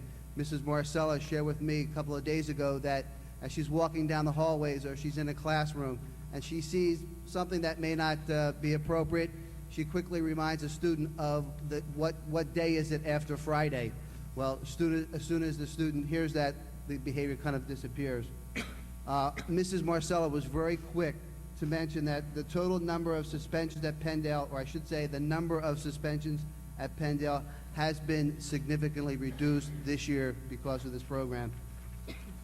Mr. Frederick thanked us for supplying another option, his bag of tricks, so to speak, as all of those who handle discipline and all the schools need to have. He's grateful to have this as an option, but not only is he grateful, as he tells me, so are his parents, the parents of this high school, who are grateful for the option given to students who decide not to come to school. They're caught, they're punished, the consequences are given, but one of the consequences is not to miss additional school. Not to miss additional school. Keep in mind that we had 739 customers at Pembroke Middle School this year. If every one of those students was supposed to have served one day of an in-school suspension, which most, to be honest with you, would have been 2 or 3, think of the time that we have saved these students missing class. If you would have come to Pembroke this year and would have seen an average of 30 students here on a Saturday, 15 in our cafeteria, 15 in our library, studying from 8 o'clock in the morning until 11:45. Yes, I do give them a 10-minute break, but they are studying for all of the rest of the time that they are here. Parent reaction to the program is absolutely phenomenal. I will come back, or we will come back, or we will submit a report. We plan on surveying the parents not only at Pembroke but at Penndale, at the high school as well, and we will share with you their comments. We can share with you the comments of the parents at Pembroke. They are fully in favor of this program. Finally, I think Judy and I have learned a little bit this year. We thank you for your confidence. We came to you in October. Yes, I would like to have had a 1 in 8 or 1 in 7 student-teacher ratio. We were wrong. It did work, 1 in 15. Didn't give me a lot of time to spend with the students from the high school or from Penndale, but I had time, and it does work, and we thank you. Thank you, Larry and Judy. Appreciate it. By the way, Larry, I did look at Any your questions of budget. them? And I want to praise you because I was one of those who said I wanted a lower amount of money budgeted and look for a higher teacher-student ratio. And I see that while you did get approval for some higher funds, that you did come in right around, matter of fact, about $500 Yes. or $1,000 less than I was proposing. I wanted a $7,000 increase. Hopefully, if the deterrence continues, we will get to where we work ourselves out of business here. I am Which would be supportive of nice. the It's great program. keeping the kids in the classroom and having But- them come in on Saturday Yes. mornings. But as I Dick, I look have at the one comment. quest- I know the hour is late, but this is what we really should be talking about, which is the education of our children. I'd like to commend the teachers who are in there. I know Greg Cabasa personally. He is an excellent teacher. The other teachers are excellent teachers. These children are not sitting around twiddling their thumbs. They're getting an education, and that's what the school district's about. So thank you very, very much for this program. Now, Any am other I questions understand- of them before we now, Am vote? I understanding this, though, that now you're asking for each school to run an ISS program? No. Oh, okay, it says for all secondary schools. We're Right. still gonna keep it located and maintain it exactly the way it is? Okay, fine. All right, when I saw that, I thought you were, everyone being. Vicki, use the mic, please. People can't hear you. Okay. There's nobody Okay. here. Any other questions? Well, Larry? I have a I have a question comment, for- if I could. I have a fine, Oh, I'm sorry. oh. Use the mic. The only other question I would have is that the budget did come in at $6,000. And as a matter of fact, it was budgeted. Also, according to my preliminary budget, the budgeted amount is $6,000, yet the approval is going to be not to exceed $12,000. I mean, if you want some wiggle room, we would still Let- need notice to go over budget. Let Dr. Fike address that, please. In the process of the supplies and equipment, everything was cut in half, and we did restore, as you know, supplies and equipment. This is one item that was missing the budget. I'd recommend we find that $6,000 in that one category and still approve the max of $12,000. Well, Is that right, Mr. Kelly? well, I There's think- only $6,000 on page 12. That's all that's in the budget. You're right, that's all that was in the But- budget to start with. I mean, But that's it not is- one of the areas that was cut. But we spent, I believe, $8,900 this year. So- The estimated is 6,000. Right, that's what it's estimated at, Mrs. Sharp. Since we spent 89 and we did not have start up to October 1, there will be some increase because of salaries. I would recommend we'd have a $12,000 limitation. We may not spend the 12, but that's what I'm recommending.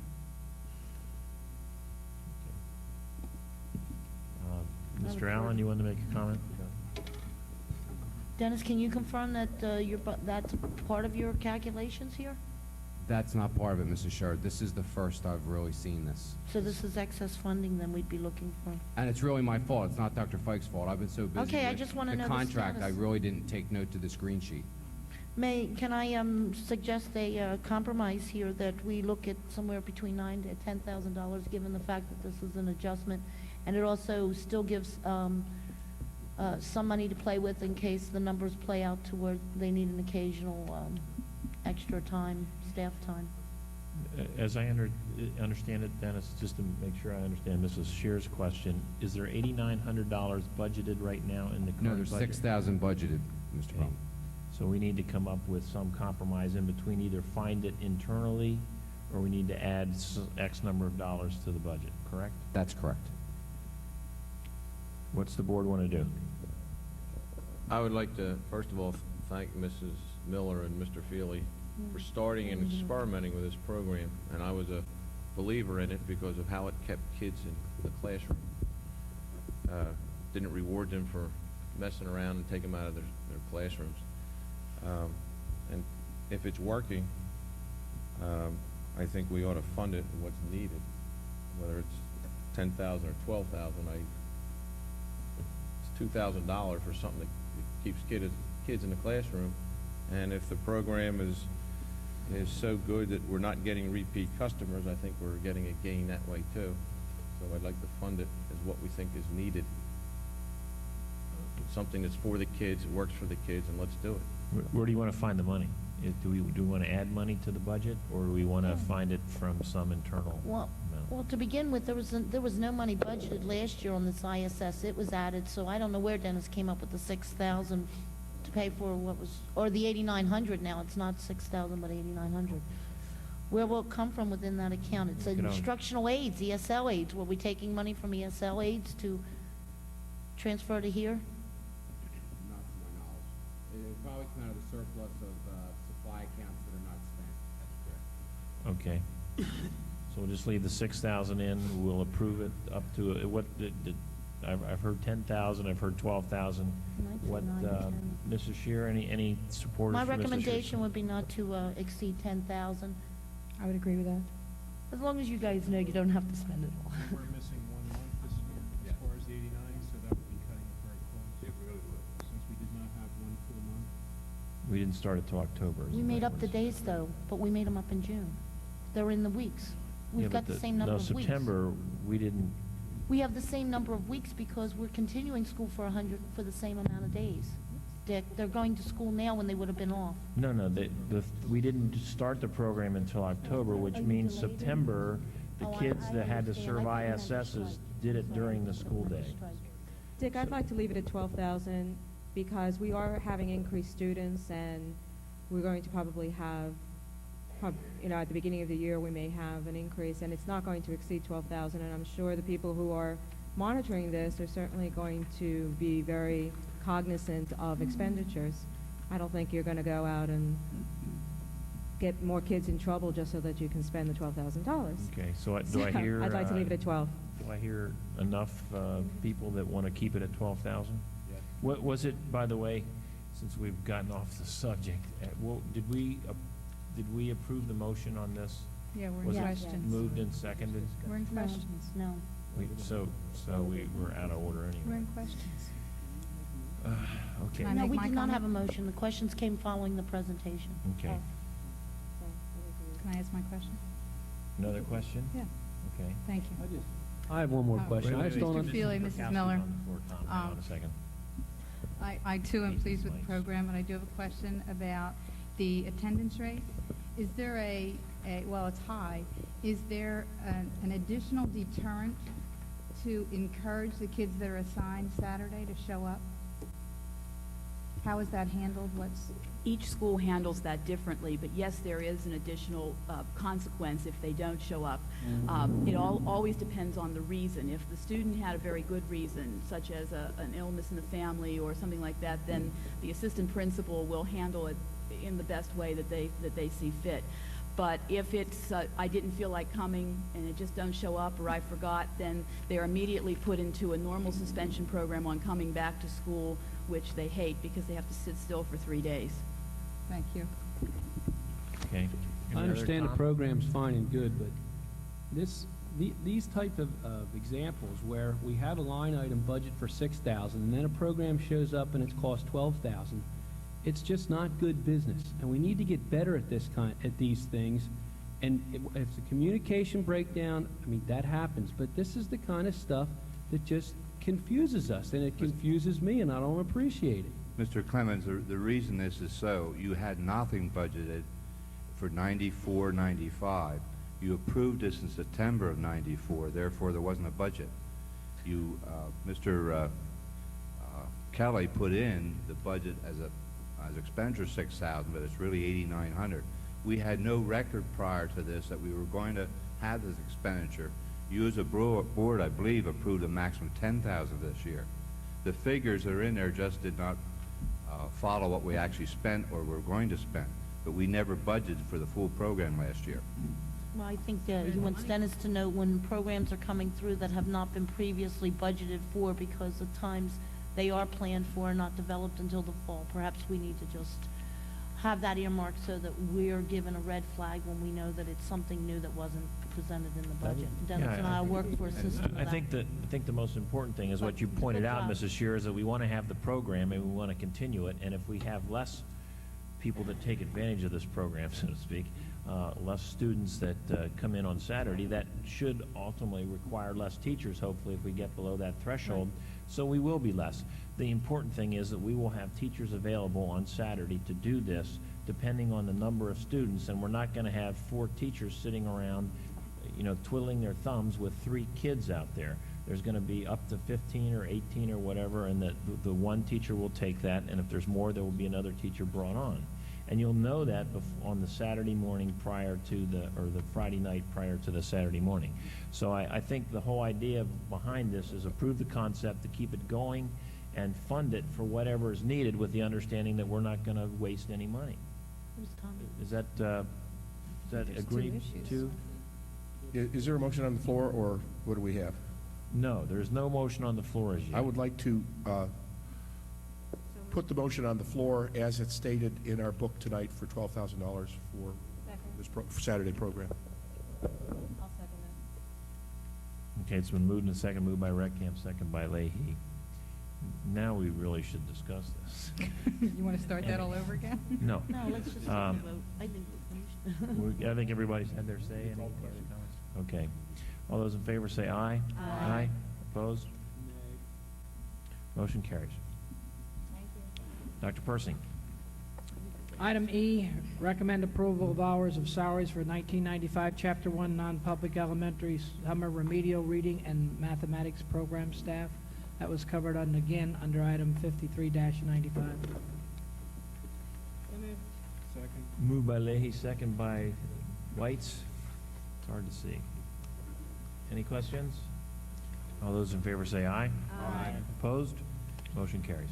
Board of Directors, President Bowman, there are items that we do submit every year. Title I application for drug-free schools, Title VI grant, Title II grant, and if you'll come over to page BA3, also K, which is a drug-free and community drug, they are all approvals to apply for grants. I'd like you to consider those all in one, if you will, please. I'd like to make a motion to approve items F through K as listed. Second. Moved by Reckamp, second by Leahy. Please use your mic, Ralph. Okay. In the future. These mics are tough. Any questions? Question. Does the acceptance of this money put us under any obligations to the federal government that we could avoid if we didn't accept this money? Most of the monies that come through, Mr. Allen, come through the state, and it is the state regulations, because most of that money has to come in the last 10 years comes through the state. So it's the state that puts the regulations on. Plus, if the federal government goes along with what they're... Use your mic, I Carmen, know, please. it's hard. If the federal government goes along with what they're planning, the state will be getting all the money and distributing it, so that's part of the Republican plan. Okay, sorry, I took a nap there. Any other questions or comments? All those in favor say aye. Aye. Opposed? Motion carries. The recommendation 46-95, approval $8,000 for summer work for school psychologists. It's my understanding we'll be outsourcing those. Is that correct, Judy? No, we will be using in-house psychologists. In-house now? Okay, thank you.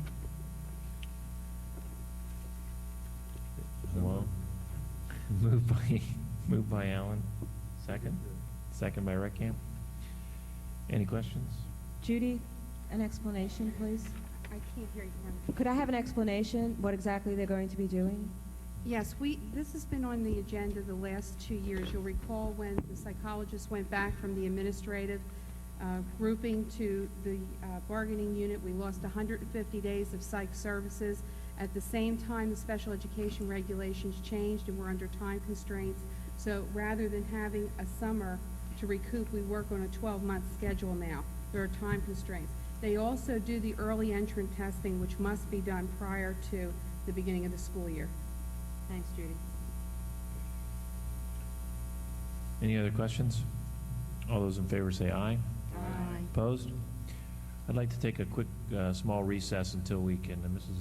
Mangle is ill, and I'd like her back here for the votes. So we'll just take a 2-minute recess so I can go assess how she feels.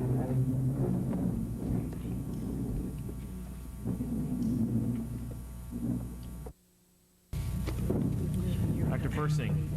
On page BA3, item M, recommend approval of 1,209 summer guidance hours at a curriculum rate of $20 an hour for a total not to exceed $24,180, covered in item 57-95. So moved. Moved by Prokowski, second by Leahy. Any questions? All those in favor say aye. Aye. Opposed? Motion carries. Recommend approval of medical director and others as listed in item N, covered in item 55-95. So moved. Second. Moved by Leahy, second by Allen. Any questions? Should we change that to the 95-96 school year? 95, 96, for the 94, yes, I think both of them should not be 95, 96, thank you. Thought we were going for more retroactivity here tonight. No, that's enough of that. Questions? Questions? I don't know if this has anything to do with it or not, but I got complaints this year from parents whose children were trying out for sports. They weren't on the team. They just wanted to try out, and they needed a physician's permission. And some of them, it meant a whole exam. One of the parents that spoke to me does not have medical insurance, so she has to pay her full amount for this, and her son didn't make the team. She's not upset that he didn't make the team. She's upset that she had to pay for this exam, and then he didn't make the team. Is there some, either these guys that we're hiring here can do those exams for, for the tryout, or? Kids that aren't covered, is what you're saying. You want kids that aren't covered to be paid for. Not just the kids that aren't covered, but the kids that are trying out that, make the time for that exam after they make the team. They don't make it unless they, get the exam. Otherwise, it's like an extended gym class. Terry, was it a specific sport? Because information that I got from Don Ryan was that Dr. Godshaw had done some physical exams for $10 for some of the players. There was some complaint. I'll have to tell her where to go, but Okay, so if it was baseball. If you could turn her towards Don Ryan, I'm sure that we'll be able to handle it. Okay? He's in the junior high. In fact, I think Is we that a ought to make difference? that very clear to the parents. Whenever there's a tryout that requires a medical exam, that they are available through X doctor for so much amount. Right, I will If state some of them don't have their own medical They aren't insurance, paid, I right? think that would be Just great. Right. That would be great to do. Okay, thank you. Just for everyone. Any other comments or questions? All those in favor say aye. Aye. Opposed? Motion carries. Item O, recommend approval of 9596 North Penn School District Special Education Plan on file in the Office of Special Education and Student Service, covered in item 47-95. So moved. Second. Moved by Prokowski, second by Reckcamp. Any questions? Judy, are there any new or special programs that you've added What- into this year? Vicki, Use your please mic. use your mic. I am. Vicki, I the am. programs that we will be adding are pending your approval of the budget that we had talked about, the 7 new positions. Okay, but were there new programs, services, in addition? Are these to fund the existing programs? These are Or to staff? new classrooms, but no different programs Right, than I we didn't know if already we were operate. talking Mhm. about bringing anything new from the IU. No, we any new- haven't. Okay. And that's a part of the 7 new positions, you said? Right. Full-time, Judy? Yes. Okay. Okay, all those in favor say aye. Aye. Opposed? Motion carries. Recommend approval of the offer and service programs 95 as listed in item 56-95. So moved. Moved by Prokowski, second by Reckcamp. Any questions? Can I go? Sure. Thank you. Use the mic. Can I attend the class? I'm sorry? Can I attend the class? Oh, no. Seriously. What, do you want a master's plus 30? You get paid more if you're on the school board and you have master's plus 30. How many credits? Being facetious. Any other questions? All those in favor say aye. Aye. Opposed? Motion carries. Item Q, recommend approval of Interstate Tax Service Bureau to provide unemployment compensation services at a fee of $210 per month based on 1,300 to 1,400 employees, covered in item 43-95. So moved. Second. Moved by White, second by Allen. Any questions? I never could find this one. Wait. No, I couldn't either. Can we hold on for a second? Because I couldn't find this in the packet before. I either lost it or Well, something. there's- What does the fee go for? What does that provide? An administrative service. For them to do I what? guess we'll ask Mr. Smith. I I understood don't it care. as an administrative service. Yeah, the cost is to do all of the work attendant to the unemployment compensation. There is a tremendous amount of paperwork that comes in on a regular basis for people that are qualified for unemployment, and it just is getting way too much to keep up with, and it's an expensive proposition.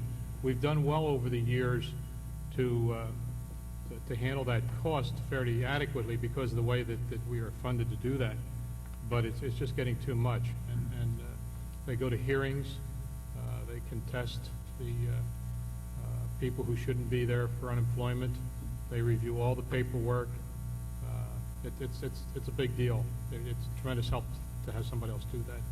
Are we So going in to other have... words, during the strike, for $210, they took care of all the bus drivers and They everybody? would have. I did that. Well, we don't expect a strike next year, right? No, but I'm talking about on a regular basis. On a regular basis, we have 1,300 to 1,400 employees. No, their fee is based on the total number of employees. On a regular basis, we have a lot of people, both current and past employees, that are eligible for unemployment that we have to pay for. On a non-strike year, you need the additional support. Oh, absolutely. That's why it's there. Well, I can understand it during a strike year. I can understand it to prepare for. I don't think there is more than 2 days, there are more than 2 days that go by in any 1 week that I am not involved in some way with the paperwork that's associated with unemployment compensation. The paperwork that we get from the local office has a return time of 4 days. When people apply, we have to look at the determination, see whether or not they're eligible from our perspective. If we don't agree with the eligibility, we've got to fill in the paperwork. If they still find on their behalf, we've got to go to hearings for them. It's a lot of work, and that's what I try to point out in the green sheet. It's a tremendous amount of work. Obviously, it's a lot more because of the strike. It was also a lot more last year because of the snow. And we had hundreds of employees last year during the snow that we're still fighting that, as you well know. Okay, so moved and second. Any other questions? All those in favor say aye. Aye. Opposed? Motion carries. Thank you. Recommend approval of renewal of student accident and football insurance as listed in item R, covered in item 48-95. So moved. Moved by Reckamp, second by, well, Second. by Perkowski. Any questions? I'd like to point out that this was a competitive bid rate from the IU, and it was from last year, and they quoted it again this year to keep it the same. Were they the ones who took over last year, Dennis? Use your mic, I can't hear you. Dennis, what do you estimate? Last year we had it in cost. What are we looking at? About $7,950. I think I budgeted $8,100, but I'm figuring out it's going to come to $7,950. Wasn't it $5,600 or so just 2 years ago? We had a $5,600. You're correct, Mrs. Sher, but we've added the two new junior high teams. At that time, we just had the junior high. Now we have Field, Brook, and Dale. Yeah, but are you talking a total dollar of? Yes, and that's $650 a team.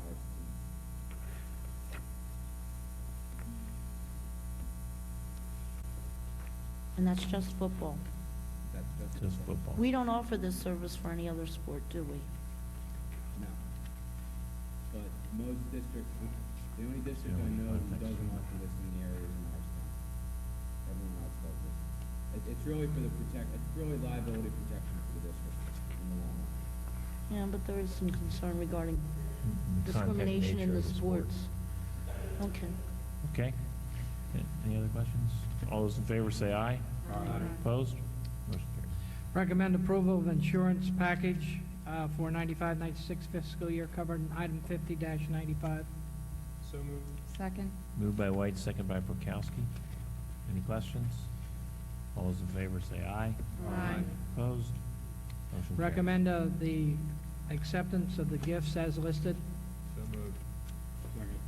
Moved by Allen, second by Reckamp. Any questions? All those in favor say aye. Aye. Opposed? Motion carries. On page BA4, item 6U, there will be an addendum. It's on your sheet on science supplies.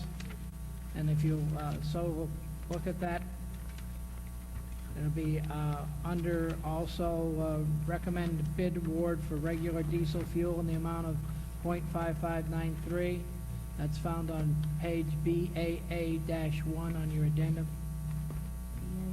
Dr. Persing, clarify something. Are we voting on you and the diesel fuel? So we're voting on all the supplies, Correct. equipment, and the diesel fuel?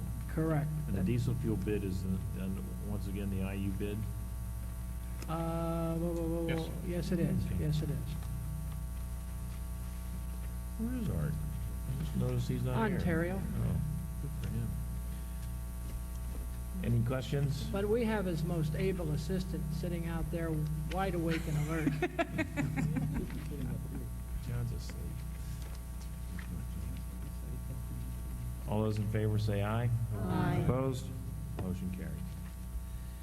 Under personnel, you would see items 1, 2, all the way over to and including the addendum, and the addendum would be on page, again, BAA1, underneath, which would be item 6 under BA-5. You can see that on that particular page. Unless there are problems that anyone knows of specifically or any conflict of interest, I would recommend that those items be covered in one motion. Where are you closing, Dr. And I'm closing down on item 6V, which would be 8, which would be A6. So it'd be under personnel. Now, if any of you have any problems with any of them, we'll take them in order. Number 8, 6-8 is my exception. Mrs. Scher, I couldn't hear you. Could you use your mic? 6-8 is my, 6. She would like to vote on 6V8. anything other than 6-8. 6-8. 6V8, which is found on page BA6.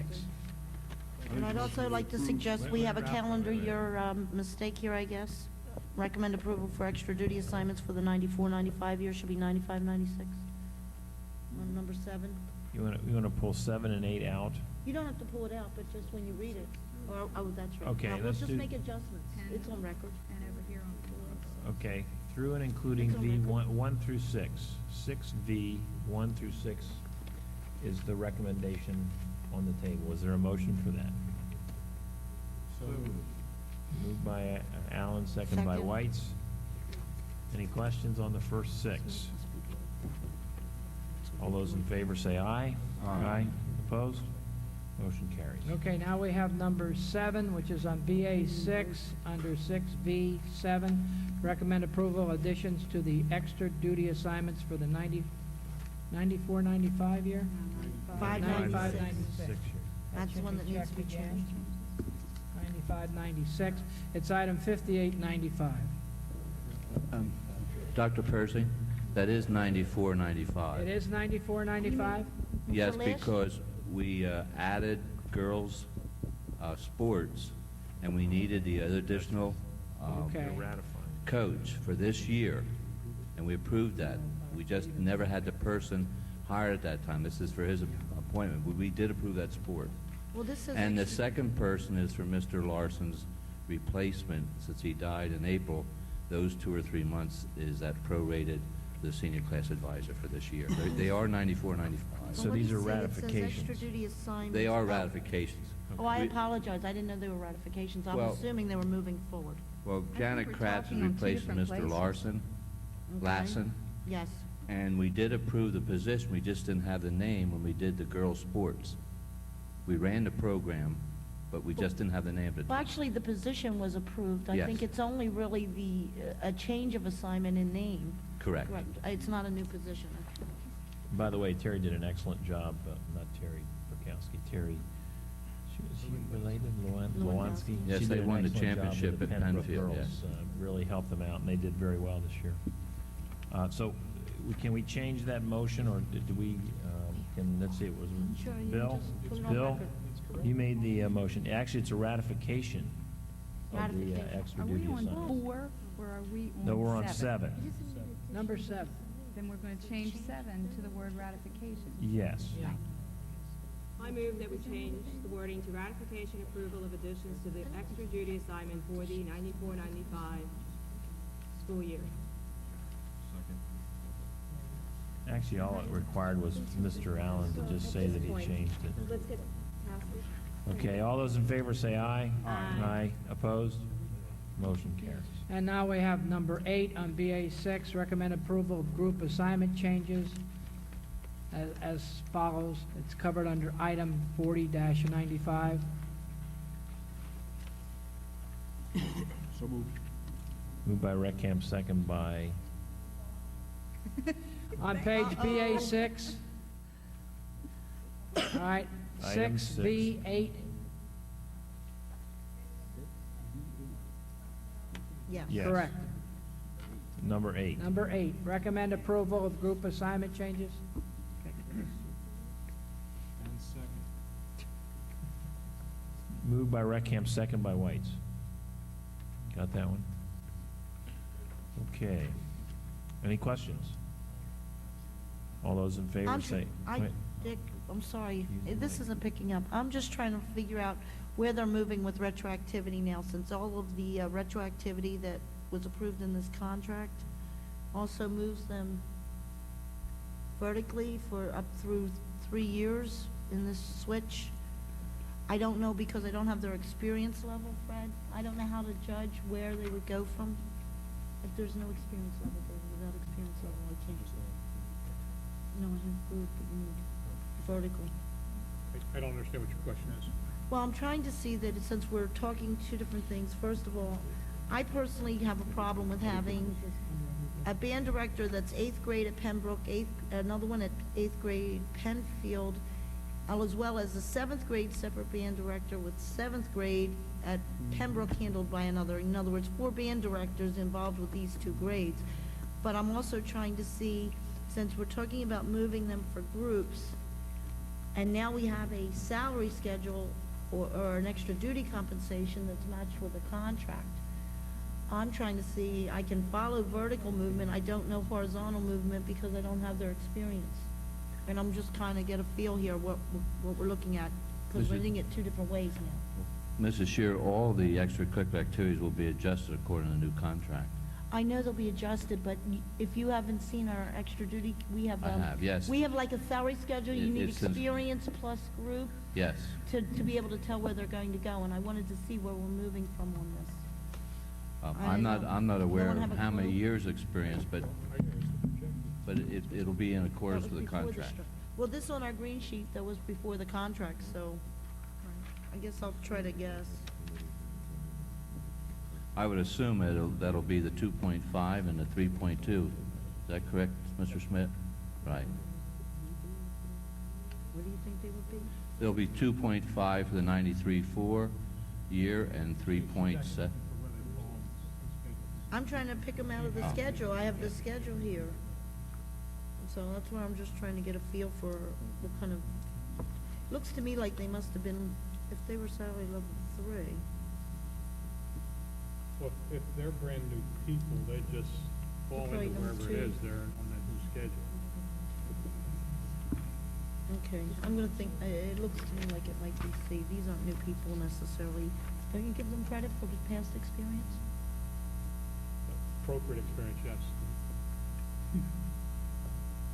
Okay, I believe it's probably 2C. Sorry to Okay, any other take- questions? 1620. All those in favor say aye. Aye. Opposed? Nay. You have a roll call, please. Mr. Clemens? No. Ms. Leahy? No. No? No.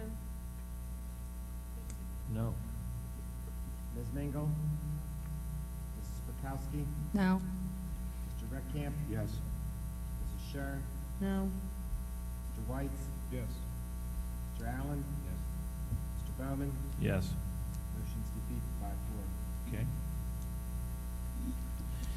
Under student travel, there are 2 items, 1 and 2. I think you've had a chance to look at those. One is for 2 future Business Leaders of America members, and the other is approximately 4 students and 16 from the high school, 4 from Penndale. So moved. Second. Moved by Leahy, second by Burkowski. I think Grove City's included twice on there. You want to take those off? Going 2 times. Oh, it's the next one. Okay, never mind. Are we taking those in concert? Yes, if Okay, you will, please. So one of those Grove City drops out? Right. Repeated. Okay, any questions? All those in favor say aye. Aye. Opposed? Motion carries. You have for information a vandalism report, and that's item BA 13. I hope that was distributed to you. Yes. Okay. That would conclude my report, Mr. President. Thank you, Dr. Persing. Under other business, let's see, we have personnel and we have finance. Personnel is on attachment BAA1. Why don't we take that first? It's on the addendum, yes, BAA1. Item 3. The recommendation is for approval to employ Dr. Thomas Persing as a consultant for 15 days between July 1st, 1995 and August 15th, 1995, at a daily rate of $500 not exceeding 15 days and a total compensation of $7,500. This is to provide a transition for the new superintendent, Dr. Bose. So moved. Moved by Leahy, second by Reckham. Are there any questions? I have a comment. Yes? I do not wish to employ... Mrs. Mango, please use your microphone. Thanks. I do not wish to employ anybody outside the cabinet, the existing cabinet, through the month of July.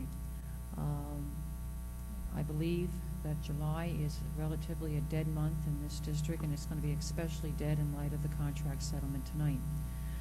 I believe that Schmidt, Clark, Weir, Kelly, Wood, et al. Can hold down the fort through July, and no need to pay anybody additional. My understanding from an executive session that we had I believe it was Thursday night a week ago, that there was a certain consensus that Dr. Persing be available to Dr. Bose for consultation, not to exceed 15 days, but I understand Bose will not be here until after August 1st. As for Dr. Fike, my further understanding was that he was to be asked if he would consider month-to-month employment. So at a time that Dr. Bose would wish to accelerate and participate in the hiring of a elementary, secondary person of his choosing, that he could do so without being tied to any set contract. Yes, I recognize it's only 60 days, and that 60 days is how many months, but month to month, in due deference to Bose, was my understanding of that executive session, and I presided over that. I would hope that as I allowed Mrs. Mangel's comments to stand for myself as they were expressed in executive session and shared, this is not taken as a slight to Dr. Persing or Dr. Fike, but rather as a positive, just due to a positive sense that our cabinet during a month of July would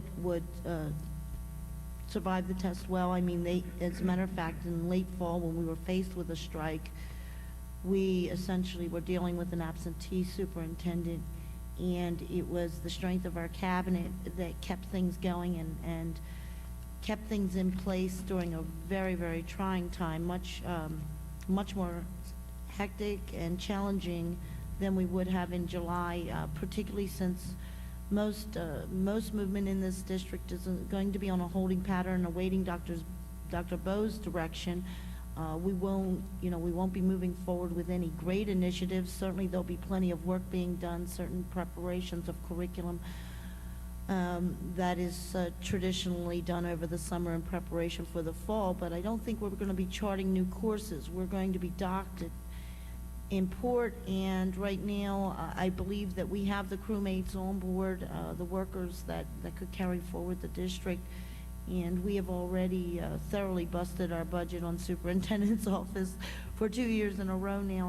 I just feel that in thanking Dr. Persing for all he's done, I'd just like to say that I just feel that this is an area we can manage for the month. We were going to have, if I remember the executive session, we were going to ask for a legal opinion as to whether we can knowingly and purposely act without a person who has a superintendent certificate. I didn't get the answer yet. Maybe you others did, but I'd like to know. Yes, I was asked the question whether or not you could appoint as an acting superintendent an individual who does not hold a letter of eligibility. And I concluded, based on my own research, that you could. I also verified that with the Chief Counsel of the Department of Education. That's when you further discussion. We never got back answers to questions. I would certainly be willing to partake in further discussions, but I also think that Dr. Persing has showed himself to be a man of integrity, and that these are for 15 days, not exceeding 15 days. I think there's some judgment there whether those days would have to be spent. Many of us also agreed in that executive session that there were 5 days there that we felt Dr. Bose was interested in having Dr. Persing provide some transition into the superintendency, and I would certainly be willing to vote for this recommendation, again, not exceeding 15 days, and allow Dr. Persing to use his best judgment for the other 10 days that could be used for administrative purposes as the chief administrator of our school district. Any other comments? I'd like to hear what Dr. Persing has to say, what his opinion is as to the need to have someone here in the month of July. As I said to you many times, I'll stay as long as I'm needed and as long as I'm wanted. I think I'm needed. You have to decide whether or not you want me. Thank you, Tom. Any other questions, comments? Okay, so moved and seconded. All those in favor say aye. Aye. Opposed? Nay. We have a roll call, please. Mr. Ware. Leahy? Aye. Ms. Mingle? Mrs. Bukowski? Yes. Mr. Reckham? Yes. Mrs. Scher? No. Mr. White? Yes. Mr. Allen? Yes. Mr. Clemens? Yes. Mr. Bowman? Yes. The ayes have it. Okay. You're still with us, Tom. What a pleasure. The second motion is for recommending approval of resolution employing Dr. Ray Fike as substitute director of ed for 60 days between July 1st, 1995 and December 31st, 1995 at a daily rate of $450, not exceeding 60 days, and a total compensation of $27,000. So moved. Is there a motion to that? So moved. Second. Moved by Leahy, second by Reckamp. Any comments or questions? I'd like to know, is the language of the contract committing to 60 days? Within that We term? haven't seen the contract. I have prepared a contract at the direction of the district, and it is not to exceed 60 days, and it could be less, and it's subject to the discretion as to what days will be served by the new superintendent of schools.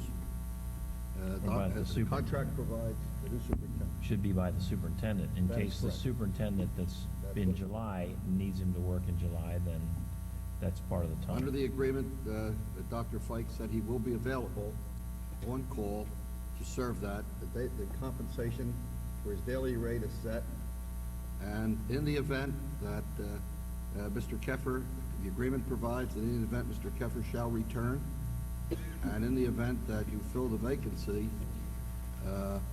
for the Office of Director Secondary of Education, then under those circumstances, the 60 days is cut down.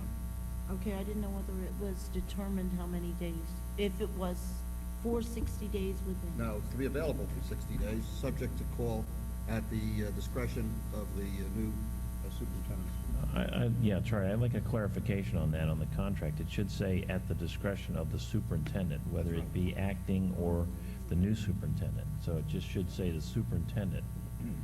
Because July needs to be covered in the event that he needs to be here, Well, we then can change that by Dr. amendment. Persing, as the superintendent, would in fact do that. Change that, because I do name the the new superintendent of schools in the contract. Secondly, I'm not sure that we need to have in the contract if Charlie Keffer comes back, or, and you said and/or, I'm not sure, and we hire a new secondary ed, that in fact it would be less than.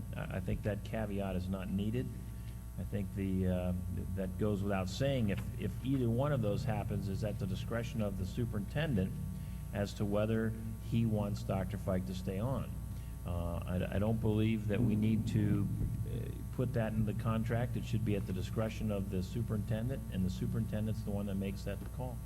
Well, there's let me point out two weaknesses in that situation.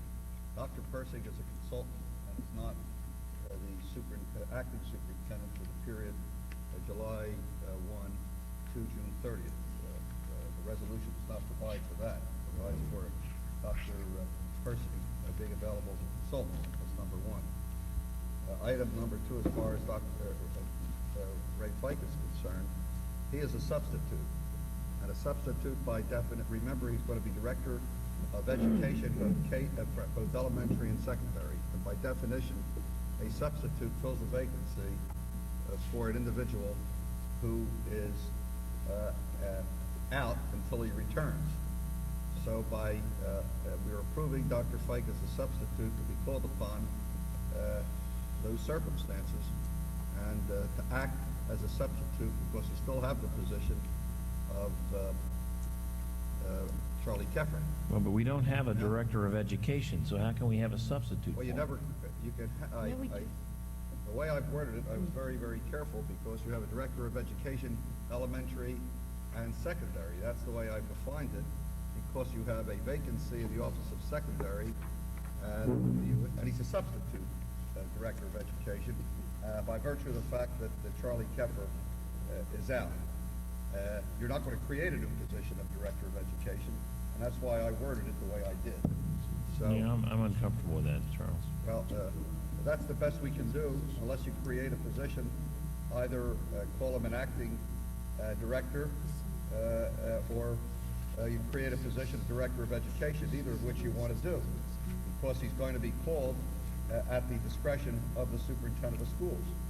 And it would be somewhat in the nature of a daily substitute who comes in and is paid as such.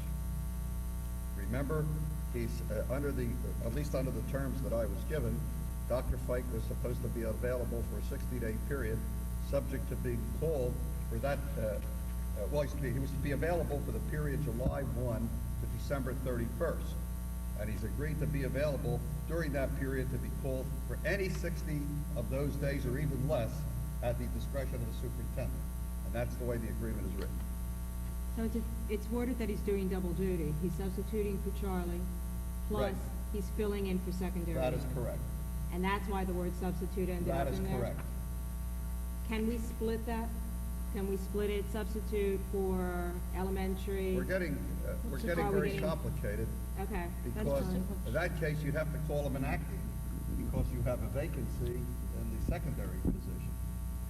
I tried to word it as carefully as I could, because Dr. Fike will only be working on those specific days at the call of the superintendent of schools.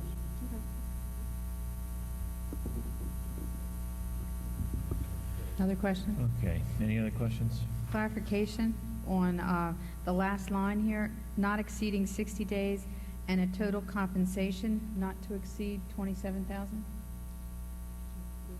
Well, I have resolutions that I've submitted. If you would like to read the resolutions that I have, I think you'd be better off than using the resolution that appears in this appendix. Could you read I read them? submitted a resolution for Dr. Fike's contract, and I think the Secretary of the Board has some. Dennis, will we have any adjustments on these for the budget coming forward? I mean, we've got, The resolution for Dr. Fike, be it resolved that the Board of School Directors does approve an agreement between North Penn School District and Ray E. Fike, this date, in the form presented, setting forth the terms, conditions, and compensation of Mr. Fike's, or rather Dr. Fike's employment as Substitute Director of Education, parenthesis, elementary and secondary, parenthesis. And that is the resolution that's been suggested. And as I said, the resolution is self-contained in the form presented, that He will make himself available for the period July 1 to December 31st of 1995, subject to being available for 60 days. And he's not to work more than a 60-day period. He could work less under the terms of the contract at the discretion of the superintendent of schools. And his daily rate is not to exceed $450.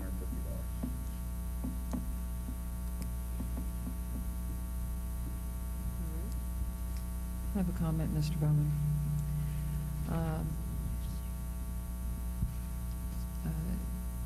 On this recommendation tonight, I want to maintain the argument that I had the night that Dr. Fike was recommended to the district as an interim director.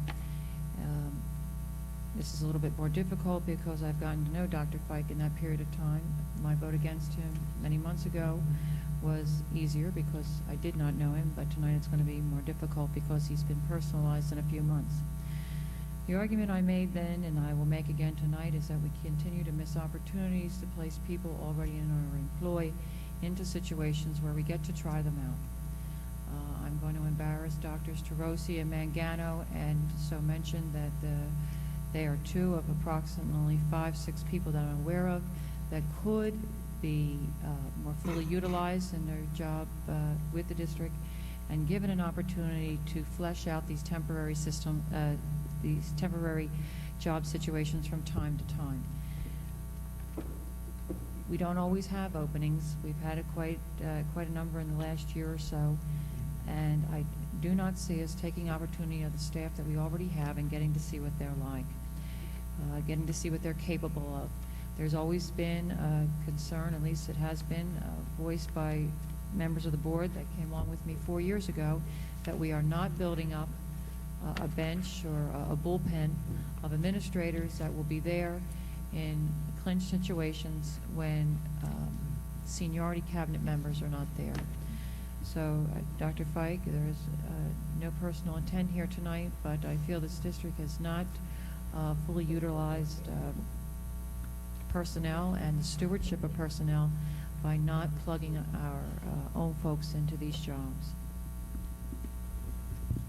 I think the reason why we're having Dr. Fike is also in courtesy of Dr. Bose. When we spoke to Dr. Bose, we said we would look at not filling those positions until he came aboard so that he would have the opportunity to fill those positions.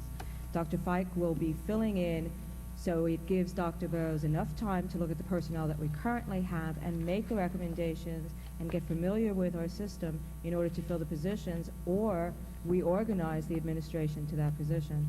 So I think it's appropriate that we do not hire someone in the secondary ed until Dr. Bose comes along and can make that decision himself.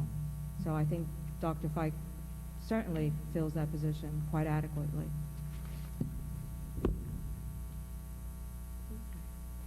Any other comments or questions? Do we have it's been a while, do we have a motion on this one? And, Well, you should adopt the resolution. The resolution was the motion.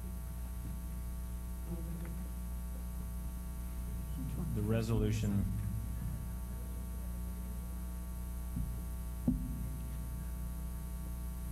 is that significantly different?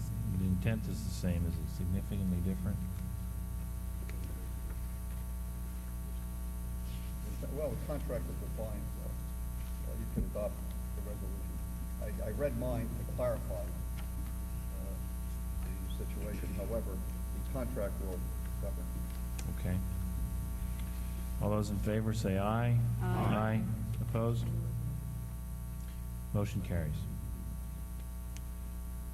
Okay, we move on to finance. Mrs. Scheer. Well, first, I guess, Dennis, do you want to start with the personnel items first, and that way we'll tie the two together? We have discussions regarding the budget, you said. Remember, reading recovery, you need some direction and consensus. Yes. We have, we've just taken care of two. What other items we need to deal with prior to you knowing what direction you have with your budget? Correct? Yes. Okay. I assume we're starting with option B. Option B includes the $900,000 coming back from the teachers for this year and adds it into their salaries for next year. Yes. Where is Where's option one? Starting with option B. And option C has the reading recovery. Correct. That's the That difference. area first, then the reading recovery. I'd like to thank you, Dennis, for the sheets that you sent out to us in response to the request we made regarding legal costs. That packet, unfortunately, looks like I have the legal cost packet and left the reading specialist sheets at home. Last time there were some questions and discussions regarding just how much personnel we were actually carrying there. I don't know if each of you were able to look at it. It did go out to all board members, correct? That's correct. What was the total? Somewhere approximately 36 reading specialists between reading, including reading recovery and complete total? Yes, I think that was it. I think Dr. Tarazzi's here too. She could speak to it. Okay, have you been able to upgrade the, budget that was presented? Find the difference in cost, because as I brought out to you that there wasn't including benefit costs, and the budget was, presenting salaries and benefits when it was in fact only inclusive of salaries in some cases. To be perfectly honest, with all the calculations we were doing on the contract, no, I have not Okay. touched that at all. I personally will maintain the position. I've looked that over. We have a tremendous amount of staff. As I reviewed the budget that was presented to us at $300,000, that's all subject to retroactivity, including when it comes to the salaries. The benefits still had to be added. I had the figures at home, but we were looking at over $3 million just in salaries and benefit costs within this one program that served 40 huh? 300,000. I'm sorry. The total, I guess, reading, what was, do you have any of the figures with you? I think the total salaries were 1.8 million. Dr. Tarazzi, is that close? 1.9. Oh, you have your statement? I'm sorry. Yes. Okay, salaries 1.9 and $435,000, 34,000 in benefits. I just, as I looked through this and I looked at the productivity, and I'm not saying that the children in it aren't being helped, but when you have a staff and a payroll of this size and you basically have 40 students expected to complete that program in the year, and it's a tutoring program, I'm sorry, the tutoring sessions, as I looked at it, and the cost factor per student was Mrs. running Sher, close to 10. Vicki, I can't hear you. You gotta The use cost your- factor on this for the tutoring service, when you took into account that those students are in for a half a year, and they are pull-out tutoring sessions that are being delivered for half a year, your cost factor was approaching $10,000 a student on just this reading element of the discipline, on top of what the teacher is delivering in the classroom with 1/5 of their day. I just feel very strongly that we should at least follow Dr. Persing's recommendation, and at this point, let's do an assessment of the full program. I know Don had mentioned before that when it was brought in, we didn't have salary staff estimates attached to this. I wasn't serving at the time, but when it was presented to the board, there weren't staff costs addressed. That was because originally when it was being proposed, it was sold under with the intent of teaching the reading specialists we already have, which there are 20, how many, Dennis? We had 26? 26. Well, it was 25.4. Someone thought it included reading recovery. That is aside from the reading recovery teachers. And then we have another dozen or so additional reading specialists at higher levels, I guess, these secondary levels. And It's important for the board to realize too, the chapter one teachers are funded through federal funds. That's not a district expense, that's a lot. The chapter one people. Is that part of the 26 teachers mentioned? No, that's separate. So there's an additional to the 26. So I guess, I'm sorry. Yeah, I think it's just really to allow the assessment to take place to see which category of employee do we really want to bring in and envelop into this before we move forward, and perhaps and allow Dr. Bose also to come in and review where he wants to move forward with this. I feel very uncomfortable with these numbers. in following what you're saying, if I understood the presentation from Dr. Tarozzi, that the reading recovery program works. Let's forget the cost for a minute, okay? We know the program seems to be working. We know it's new. We also know that, I hope, we all hope, I guess, that as it continues, there's going to be more students seen by the teachers. But again, I have to bring up that I just can't see anything more important than we do than teach first graders how to read. And I agree, an evaluation is in order. But I don't know that you start by not doing something that you already know that works. Maybe there's other things that aren't working, but it seems as if we can believe that the percentages of children that are reading below grade average, as they progress through the grades, that number is increasing. There seems to be something wrong with the reading, and I don't know what the answer is.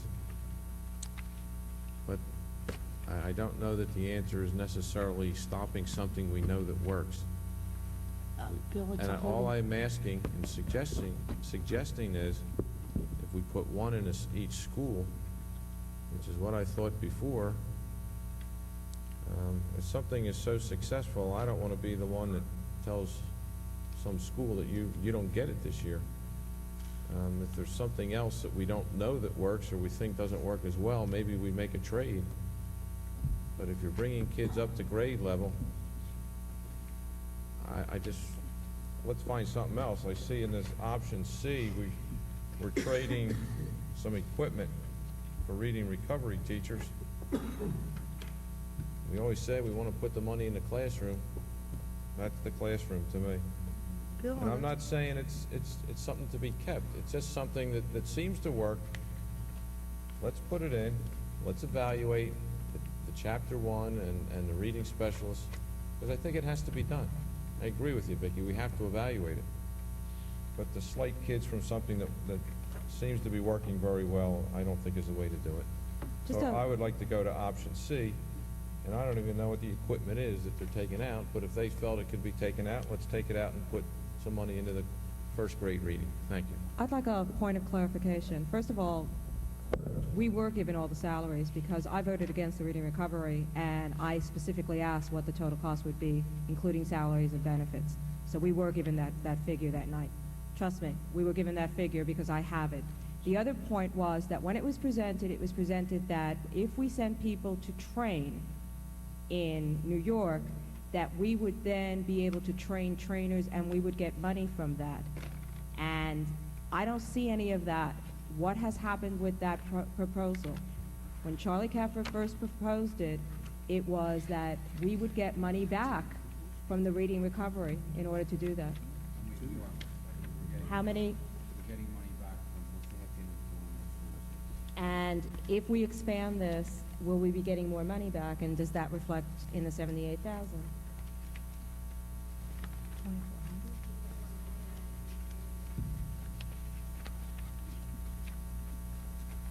If we add more teachers, if we are training more of our own teachers, will we be able to lower the cost by recouping money by having those teachers teach other school districts? And what's the possibility, or what's the probability that we can set up that kind of program and expand it to more school districts?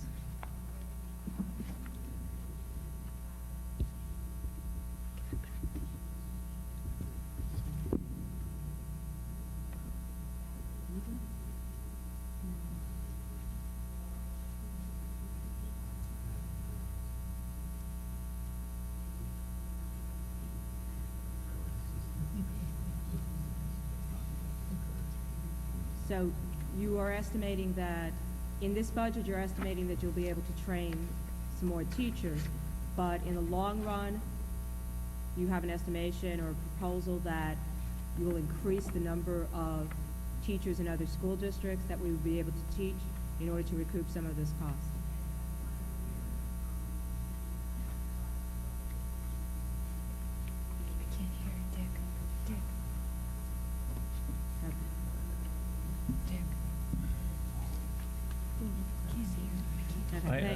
Carol, can you come up to the mic? I can't hear, and I'm losing track of what's going on here.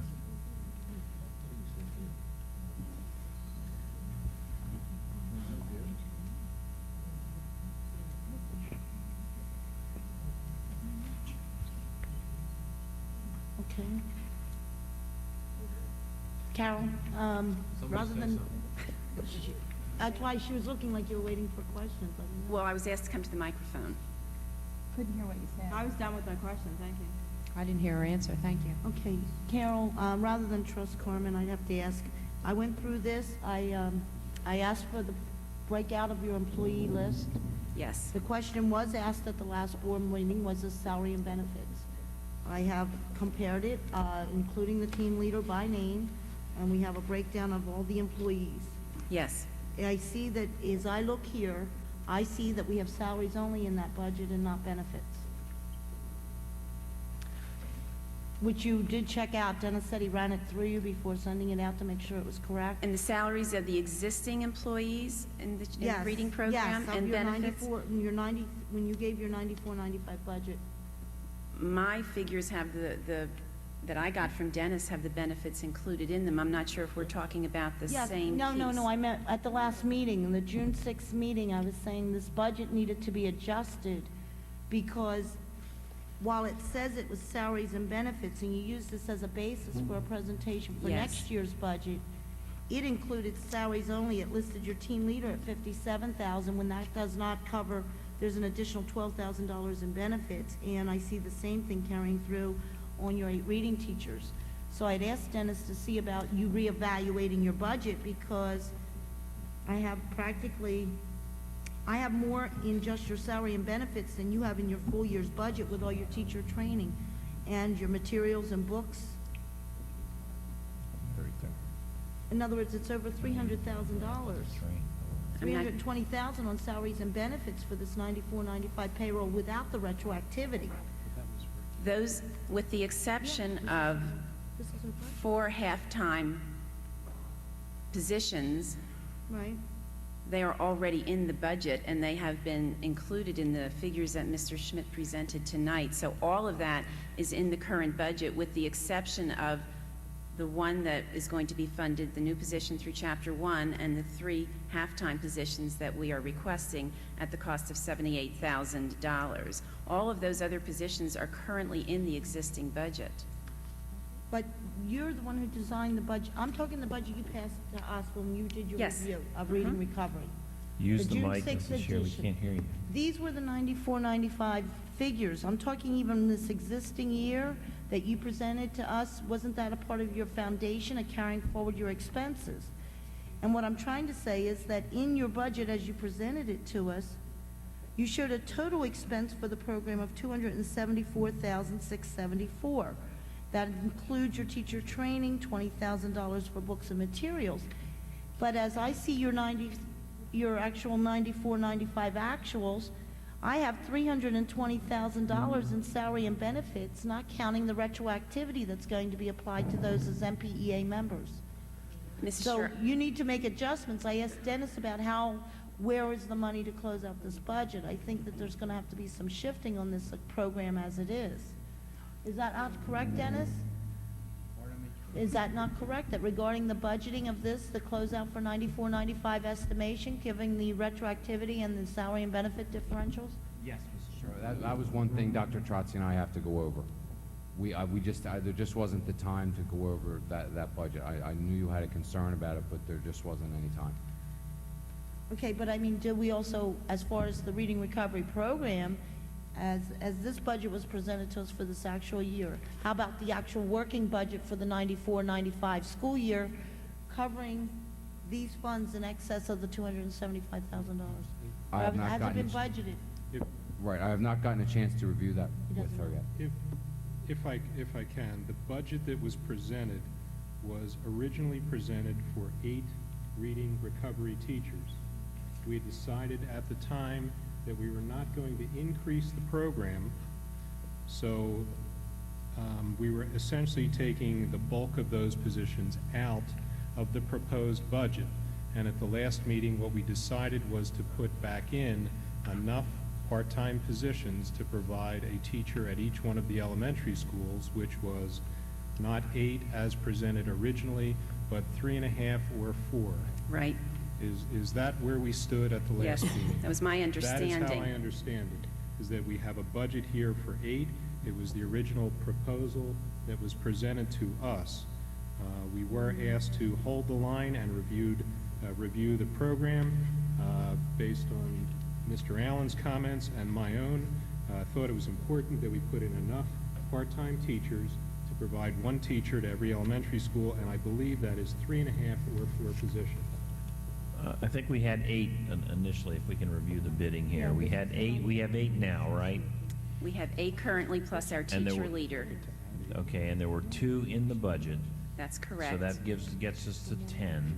And I think as a compromise, there was 6 more requested, and we said, we'll make it 3. That gets us up to 13 to equal the number of elementary schools. So That's correct. if there's a chapter 1 associated with that, I don't remember, but I remember that we agreed on Tuesday night to add 3 Yes. to what's currently in the budget, and that was like 78K or something. Right, and that's, Mr. Bowman, that's in option C. If you look in option C, I show 78,000 being added for reading recovery. Great. Let's press on. Can I just clarify, though? If, even with the budget action tonight, if there were no reading recovery, we are still adding in this budget 2 positions to start with. Isn't there a part of the budget, 2 reading recovery new positions? No. No, they Dr. were, Percy, sure, I thought he was moving- they were already in the budget. Pardon me? There were already 2, there were 2 There are additional 2 new already ones in the this budget. year. There were 2 new ones coming in for this upcoming school year. That's In through correct. the budget already. They Right, just and this into the is- program. They weren't So 2 it's new just people not to a the matter of whether district, it's as I being understand. extended, it's how far are we jumping to extend it? Right, May I they give were- a clarification here, please, Mrs. Scher? The 2 that were in the budget, Right. one of them was moved from the middle school to the elementary school. That is not a new position. And the second one is a new position that is being funded through Chapter 1. Neither one of the 2 that we said were currently here were new funded positions through the district. Are they 2 new positions to the reading recovery They program? are 2 new Yeah. positions to reading recovery because they are people, one being moved from the middle school as a reading teacher to reading recovery, and 1 through the Chapter 1 program. Fine.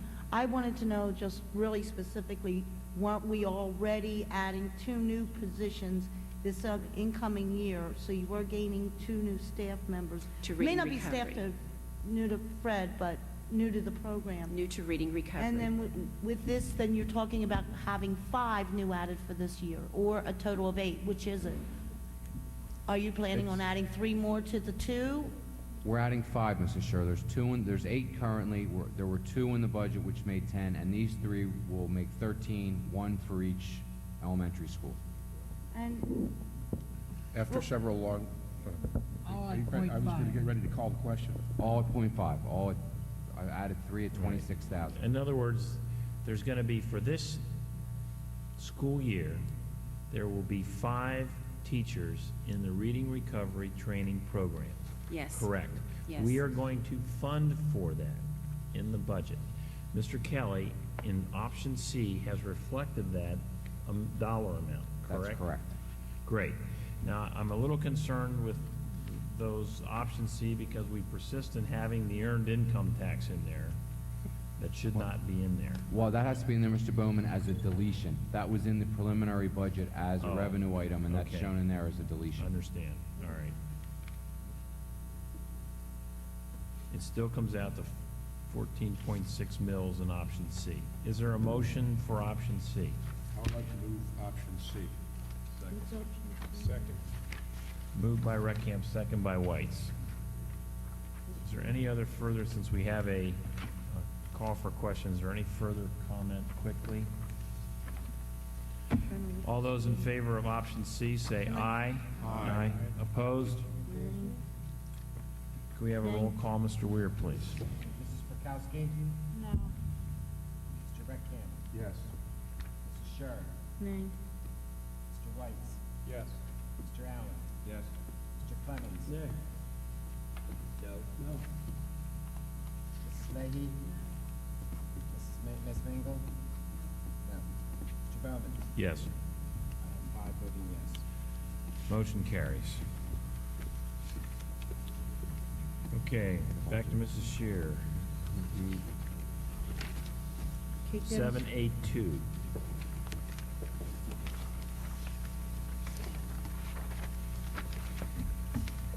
Okay, can I have page C here for this? BA6, C2, Yep, we're going to 782. establish the numbers. Dennis, didn't you have other discussions for tonight? Pardon me, Mr. You Sherr? said you had another topic that had to be resolved tonight? Yes, no? The only other topic I was aware of, you were going to continue the discussion on the technology positions, but what I was going to recommend, but the budget's already passed, is just to leave them, they're already in there, to leave them in there and just discuss that at a time when you hire a technology director. When she, the technology manager. Well, see, Manager, Dennis, correct. you know, I tend to prefer that when we're budgeting, that we just don't leave a lot of money. We just don't leave extra money rolling around in case we need it. There's usually that to be grabbed when we want it, such as we just found out earlier tonight. The technology positions, where the budget is including every one of David's requested positions, is that not correct? That's correct. It is including, along with a director of elementary ed and a director of secondary ed, it is also including a director of curriculum and technology? Yes. And that is the position that's at approximately $90,000? Which one? Director of technology? Director of Curriculum and technology. Mr. Sherr, I think, let me just ask a question. Did we not just, or didn't you not just approve the budget? The budget is approved. I think at this point, that's a moot issue. And you were talking about the option C that you just went all the way through with this budget and adjusted it through there. I thought you were taking a vote on the reading recovery to get a consensus on that prior to it, and then you were reading your options. We voted on option C, as I recall, They were budget adjustments, but I didn't, full resolution on the budget with the millage has to be done, or else you have an the official. millage is next, Mrs. Shear. Okay. That's what I said, that we're now down to 782 on page BA6. I have So one now question, you've Dennis. approved that with all those, with approximately, $300,000 or so in those technology positions coming in. Plus benefits. Dennis, I have a question. The way number 2 is worded there, do you mean an increase of 14.6 mils, or do we need to state what the new millage rate will We be? need to state what the new millage is. Well, that's not resolution stated is correctly, wrong. that I assume. That's the additive, that's not the total millage. I guess what I'm saying, the wording of that is not accurate. Will be recommend approval of the tax rate of 263.7 mils for the fiscal year ending 6/30/96. 263.7? 263.7. That's an addition of, I would put that motion on the floor. that's an addition of 14.6 mils. Okay, it's been moved by Mr. Reckcamp. Is there a second? Second by Mrs. Leahy. Let me just to recap, that's recommend approval of the tax rate of 263.7 mils for the fiscal year ending 6/30/96 for the resolution as circulated. Any questions or comments? Both. President Bowman, I'm assuming since you passed the budget and you're about to pass the Use the mic. tax rate, that the budget reflects the 3.2 for food service, media specialists, plant operations, secretaries, clerks, bookkeepers, staff nurses, and aides, transportation and administration, as listed in 4A through G. What if any of you have a change of heart and decide to give everybody in the place 3.7 as you did the teachers? 3.7 to all the other employees in this place would have to affect your budget. Also, salary is what drives the pensions and everything else around here, workman's comp, employee taxes, matching taxes. So now what are you going to do? Well, if Or are we vote just on- going to if we- stiff the other either- employees Either with the that comes 3-2? out of the budget reserve, and that'll be a decision that's made at the time. If we vote to increase what's in the budget for them, then we have to go back and vote to rescind the budget that we just passed and vote for a new one. But then Mr. Kelly would have to provide us the new numbers on what that would cost. Mr. Bowman. Oh, that sounds really tidy. Once the tax rate's set, you can't go back and you can't. We haven't voted on the tax rate yet. Well, that's why I brought the question up. So I mean, can- we seem to be why don't backing we do into this and, Why don't we you know. table this, and we'll vote on this after we vote on the salaries and the, You have to vote on your budget and the tax, and all the taxes in the same session. we will, we'll table it for this session, and we'll move to 7A4 first, and then we'll vote on 7A2, and then 7A3. Is that okay? Yes, sir. Okay, is there a move to table? Not the table, just postpone. Later in the meeting. Well, you can lay on, according to this, you can lay it on the table, and because we have more pressing business, and we can vote on that, and then pick it back up in the same meeting. The motion's So- on the table, you've got to table. You have to table it. Resolution number 2, which is the recommended approval of the tax rate of Okay. Is there a second to the tabling? Lay on the table. And we have to have a majority vote for that. It's not debatable according to the rules of order here. We just vote on it. So all those in favor of tabling 7A2 until we talk about 7A4, say aye. Aye. All those opposed, say nay. Motion carries, so that's tabled. Now, can we address 7A4 first? Okay, since I brought it up. That was a Mr. good Kelly, catch. can you tell me, excuse me? That was a good catch, to do that. Absolutely. What do you mean catch? You mean it wasn't on your mind all along the way? No, it wasn't. Or we were only thinking about teachers tonight? No, it was not on my mind, Mrs. Mango. Well, maybe it Don't should have snap at been. me. Don't tell me what to do. I just said it was a good catch. You got us into the right order here. I was just complimenting you. I didn't recognize it. Mr. Kelly, can you tell me what 3.7 would do to our budget in all these categories, all these areas, all these employees? I think And what it would do to our pensions, our workman's comp, FICA, et cetera, et cetera, et cetera? I think I would like to defer to Mr. Schmidt. I think he had looked at those Great. figures today, among the many other figures he looked at today. Before we do that, does anybody Can you rephrase that question? I really have trouble hearing over here. How Okay. much will, What I would wish to know, to go up to 3.7? the impact of all the employees in the North Penn School District, separate and apart from the bargaining unit, receiving 3.7 in light of the increase 5 board members gave to the teachers. And also, those costs should include those items in the budget that are driven by the salary increases. What will this do to our budget now? We've been basing everything on 3.2. I don't know that answer because I haven't had a chance to look Well, at it. I And think have we to need to find calculate all out the if different there's, salaries if you'd like to make a motion, and there's support to increase from 3.2 to some other number, then you can put a motion on the floor to that. We'll vote on that, and if it's not, then it refers back to what it was, and we vote on that. Mrs. Mangle, would you like to put a motion on the floor to raise No, the Mr. Bowman, salaries? I am not going to put a motion on the floor because I was going to pay 3.2 to every employee in the place. I'm Fine. not the one with the moral dilemma tonight. As I understand it, there's 3.2 in the budget right now for each one of these particular classes of personnel. No, the no, board it's not is- exactly. If you remember, when we talked about the secretarial staff, there's a difference there. That's true.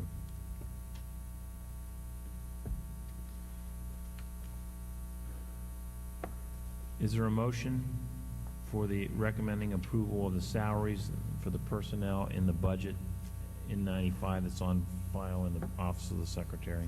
So moved. Moved by Allen, second by Leahy. Is there any comment or question?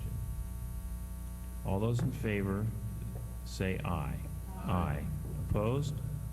Say nay. we have a roll call on this one, please? Because I couldn't hear everyone. Mr. Allen? Yes. Mr. Clemens? No. Mrs. Leahy? Yes. Ms. Mingle? Clarification would be that it's still in at 3.2? With the exception of secretaries, as Mr. Schmidt just pointed out. Yes? Prokowski?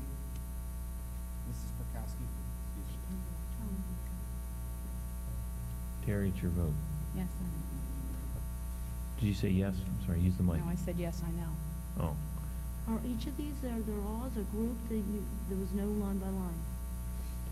I mean, they're all as a group. That's my hesitation. well, that is totally unfair. Did anyone ask about pulling this out? I mean, I had to. Mrs. Scher, there's a motion on the floor that we're voting on. If it's defeated, then we'll take it one by Nay. one. No. Mrs. Prokowski, no. Correct. Mr. Repkamp? Yes. Mrs. Scher? No. Mr. White? Yes. Mr. Bowman? Yes, I have 6 voting yes. thank you. Motion carries. Now, can we bring off the table item number 7A2 and vote on the millage, please? It's been moved and seconded, it's back on the table. We take from the table and we have to have a motion to do that. Consider taking from the table motion concerning 7A2. Is there someone to move that, please? Yes, I will move that. Thank you. Is there a second? Yes. Takes a majority vote and it's not debatable. So can we vote on that now, please? All those in favor say aye. Aye. Opposed? No. Okay. Roll call on that, please. To remove it from the table. Mr. Allen? Yes. Mr. Clemens? Nay, no. Mrs. Leahy? Yes. Ms. Mingle? Mrs. Prokowski? No. Mr. Repkamp? Yes. Mrs. Scher? No. Mr. White? Yes. Mr. Bowman? Yes.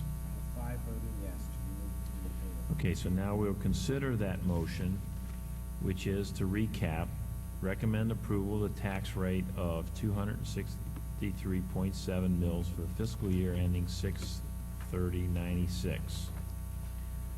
Is there any questions or comments regarding that particular motion? If not, all those in favor say aye. Aye. Opposed? Nay. Roll call, Mr. Weir, please. Mr. Clemens? No. Mrs. Leahy? Yes. Ms. Mingle? Mrs. Prokowski? No. Mr. Repkamp? Yes. Mrs. Scher? Nay. Mr. White? Yes. Mr. Allen? Yes. Mr. Bowman? Yes. I have 5 voting yes. Okay, motion carries. Now we'll address 7A3. Is there a motion to recommend approval of the real estate transfer tax resolution providing for a 1% tax upon transfer of an interest property? So moved. Moved by Reckcamp, second by Mangle. Any questions? Just a point of clarification, this is currently what's Yes, Mr. Bowman, what's in there. that's It's not correct. being It changed. just or needs to be, updated, it's it needs to be approved. redone every year. That's what I thought. We're not getting more money. Oh, I know. I'm just throwing a wish. Any questions, comments?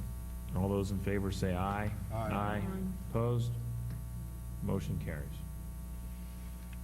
Okay, we're now down to 7B. Is there a motion to recommend approval of the officers and administrators listed on the signatories for official documents and negotiable instruments effective 1 July 95? Moved by Reckcamp, second by Leahy. Any questions? Yeah, Dennis, I'd like to ask, did you ever look into the conflict of interest concerns I had regarding,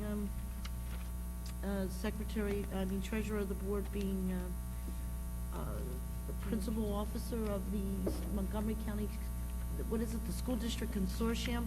It was on our list even tonight for What's the Montgomery? workman's comp, that workman's comp group. I think you're a little bit ahead of yourself. maybe? His name is listed Isn't he as one of the listed as a signatories. signatory? I'm sorry, yes, he is. I thought that, And my question was regarding a board treasurer who is signing checks that we get through monthly, signing yes, off on checks. I had checked, Mrs. from Sher, I the, had checked School with Mr. District Potash. Insurance Consortium. I had checked with Mr. Potash, and he told me that in his opinion, that was fine, that there was nothing illegal about that. Although he's a principal officer of this business. That is correct. Because his job as treasurer here is strictly ministerial, and he can only sign those checks that are authorized by the board. But I thought also as a part of the treasurer's responsibilities is also assisting for discrepancies, et cetera, right? That's all right, but that's still ministerial. There's no discretion vested in the treasurer. Okay. So Okay. The signatories are there. Any other questions or comments? All those in favor say aye. Aye. Aye. Opposed? Motion carries. On 7C, we need recommend approval of the financial institutions are listed as depositories of North Penn School District funds for the period of July 1st, 95 through June 30th, 96. Is there a motion? So moved. Moved by Reckcamp, second by Shear. Any questions? Or was that Perkowski? Perkowski. Sorry, Perkowski. please correct that. Perkowski. I think I was too tired It's to late. complain. Please also make note on the minutes that this is Occurring in Friday morning. 2 Well days, into Friday two-day meeting. Any questions, comments? All those in favor say aye. Aye.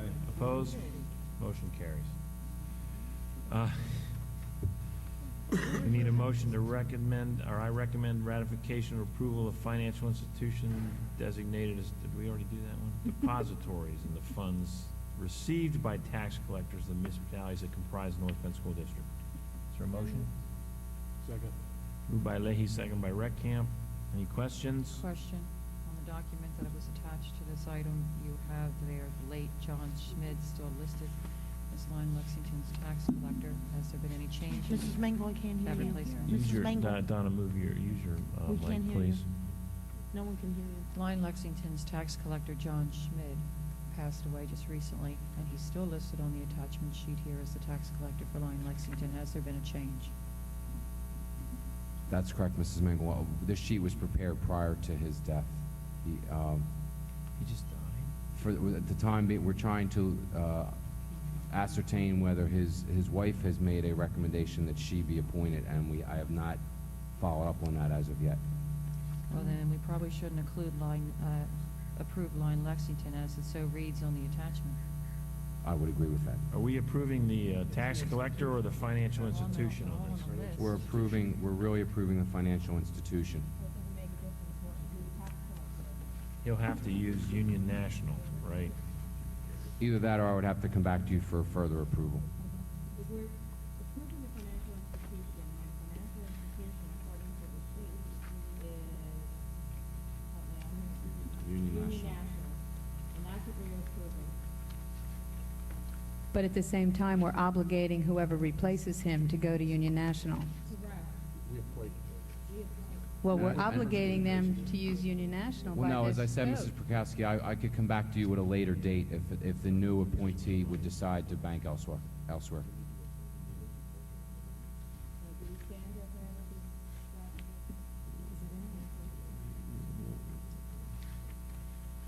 Well, I think we need to do that. We need to, because tax bills come in starting July the 5th. That's correct. We need to appoint another tax collector before that time.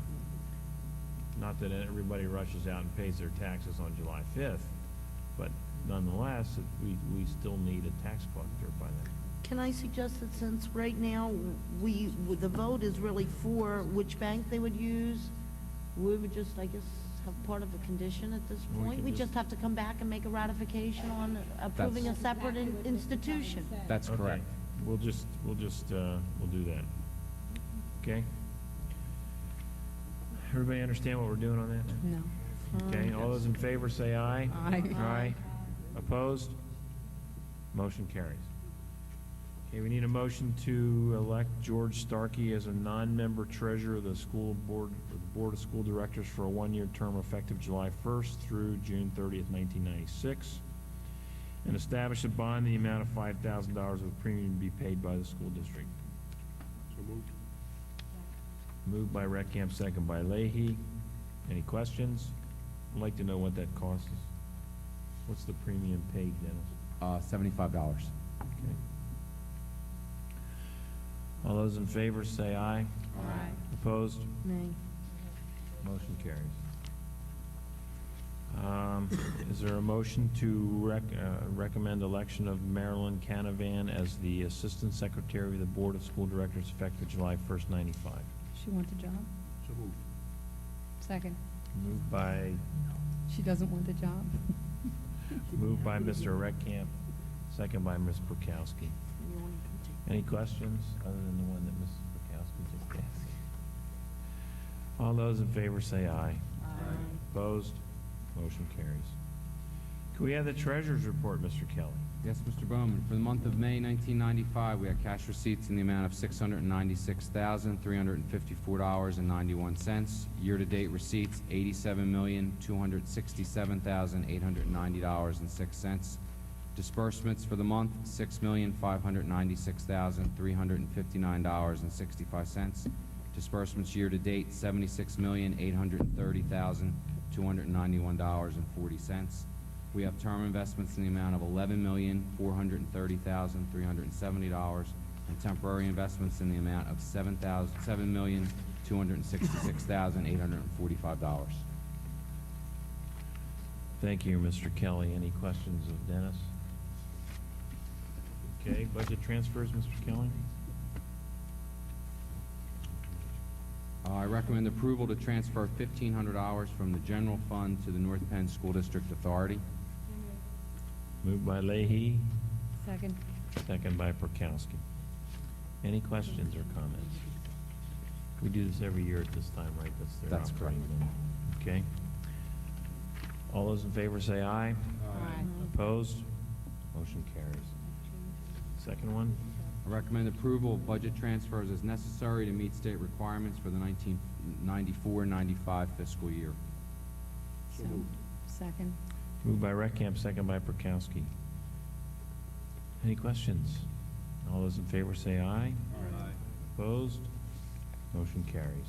I recommend approval of a fund transfer in the amount of $6,100 from the North Penn School District General Fund to the North Penn Athletic Fund for the 94-95 fiscal year.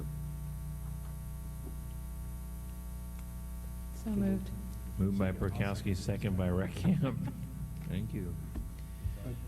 Quick question, what's the purpose of this? In talking to Mr. Ryan, the athletic director, he's requested this in order to pay the bills. Apparently, there was a shortfall in the number of, in the revenue that was taken in by the athletic department this year. The same thing happened last year. This year, they've done a little better. Last year, I think the transfer was $10,000. This year, it's down to $6,100. How much is this, Dennis? You have the word. It's $6,100. Dennis, have we responded to the recommendations in past audits regarding a separate fund? Besides the separate fund, but also the monitoring of Yes, Mrs. of Sher, the we... collection of revenues so that there's gate receipts matching with deposit slips, et cetera? Yes, we did that last year. 2 years ago, we had split out the athletic fund by sport, and then last year, Mr. Ryan has started matching tickets Gate to receipts? gate receipts. Okay. Will this be Any the other only funds? questions? Will these be the only funds transferred into this account, or has there been any budget transfers? No, these are the only funds that will be transferred in. You would have to approve anything that goes into this fund. Right. We haven't seen many budget transfers though this year. We've That's had a why I good was- budget. No, there haven't been that many. All those in favor say aye. Aye. Opposed? Motion carries. Sanction and approval of the invoices from the general fund.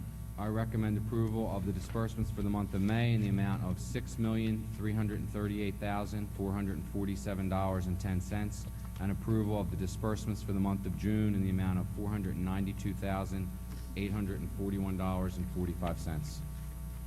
So moved. Moved by Reckamp, second by Leahy. Any questions? All those in favor say aye. Aye. Opposed? Motion carries. Thank you, Dennis. Food services report. You want to give us that? Oh, yes, for the month of May, we had total income of $375,388.30. Raw food costs of $163,269.70, which gave us a gross profit on sales of $212,118.60. Operating costs for the month were $180,525.16, gave us a net profit for the month of $31,593.44. Profit year-to-date, $63,606.28. Great. Thank you, Dennis. Any questions of Dennis on the food services report? In fact, if we stay here any longer, we'll be able to take advantage of the breakfast program. Federal programs, Dr. Fike, anything? No report, Mr. President. Solicitors report? No report. I'd like to thank the board, the audience, and our staff, and the audio-visual people for their perseverance tonight. Is there a move to adjourn? I think you've lost half your board All those already. in favor say aye. Aye. We're adjourned.